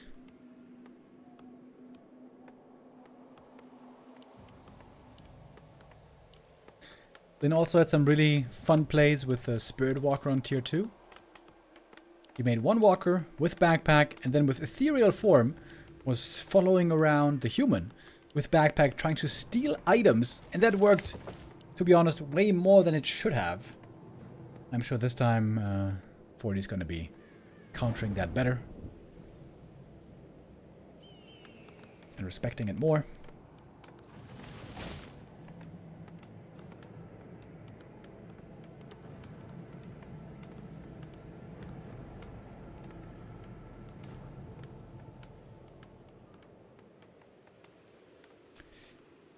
Forti is going to be creeping the first camp. This little green camp here is easy to do. Lin can get in some free damage and force a little bit of Holy Light.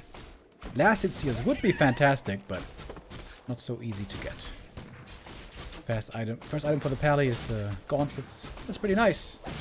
Bit more HP, bit more right-click damage. And you got the first wolf as well.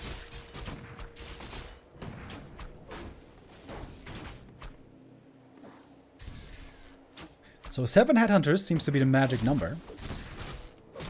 7 Headhunters, possibly with an attack upgrade. And then going into Walkers and Torrens.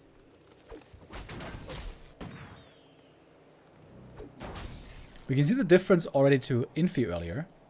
If you guys were here to see this earlier on, Infi was playing a game against Fly. And he was playing very, very passive. Just staying behind the wall, not fighting, not trading. I think that was a big mistake. Especially if you call Militia, you can actually trade pretty well against the Orc army.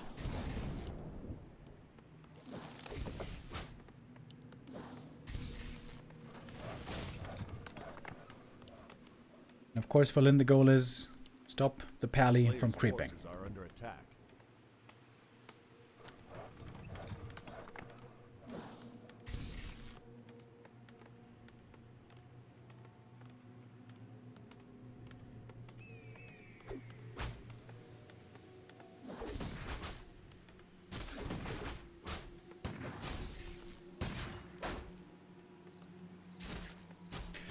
No kills so far, not even too much mana spent. Forti defending pretty well up until now.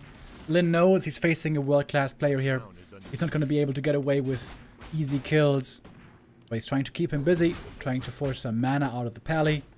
That's the best he can expect. Once he's got the Naga though, which should be soon upon reaching tier 2, then perhaps there is going to be a possibility for a kill, or at least put a lot of damage on the pally. A player's forces are under attack.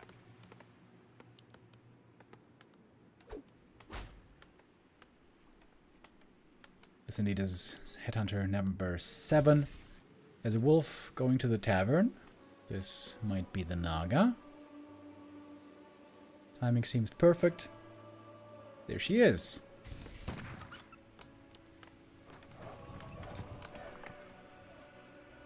And now with the Naga, Lin's going to be really strong, much stronger than the opponent for a full minute, until we got the Blood Mage coming out. With the strength of the Naga now, Lin should be able to creep this camp away, for example. I don't think Forti can really contest this for the time being. Needs a little bit of time for himself to heal. He's got the shop coming up. Then can creep this camp very quickly. Gonna slot that in real quick. Forti has to play defense a little bit here until the Blood Mage is out. And with this many Headhunters, Lin could even perhaps try to kill these middle camps. Or is he gonna... Nah, he's gonna be more aggressive, is he? Sort of. With the heroes at least. Cancelling a little bit of healing. Being a bit annoying.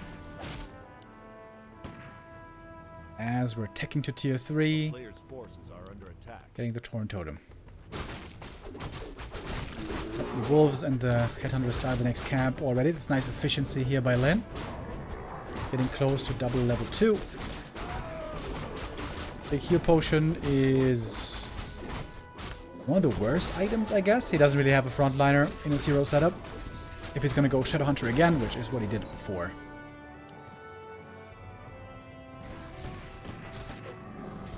6 minutes 30. That's when Fortitude really can begin creeping out on the map. A player's forces are under attack.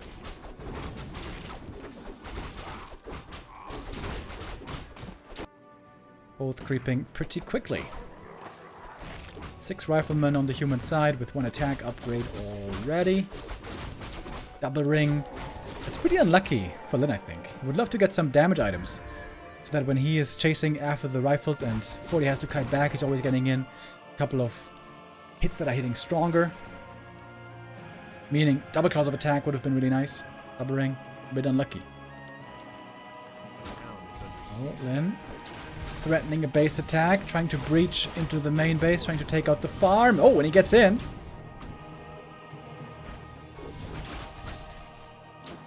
Is he gonna try to fully go in, though?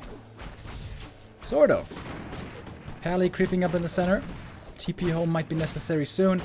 Great item right here. Fruit of accuracy, even more damage for the rifles. TP has to be traded with a counter TP. Counter TP a little bit late, maybe. That's going to be 1 Headhunter going down.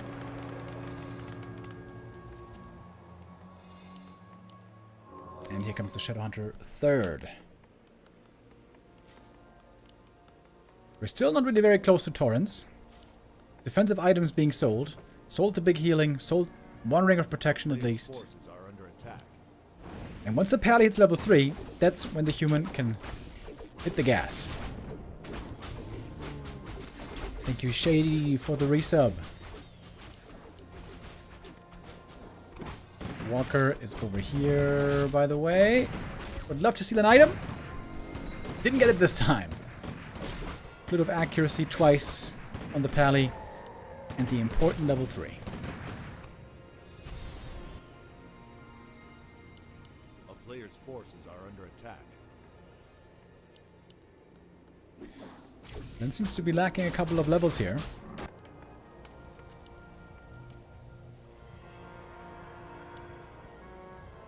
Walker scouting here.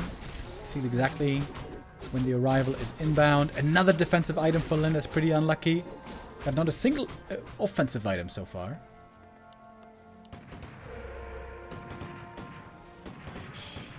Alright, this is the first test for Lin. Can he hold against the rifle timing? Forti in the meantime, though, he's not going all in here. He's not calling militia. He's going tier 3, getting ready to possibly go Griffins later, I imagine. This is what he didn't do 2 days ago. He's going Flame Strike to pressure the burrows more and the repairing peons. Then you're going to get the red camp. Finally, a semi-aggressive item with the Medallion of Courage. The main base is suffering. 2 burrows have gone down, and the shop. We got a lot of rifles here. 1-1 upgrades, looking solid. Lumber is very low for Lin. He lost a bunch of peons.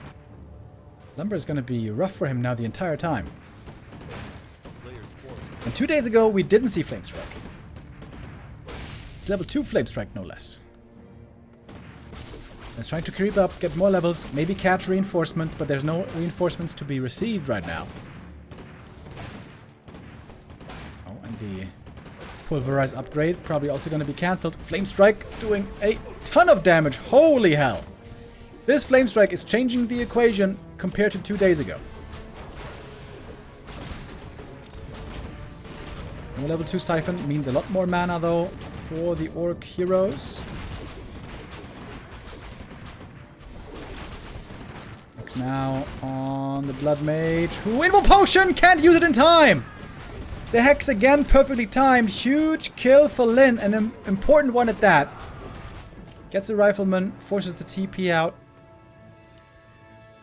Lyn has no production buildings left. None. And no shop either. Tier 3 is about to finish up for Forti here. Oh, there's a shop actually. Excuse me. Shop over here at the Merc camp. Up in the top right, there's still lots of creep camps. Lyn right now with a Blood Mage dead might feel like he's got full map control. Maybe this is the time for him to take advantage of all these creeps. This camp has almost nothing left. Not worth going for it.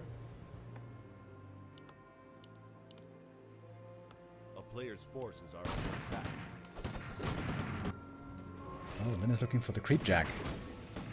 He's got the right idea. This is exactly where Forti is. Blood Mage still dead for a long time. He's dead forever, man. PP might be necessary here. Urge, one more kill. Lyn with great game sense. Not just going for creep camps. He knows he can punish Forti a little bit more for that hero loss from earlier. Forces the TP, gets a kill on a Rifleman. A player's forces are under Lyn showing again his class. But he's struggling with Econ. Only 4 lumber peons. Torrents cost 100 lumber each. Oh, that's a sick item though. That's a sick item. Khadgar's Pipe of Insight, perhaps the best item on the map. Level 3 Shadow, that's big as well. Not too many camps left over here.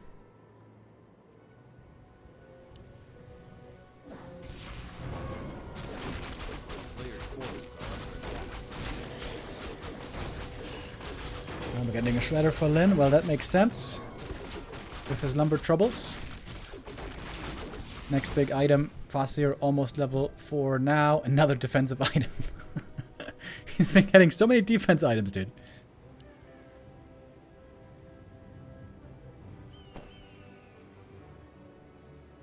Lyn knows that he forced the TP earlier. So he could force the TP back again. Just attack the main base. Force the TP. We have a Griffin Aviary, by the way. I'm looking at these Dwarven runes right now. I've never really properly inspected those. Chain Lightning, Fork Lightning. Could be pretty scary for these peasants right here. TP home. Behind the wall. But there is an exit. There's an exit here. Okay. Alright, another easy TP forced for Lyn. He's just going to back off.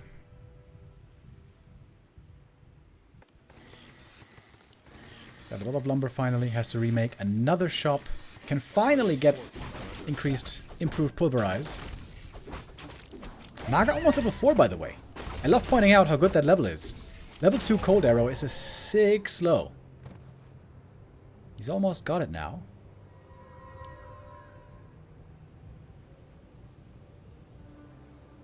Almost all the items are gone. Lyn hoping to finally get one claws of attack maybe from this camp.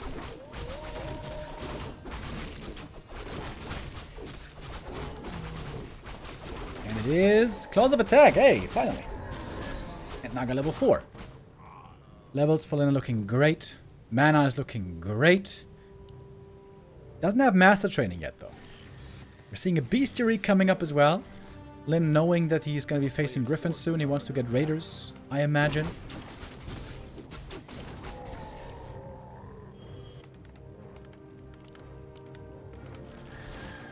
If Forti wants to go to mass Griffins, it's going to take quite a bit of time. Of course, we have no expo on either side. We do have master training now coming. It's not many Torrents, by the way. And it's not many Walkers either. Griffins is a great punish against mass Taurens and mass Walkers. But that's not really the army. It's 1 Walker and 2 Taurens. And a whole bunch of Berserkers, and those do well against the Griffins. 2 upgrades on rifles, that means also 2 armor upgrades for Griffins.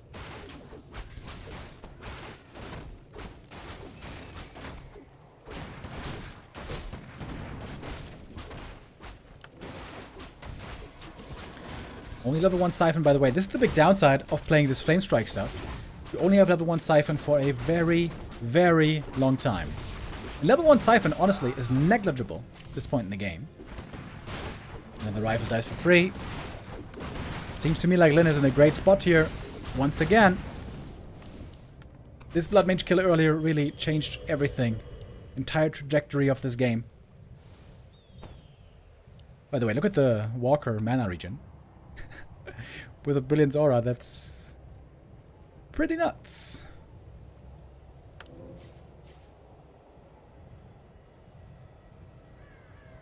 Exactly 1 item left on the map. That's over here. I think this is still available. Is it time for a Firelord? Firelord can serve as a corpse denier against Torrents. Wait, Lin is hiring Ice Troll Berserkers instead of getting normal Berserkers? Ah, he's got no barracks! Right, he's got no barracks! Seems like you should remake it though. Berserkers are way more cost efficient than Ice Troll Berserkers.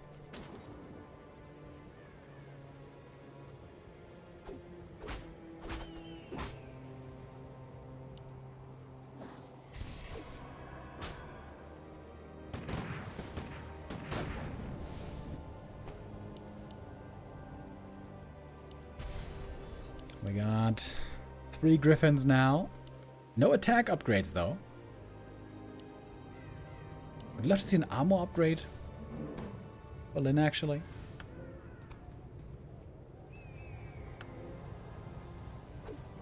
We're adding a Coda Beast as well.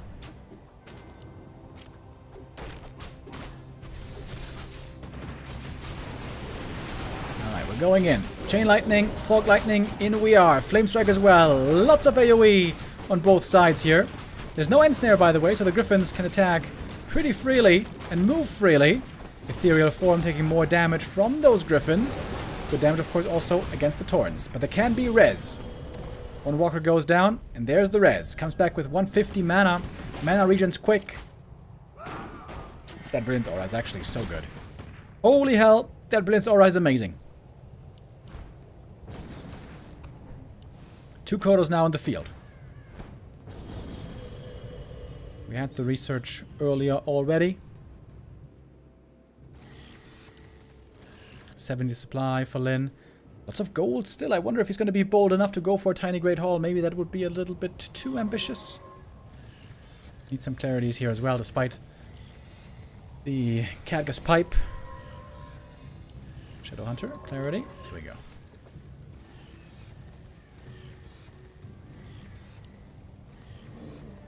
Level 4 Blood Mage would be big.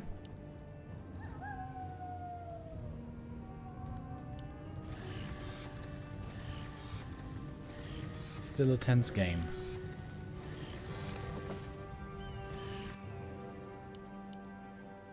First attack upgrade now for the Griffins. Here we have it, the last creep camp on the map. Slippers of Agility, alright. A little bit more for the Shadow. And there's a Tiny. In fact, enough money was saved. Tiny Great Hall. Gonna get placed now. And with that, Lin has time on his side. He's got the win condition right here, right now. There's no way Forti can afford an expansion. He's way too broke. He has to attack the expansion right now and win the game right now. Question is, does he even know there's a Tiny coming up? There's no easy ways of scouting for the human. Pally Rifles is great at many things, but not at scouting.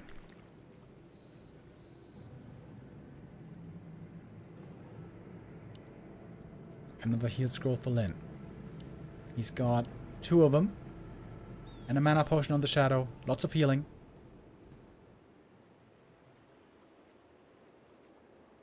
Slight supply lead for Lin. Expo is running. Hasn't paid off yet. And in we go. Lot of magic damage right away on the Tauren. Ooh, baby. That one almost instantly gets killed off. Tauren is dead, but there is mana for the res. Nice positioning in the Flame Strike as well, zoning away the Orc army. There's not too many rifles left, by the way. It's mainly about Griffins right now. No longer so much about Riflemen. Ethereal form trying to take out the Walker right away, but nicely pulled back behind the lines. Positioning on the Griffins is perfect above the trees. Really nice. There's no flying vision for Lin. And all of a sudden, he's losing a lot of units here. We got the level 4 on the Paladin, on the Blood Mage, I mean. Level 5 on the Pally, in fact.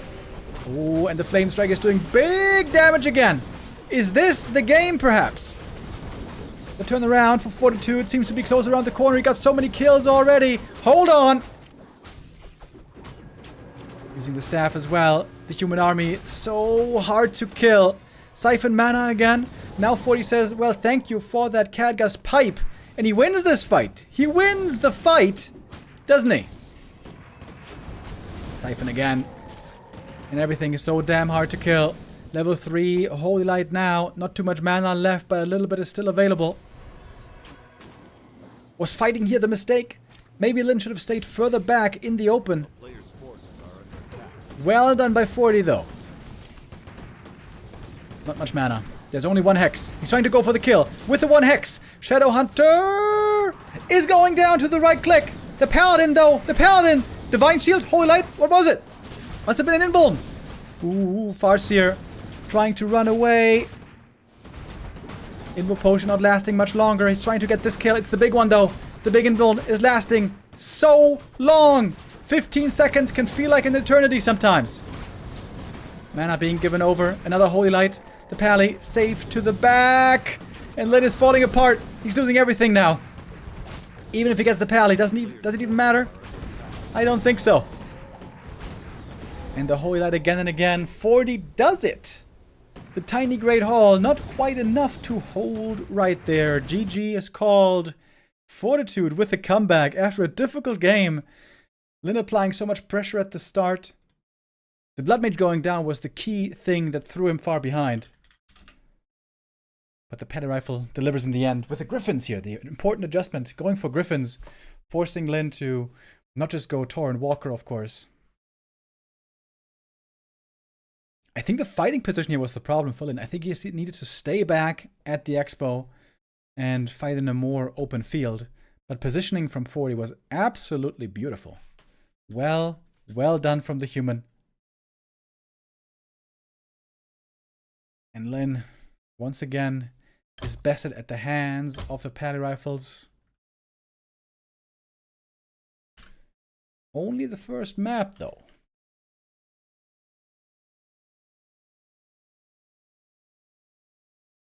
Still anybody's game. Thank you, Irish Ego, with the first time Prime sub. Much appreciated. Welcome.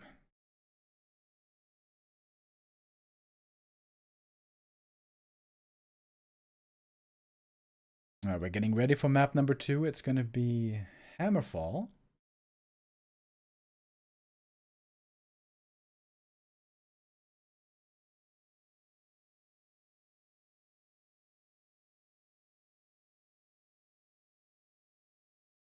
Is there going to be any direct strike today? No, not today.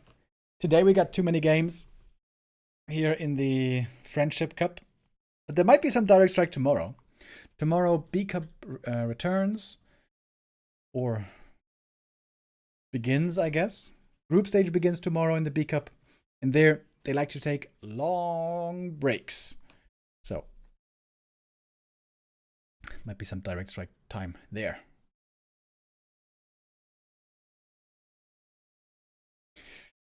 Okay, we're waiting for Forti right now. He was not in the lobby for a little bit. May wanted to let Lin stew in his juices for a little bit.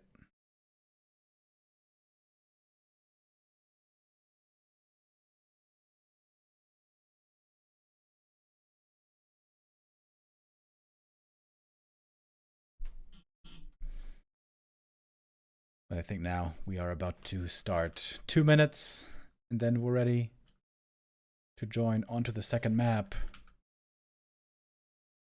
So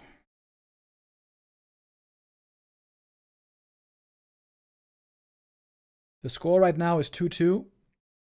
Fly got a point, and Kaho got a point for Team B. Then 1-0 got 1 point, and Lin got 1 point for Team A. We still have Labby waiting in the wings for Team B, and Colorful for Team A. So if Lin wins, it's going to be Colorful next. Wait, did I say that right? No, if Lin loses, it's going to be Colorful next.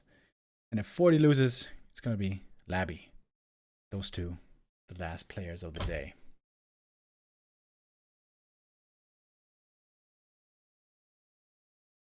All right, here we go. Map number 2. Hammerfall. If Forti wins here, I think he's got good chances to close out the deal. Beat Colorful in the last match of the day. Can Lin get back to his winning ways against Pally Rifles, or did it only take 2 days for Forti to dominate again with this strategy?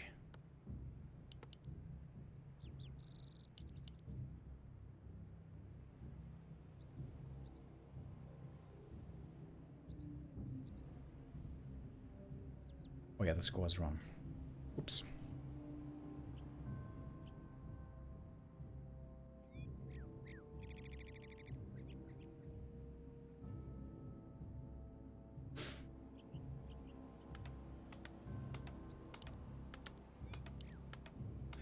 It's Pally Rifle once again. I think that does not surprise any of us.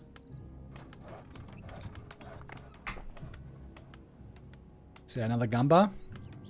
Oh yes, sir. Yes, of course.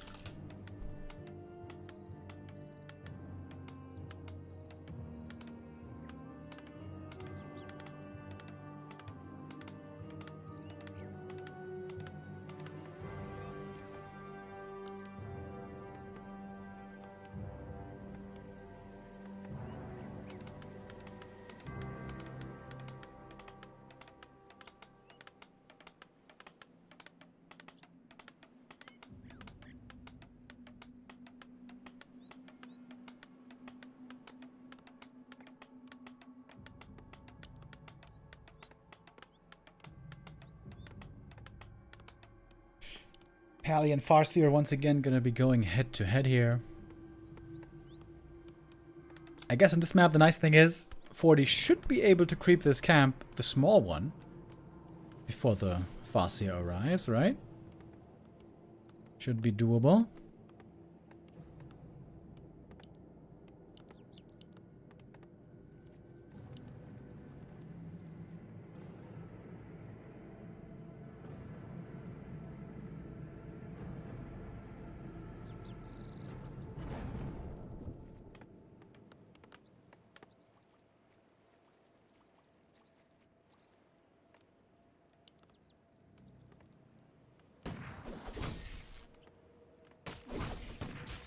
Night elves, night elves, night elves. Hold on, last hit time. Forti doesn't get it. Thank you very much, W3 with the resub. Item for the Pally here, Cloak of Shadows. I would say that is a pretty bad one.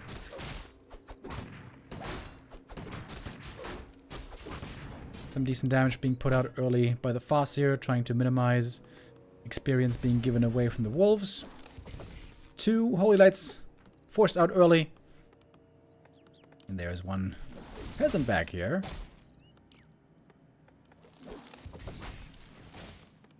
Forcing Militia Form also slows down the tech just a little bit. Now we got enough lumber. Here's the tech on 3 rifles. Work tier 2 has started a little while ago.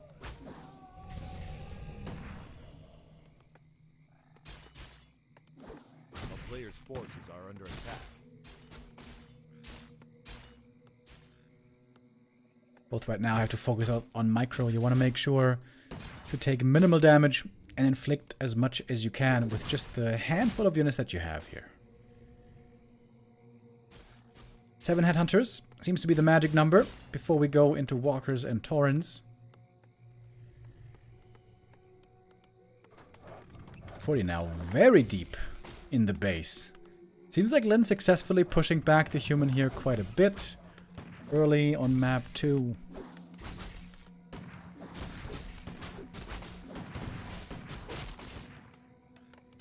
But Pally still has plenty of Holy Light available.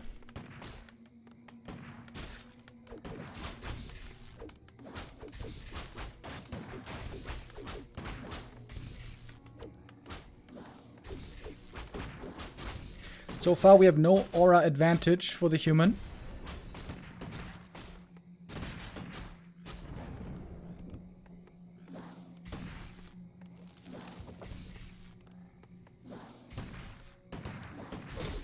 Seems like Forti's gonna need a shop quite soon. Oh, yeah, as I say it. With how much damage he's taken already, one region scroll would be so nice to have.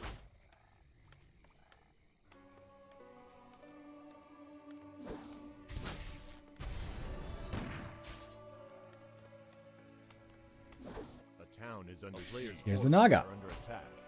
7 Headhunter, Naga, timing. This is where, again, Lin is going to be very strong for about a minute. Ideally, you would love to take a camp away from the human with that power spike. Perhaps even 2.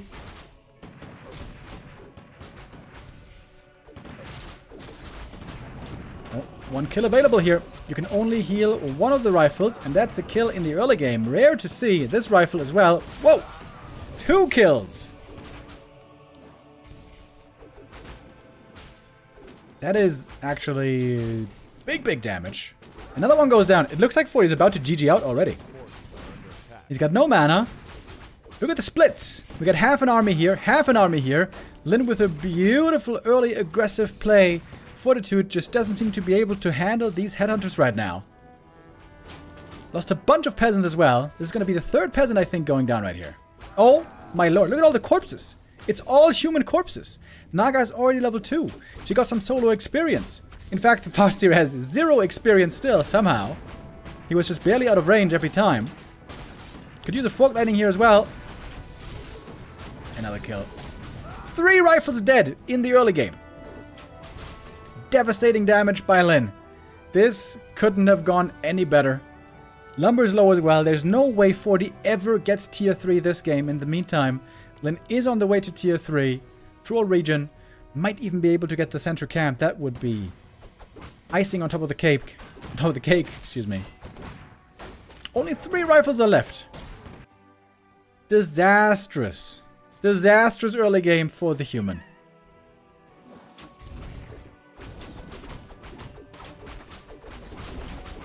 And all headhunters still alive. With Troll region now finished, they're all going to be slowly healing up.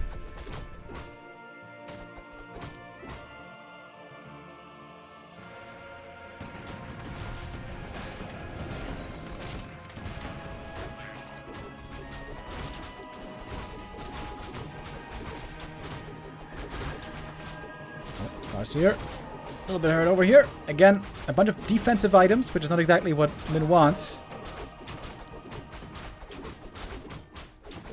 Is he going to go for a Zeppelin here, maybe? Gets to level 2. He is going for the Zep. 1 Headhunter gonna go down. And now Lin can threaten the back of the base. There is 1 Arcane Tower here, but that is not that much of a defense. And with that, Lin could potentially buy a lot of time for himself. Pally finally got to level 2.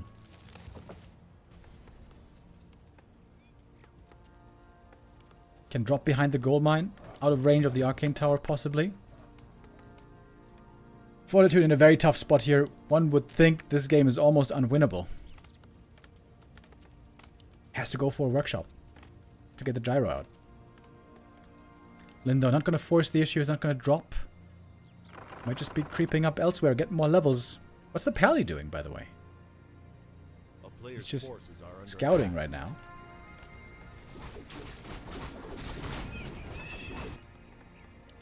Shadow 3rd. Early walker training, so we're late on the Torrens this time.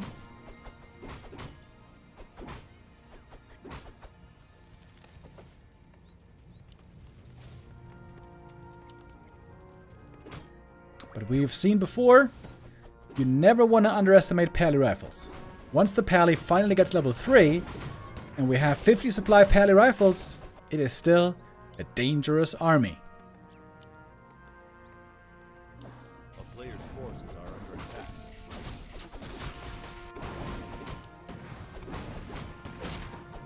Lin has no backpack this time to try to steal items.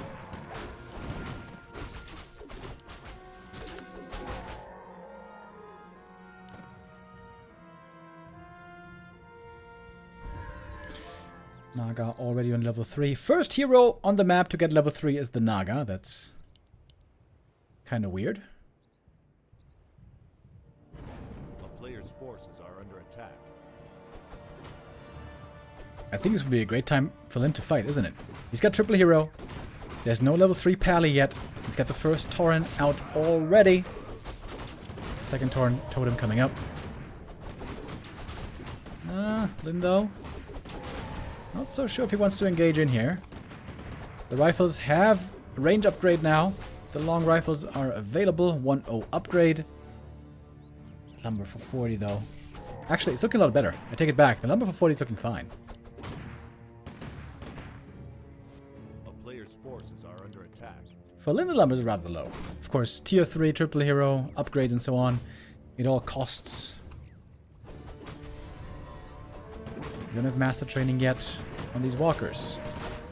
In we go with Berserk, looking for kills. There's Holy Light, but only on level 1. Fog Lightning for the kill. Oh, Walker taken out. That Ethereal Morph came a little bit too late. Small mistake perhaps by Lin. Holy Light is in once more. Siphon mana has to be given over. X to prevent the next Holy Light save.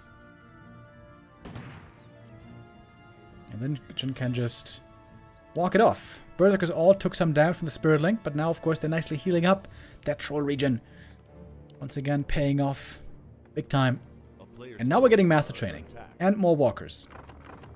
And guess what? The Zeppelin is still here. Oh! Gyro, though, is going to be seeing this. Peasants getting intercepted. Some losses here. Shouldn't be the end of the world.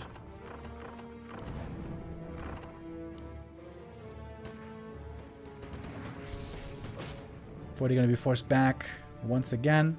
More time. Lin's base this entire time completely unharassed. Uninterrupted economy going on there, even if it's just one base economy. Lots of gold now on Lin. 1,000 banked. Unloading here. This is going to cost the TP then.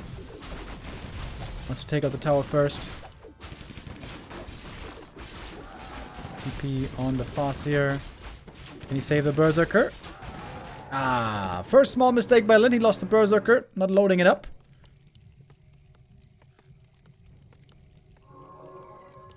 But tons of gold on the Orc. Selling some defensive items once again. Selling lots of defensive items. We got a lot of gold on him. Lin could just go for 60 supply here with a tiny Great Hall maybe.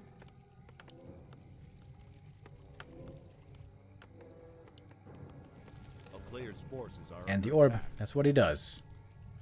Flying Machine is going to see it very early though. Finally, the pally rifle player has something good to scout with. That's normally the one thing he doesn't have. Peons are moving out. Low lumber might be a problem again here, to be honest. Full in. Another defensive item. Periap found. Then spending his bank quickly. Okay, 40. He got the double level 3. Finally. He got the level 2 Flame Strike. Again. That means level 1 Siphon again is going to be not so scary.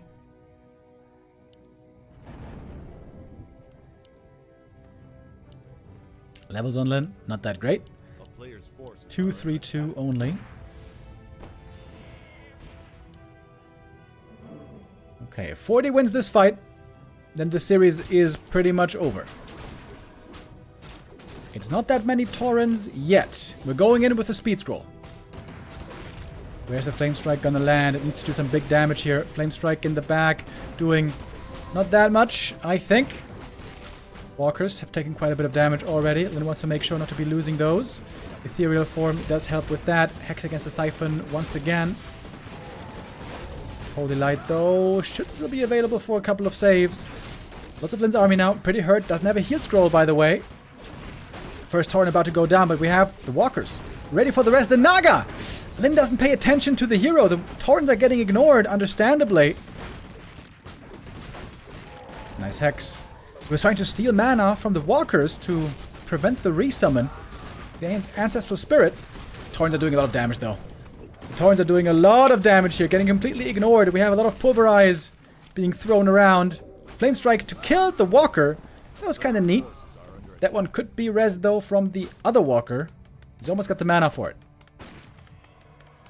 Siphon now, mana being given over. Mana is pretty low across the board.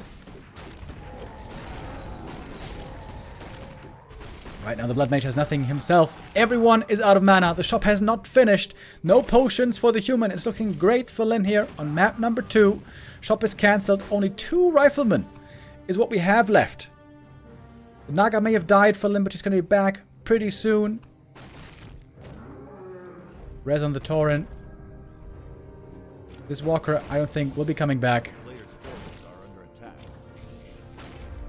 And that is going to do it. Lin ties it up. 1-1 on his map pick. Outstanding early pressure. I think the Tavern being so close to the human here worked out really well for him. And the 2-pronged attack, I wonder if he just discovered this by accident or if this was an intention. Forti and Headhunters on one side and Naga on Headhunters on the other side. And that made it really hard for Forti to properly micro against these 2 fronts. He lost so much. He lost like, what, 3 rifles in the early game and a couple of peasants. That is just too much. Outstanding early game by Lin. Forti had no chance to come back after that, really. Some nice plays with the Zeppelin as well.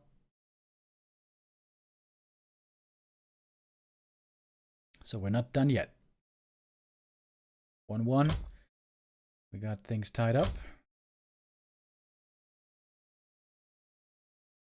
And we're waiting for map number 3. Again, it looks like our players are taking a little break. Getting ready for the decider. Wait, did I see that right? Is that Twisted Meadows? Twisted Meadows is the one map where you really cannot play pally rifles. It's too big, it's too easy to hit and run, it's too easy to mass expand and outmaneuver the pally rifles. Yeah, it is twisted. Okay, well, that must mean a different game, a standard game. Archmage or Mountain King. I feel like MK has looked a little unreliable lately, so perhaps most likely AM. Well, let's see. Map 3 decider coming up now. Winner of this map, to be honest, has a very good chance of winning the entire clan war. All kill potential is there for both players. We saw that on Playday 1 already. Let's jump in.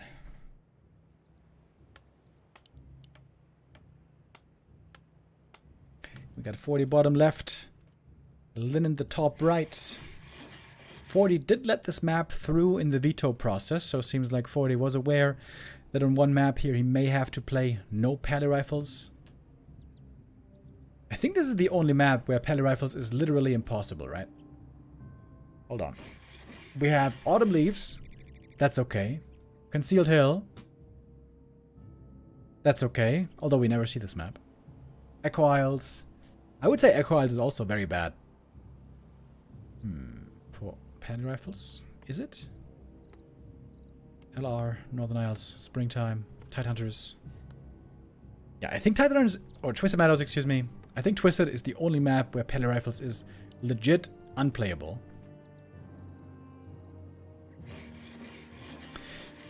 So then the question is, what else is it gonna be? It is Archmage versus Farseer. No MK here. Could be one base. Could be two base. Although I feel like we haven't seen much two base lately. From humans. It's always hard to expand against Orc. Once they reach tier 2, they get very dangerous.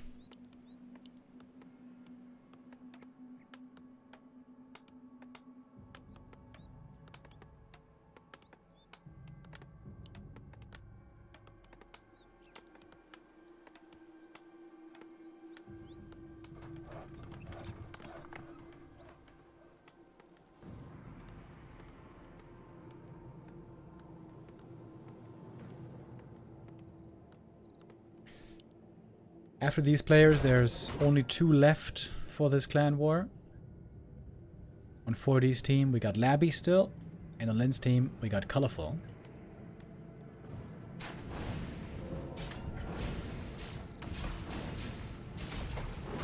A player's forces are under attack.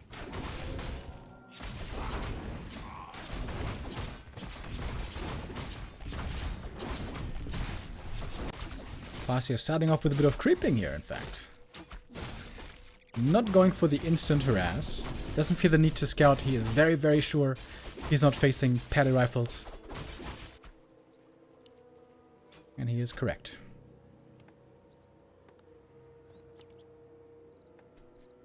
A player's forces And are this under looks like attack. just simple one base then. Archmage moving out on the map. Belt is not great for him, but for MK actually it is very, very good.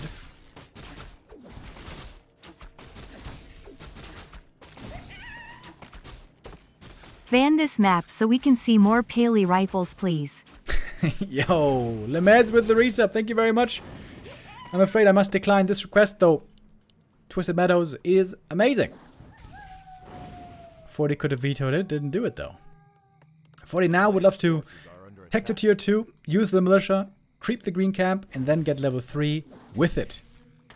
Lynn will be trying to avoid just that, but there are multiple green camps on this map, so can you really avoid it? I don't know.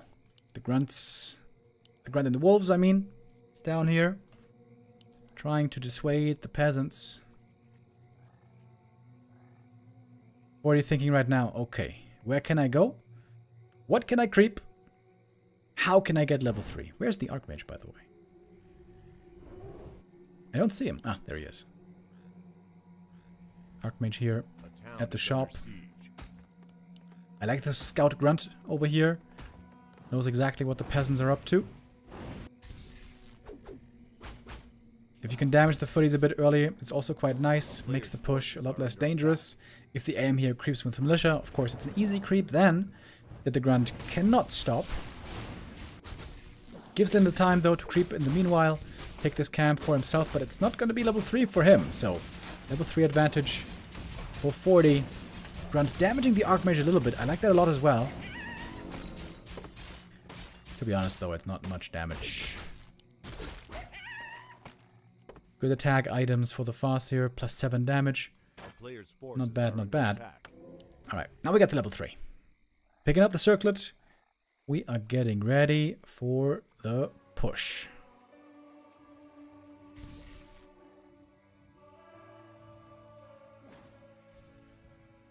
Oh, Lynn going for the Merc camp pull. Wants to get the Shadow Priest against the Water Elemental. He's going to have only 2 Dispels, but those can be quite helpful. First Elemental summoned, going to the main. Tier 2 building, Lodge comes up. That's going to be almost guaranteed getting cancelled. The Hunter deny himself. Are under attack.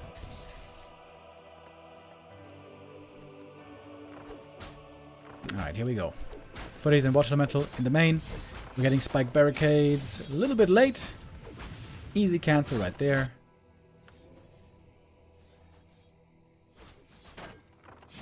Trying to hunt for some footy kills as well.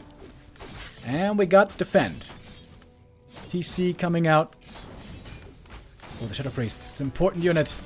That's an important unit. Double Dispel though. It's 200 gold to get rid of 1 Water Elemental. Pretty expensive, but it gives you a lot of freedom now in the base defense. Shockwave first. Lin is certain he's going to be facing mass casters. Looks like that is the case. No blacksmith, no rifles. Should be another headhunter going down here, though. There's going to be 2 headhunter losses for 3 footy kills or so. And 1 shadow priest was also involved. Bestiary now. No lodge yet. What's the plan for Lin? Is he going to expand? Normally, that's what we see. Especially on bigger maps, orcs trying to expand on tier 2 against human.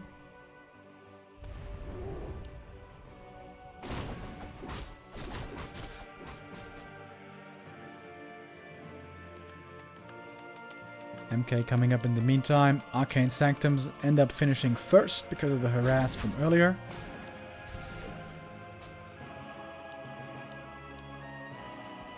We got a lot of gold on Lin, by the way. How is he so rich? Didn't make too many units.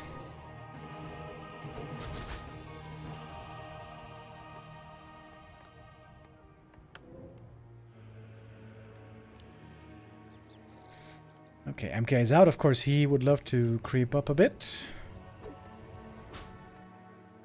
Fasir trying to harass MK creeping. And Archmage trying to harass TC creeping.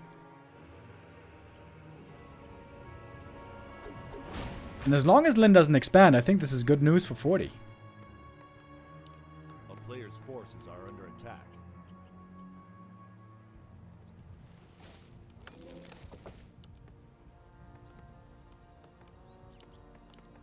Wyvern Shaman coming out early.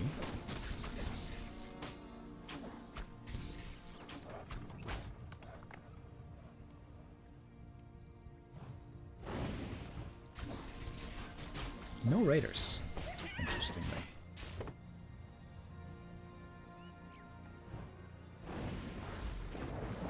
A player's forces are under attack.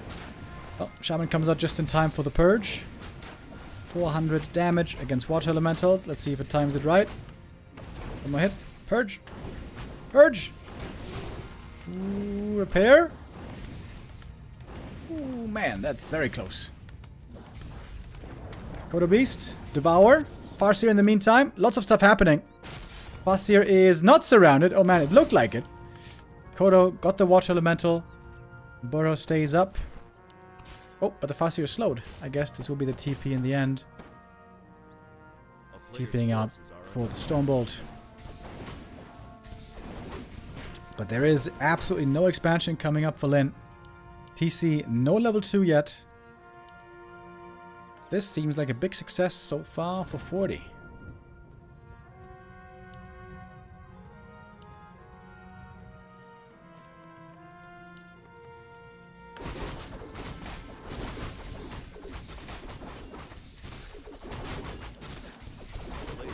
Alright, big items from these creep camps.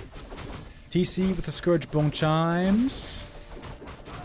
It can be pretty good, right? For TC, Grunt, Raider. It's not the best though, I don't think. Over here, Lionhorn. That's always good.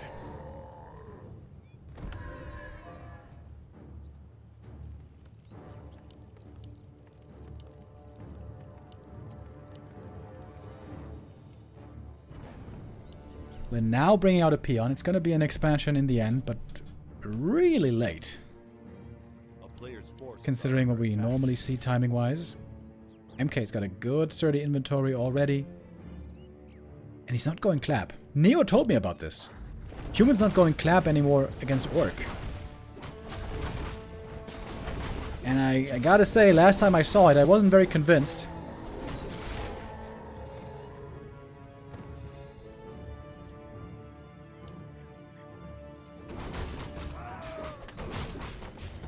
One of Mana Steel. Well, he's gonna have a lot of Stormbolts. That's for sure.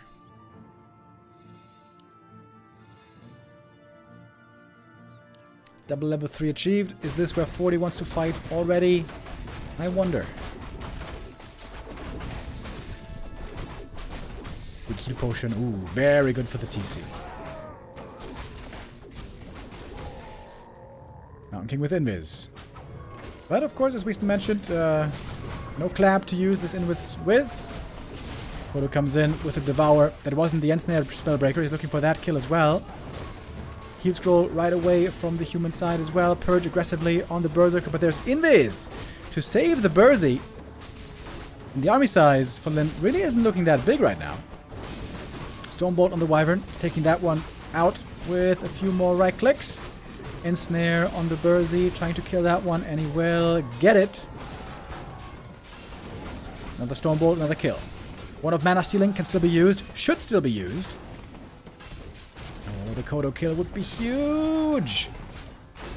It looks like Forti is getting the upper hand here. 49 supply against 41 only left for Lin. Another Shaman goes down. Headhunter doesn't know where to go. The TC, he's the one in trouble. Not using the heal potion yet. Finds himself in a surround. There's no TP. Oh, right, there's no TP. Is that going to be it? I think that's just it.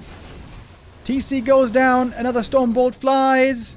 No clap was necessary here, I guess it turns out.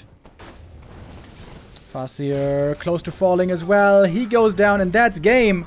GG. Fortitude gets his revenge. He proves he doesn't only win with Pally Rifles here on TM with Archmage, Casters, and an MK. Good hero levels in the end. Fortitude brings it home and takes the win for his team. Trying to get the day win at least once for his team, Team B. On day 1 it was Team A successful. On day 2 it was Team A successful. Now Fortitude is trying to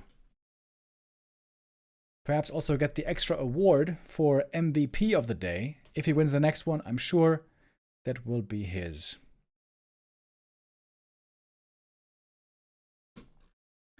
And now there's no more guessing, there's no more assumptions. It is clear who's going to be the next opponent, and that is going to be Colorful. Last chance for Team A to take out Fortitude, but not the last chance to win this clan war. If Colorful beats Forti, we won't quite be done yet. In that case, we would have one more game left, and that would be Labby against Colorful. Could be a fun game as well.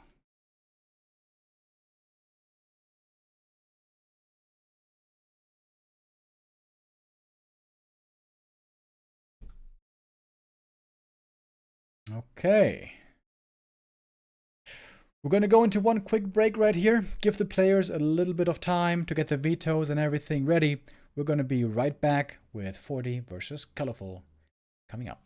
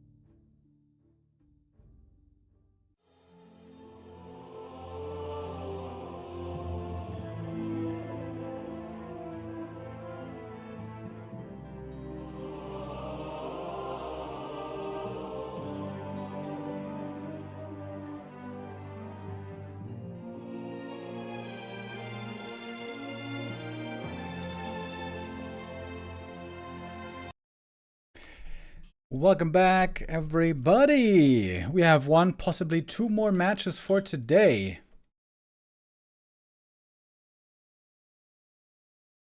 Wait, did I play an ad break? Shit. Wait, did I play an ad break? Right now, Twitch is telling me there's an ad break coming in 5 minutes.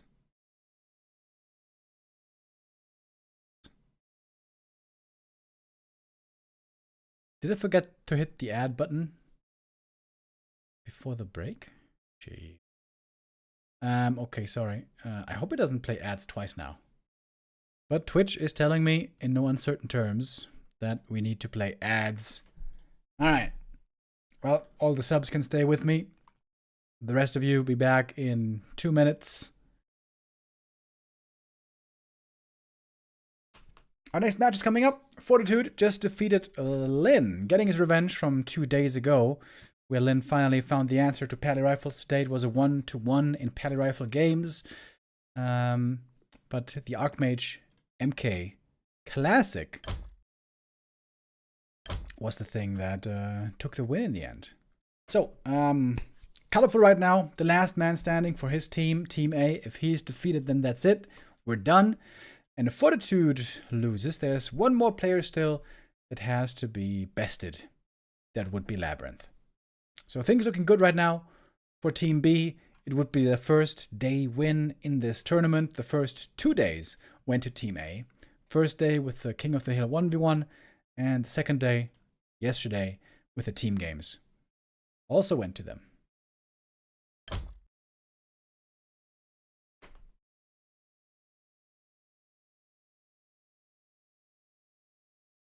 Twitch went off for like 5 seconds. Really? Like all of Twitch? Okay. That's weird. Anyways. In we go! What is this? Match number 6 of the day, right? 1, 2, 3, 4, 5, 6. Yes.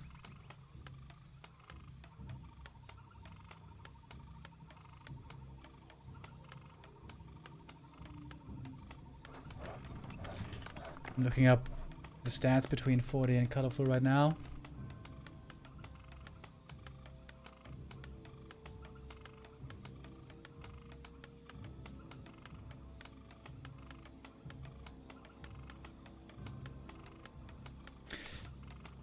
Wait a minute.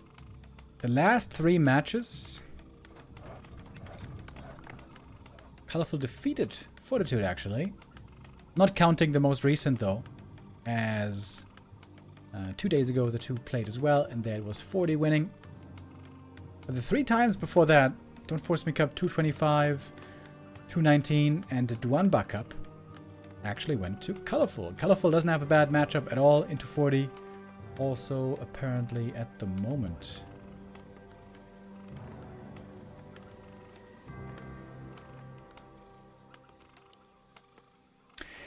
We're starting things off with an MK first. Ooh, hard read on Forti here. He's expecting a Warden. And he's right in his assumption. This seems pretty risky, doesn't it? A player's forces are under attack. If he's against a Demon Hunter, that would not be great at all.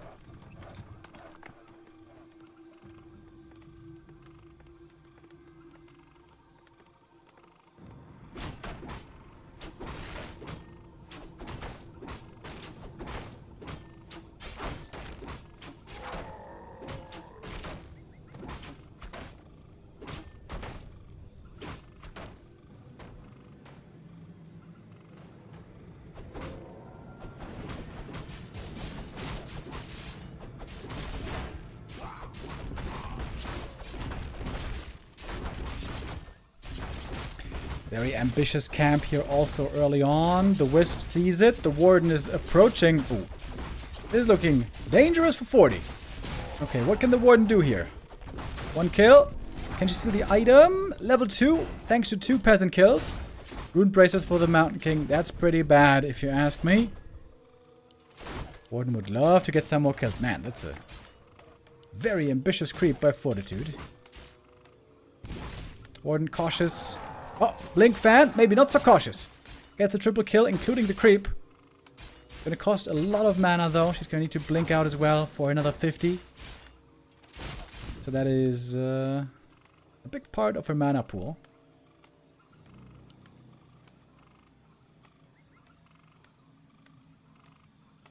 Militia called. Wait. Yo, boys, where are we going? Boys, where are we going? Are we going on a little trip? Oh, we're going to the Sacred Grove. Okay.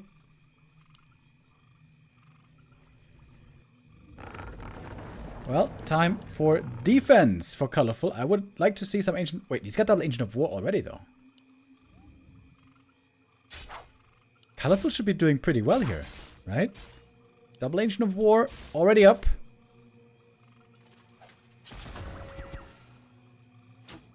Some Wisp detonates. Yeah, Forti sees the double Ancient of War and maybe he's thinking, perhaps this isn't that good of an idea. Okay, this is a weird game. Win for a power build lumber mill, which now does nothing.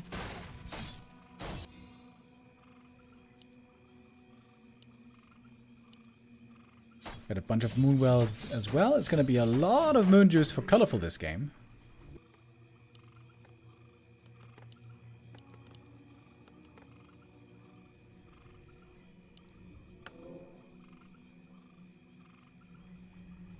A player's forces are under attack.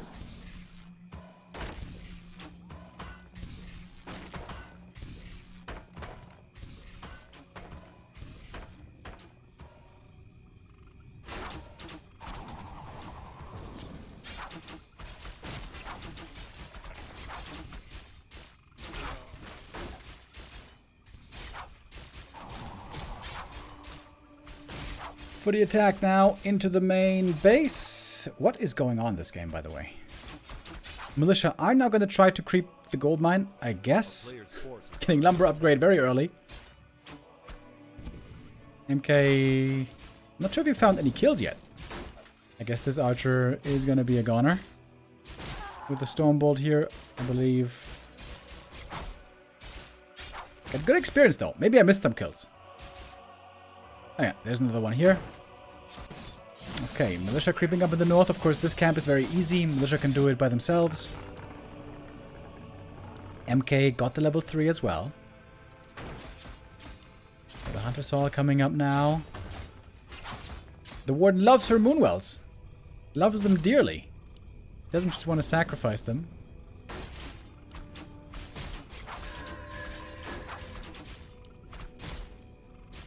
Warden getting closer to her own level 3. Fortitude must surely be aware. Expo coming. Tower. Would love to see her shop here as well early. That would be quite helpful.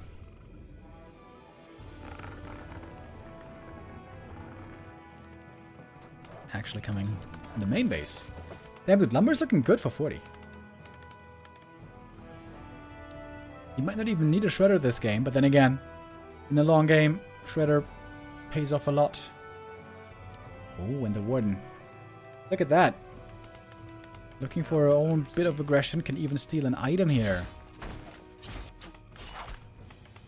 It's only level 1 Final Knives, but she should be able to kill a couple of peasants here. Militia call is necessary. Players' forces are under attack. Not the easiest position here for both players. One Moonwell back at home might be falling. Trying to take out some more archers here as well.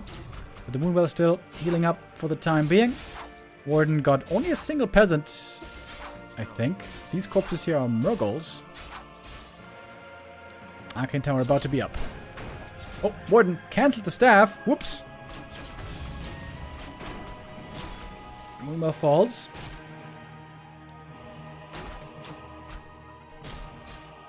MK with that bash. Pretty scary still. Nice deny. Is the one level 3 yet? No, she's not. Needs quite a bit of experience. Or I guess one creep camp would do it. But for that you need just some space. MK wants to get another kill on the archers, of which we have quite a few. You know what we don't have? Moon Juice. There's absolutely nothing. We got double Ancient of War, double Ancient of Lore, and a Tree of Life counter expo, and a shop. Another kill for the MK. He's 3.5. The Warden is trying desperately to finally get her level 3. She's not there yet. Human Tech has started. Fortitude just relentless. Keeps on looking for kills, keeps on fighting. He's lost a few units. Certainly seems like the Warden lost more though. We do get the Shredder now. Oh, Blink Fan. Oh, imagine. Looking for more kills. Arcane Tower a little bit late. Stab is off on cooldown, right?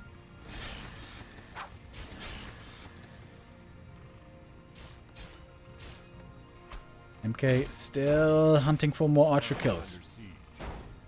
Some footies are joining him as well. These Dryads are badly needed. Warden blinking out. There was an entrance, but okay.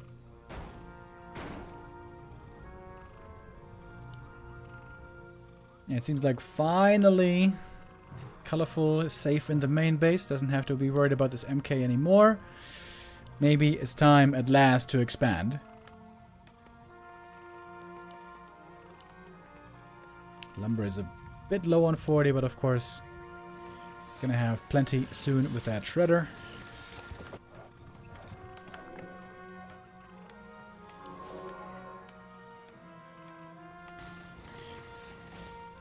Oh, and look how many footies we have as well. Well. Nice little bit of healing. Once again, the value of the Regent Scroll amazes. We do have defend as well, by the way, so Dryads won't be having that easy of a time. Love you, Remo. Yo, Mr. Baghead 1G with the resub. Thank you.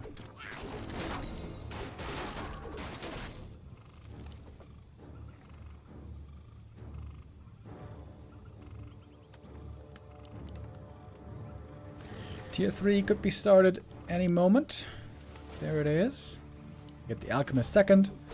Nothing too surprising against the Warden. Heal Scroll and Regent Scroll available for 40 right here. Ooh, if that Stormbolt connects, the Warden might be dead.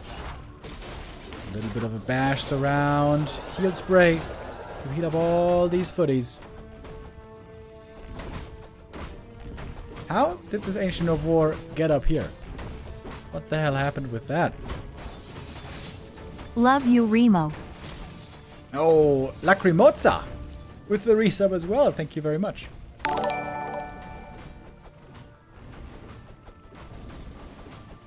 Yo, Quir with the resub also. Thank you, guys. Much appreciated. If the footies take out the expansion, this game might already be over. Dryads defending, but look how much damage they do. It's almost nothing. No Wisp Repair here either. The MK is still being a menace. Forcing the Warden to stay back. There's a bit of rejuve for her. Fellow Knives was desperately necessary, but the MK forced her away. And now the lead for Forti is huge. Huge, as some people would say. There's still a heal scroll, by the way. Things are getting from bad to worse for Mr. Colorful.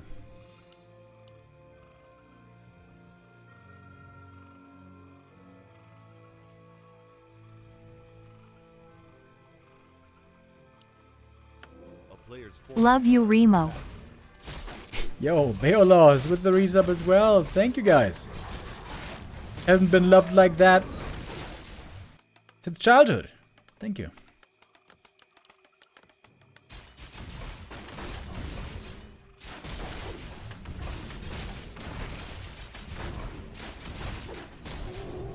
Already MK4. Alchemist gonna get his level 2 here. Third hero normally to see with this is a Blood Mage.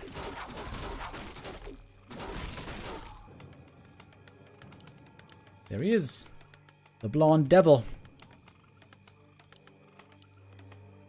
Griffins, Dragonhawks, and maybe tanks.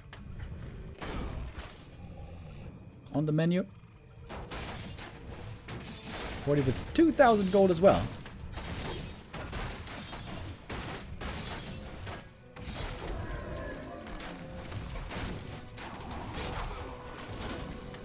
fan. Starting to show its potential, certainly good against footies. But the Warden, I would say she's rather behind tempo. She needs level 5, she needs level 6. And she would like to have an expansion as well. None of that is the case. Now the player's forces are under attack. Bear bust. Maybe the only chance left. Try to break the expo, kill the peasants, get level 5, kill some more, get level 6.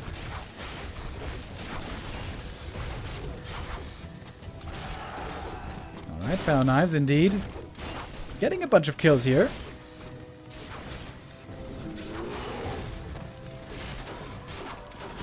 Right now, Forti doesn't have many units yet. He's got a lot of units in production though. Griffins and Knights. TP out. Another bear falls. 2 bears have gone down here. Lots of peasants as well, but there are replacements. Man, we got so many peasants this game.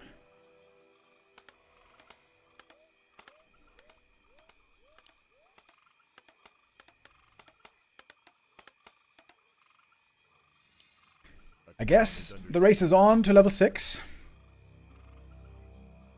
Ideally, Forti would like to have Zeppelins here to protect his peasants. Because the Warden can now always play the Blink fan game. 1 Zeppelin in each base would help a lot in keeping these peasants alive. A player's forces are under attack.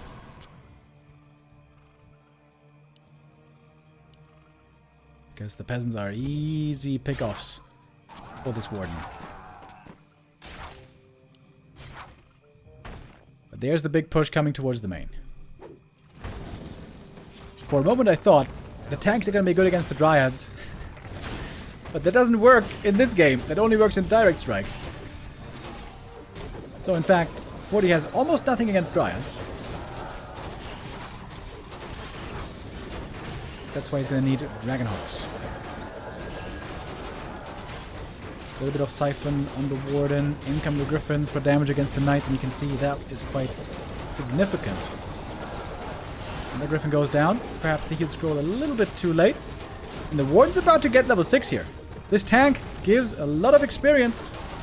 Blink, fan. She's trying to get the tank really badly. And needs a bit more. She needs a little bit more for level 6. There it is. Got the level 6. Not yet the ultimate though. There it is. Mana Potion, ult. Here we go. Avatar of Vengeance to save the day. An ultimate that has won many games before. Can it win this game? It's a lot of kills for Forti, make no mistake. But now the game gets weird. Warden can keep harassing these peasants over and over. Not having Zeppelins at home, probably a mistake.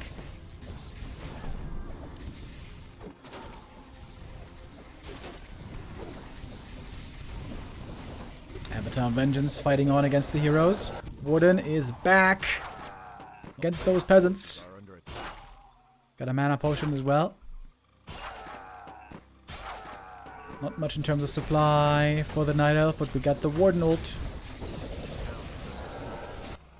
Avatar, I don't know where it went. Where's the Avatar? I don't know. There it is. Avatar moving north. There's also corpses here that can be used. Stormbolt, Siphon. Knight of main base is in shambles, but he can rebuild. There's a lot of gold. Wait. But Colorful taps out. Does not try to stay in this anymore. We had to make sure who was the one who left. But yeah, it's Colorful. Colorful calls for the GG. Game is over. And Forti takes the first map.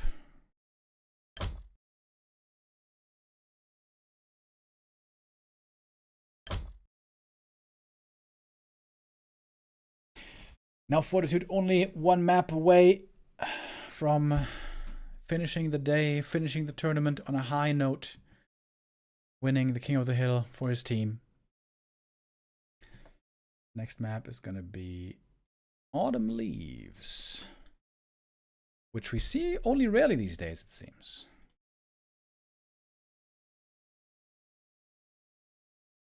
Was quite the strange game. 41st, pretending to go for the tower push, then backs off with the peasants at least, sticks around with the MK and Footies, hunting for kills, Warden having trouble, having lost so much HP earlier, Militia then solo creeping the natural. MK refused to leave for the longest time. Thank you, by the way, also Kaz Canaveral with the resub. Much appreciated.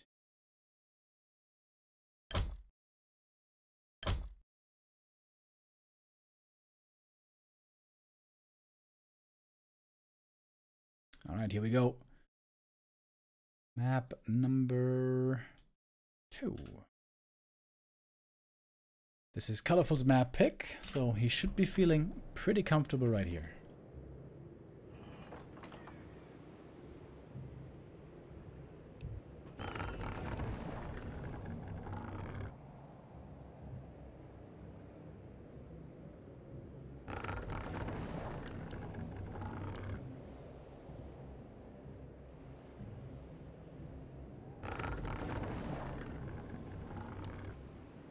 Oh, we got a militia call early. He's trying to cancel the Ancient of War.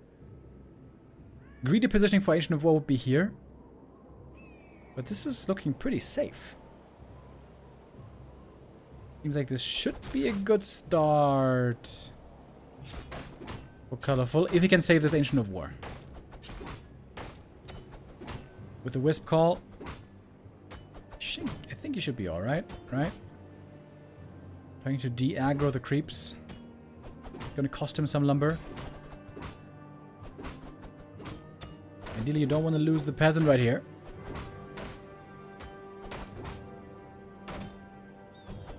I think Colorful's doing this pretty well. Knows what he has to do. Ancient of War, not gonna fall. It's gonna take a bit of Wisp repair now to get back into the green. And this costs Forti a lot of lumber. You can see he's struggling with it already.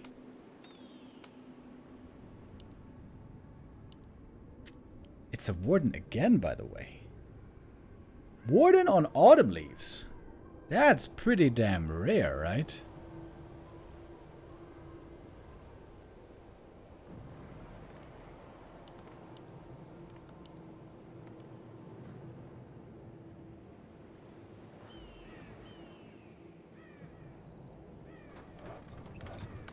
Players' forces are under attack.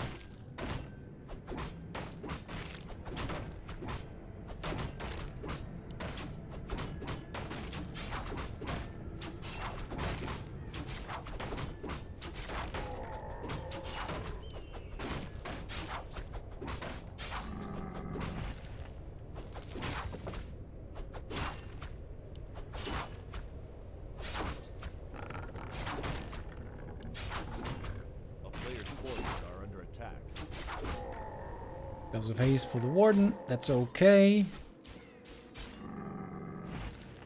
Looks to be a 2 farm tech. No, wait, never mind. 3 farm tech for 40.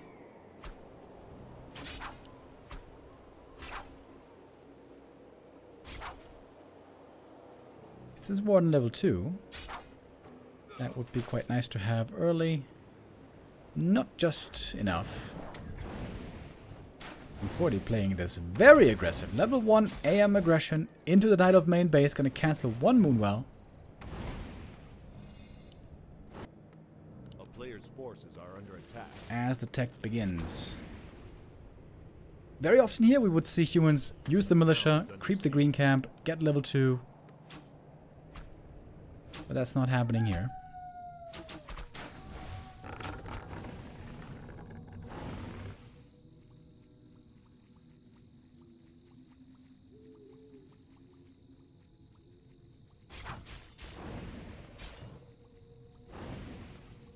Players' forces are under attack. Seems to be a decent game for Colorful here, doesn't it?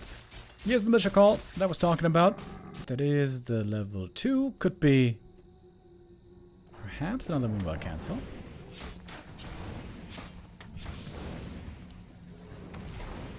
It's gonna be some Moonwell juice lost out on.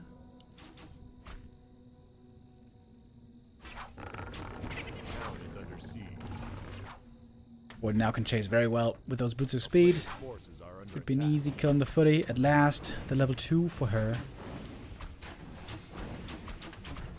And Forti is focused on Wisp Harass right now. Can't really kill the archers without shadow, without less of appearance. Good deny so far, by the way. Forti denied the footy over here. Still on level 2 for the Warden. If he denies the footy here as well, that would be pretty sick. He killed an archer even. Killing some wisps in the back. Colorful starting to feel the pressure. Comes at the expense of a lot of footmen though. But he's now getting denied towards the end. That was a nice little touch as well. But the Warden is indeed level 2. Chasing now after the old man on the horse. Perhaps he's going to be forced into a TP. The boots advantage very big here. Footy should be blocking maybe.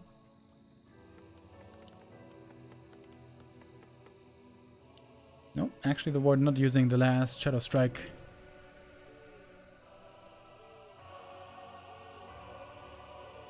A player's forces are under attack.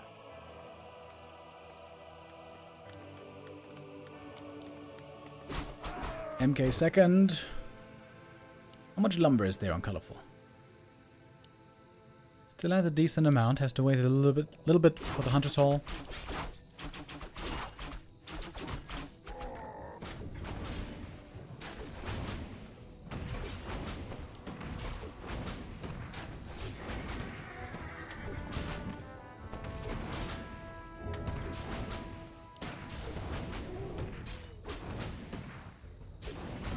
A player's forces are under attack.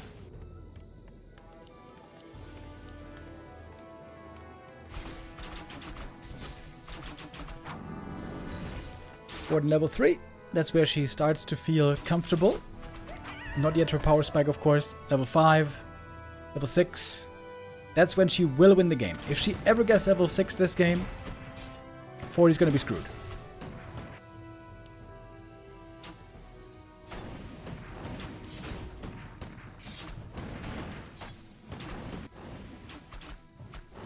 It's a lot of archers, by the way.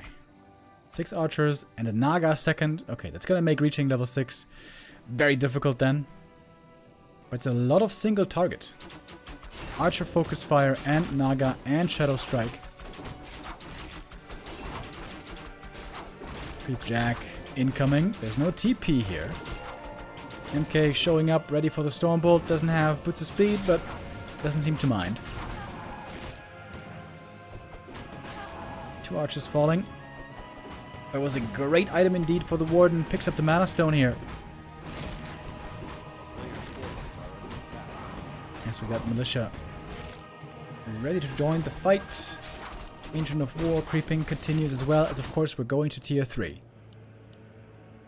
The Bears are supposed to win the game here. The longer this game goes, the better for Colorful. The more Bears he gets, the higher level he gets, the better it is for him. Oh, turning around with the archers.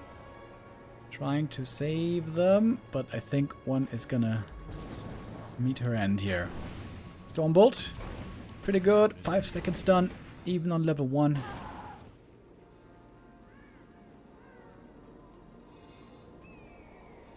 When's Forti gonna push? Perhaps the answer's now. Picks up the heal scroll. He's got the supply lead. Not much at all at the moment for Colorful. He needs bears. Needs the tech. Where are the archers? There they are. 3 archers and 2 heroes. That's all that Colorful has to work with right now. He has to survive. If he loses this map, it's over. Fortitude will win the day.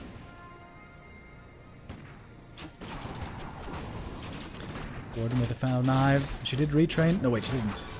Never had blink. Dispel against the rejuve. Impactful spell there from the priest. No more healing for the Warden. Forti is going in deep. He's trying to take out the shop and he gets it just in time. Didn't get cancelled. It's level 2 for the MK. Kills off the bear as well. Is that the end of the game already? It might be. Fellow knives, more damage, but heal scroll against it. The moon juice is entirely gone already. Bears are good, but are they good enough to win this game? I doubt that's possible. Priest now passively healing also. Very good. Got a shop coming up. Tower coming up already. Setting up a shop might be a good idea as well for Forti here. He's got the gold for it.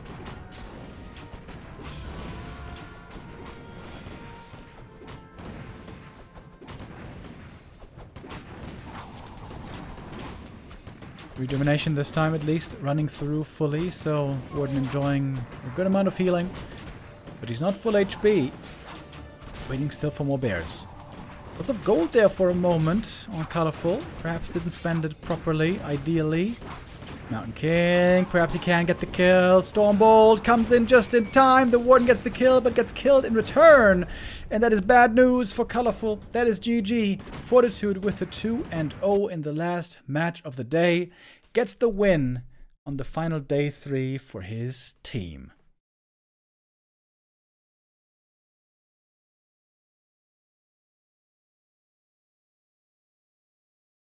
So that is gonna do it. 4 points for Team B today. All players from Team A have been eliminated. Fly defeated Infi. Kaho defeated 120. Forti defeated Lin. And Forti also defeated Colorful. Forti gets a strong revenge. On day 1, it was an impressive 3-0 lead for Forti. And then the reverse all killed by Lin. That was super sick. With some great games with Torrens against Pally Rifles as well. Those two certainly seem to be the highlight of this tournament for me. Their matches between each other. Lin and Forti. Looking forward to more matches from them in the future. With that, the Warcraft Friendship Cup comes to an end. Team B could end the tournament on a high note, but Team A is still the winner. With that, they have a prize pool shared of over 40,000 going to first place, 2,000 for second place. It was a nice little tournament. I enjoyed this one quite a bit.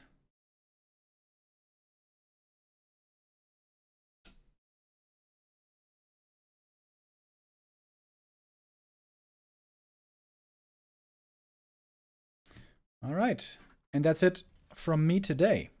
I'm going to be back tomorrow when it's going to be time for B Cup. B Cup begins tomorrow.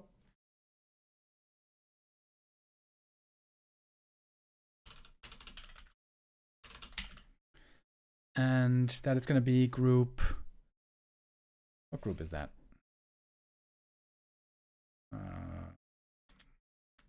Group G tomorrow. It's going to be a fun group, actually. 120, Cash, Focus, and Leon. 120 and Focus, certainly the big favorites there, but maybe our European boys are going to be able to deliver a surprise. We'll see. That's it from me. Peace out, everyone. I'm going to be back tomorrow. Have a nice day. Take care.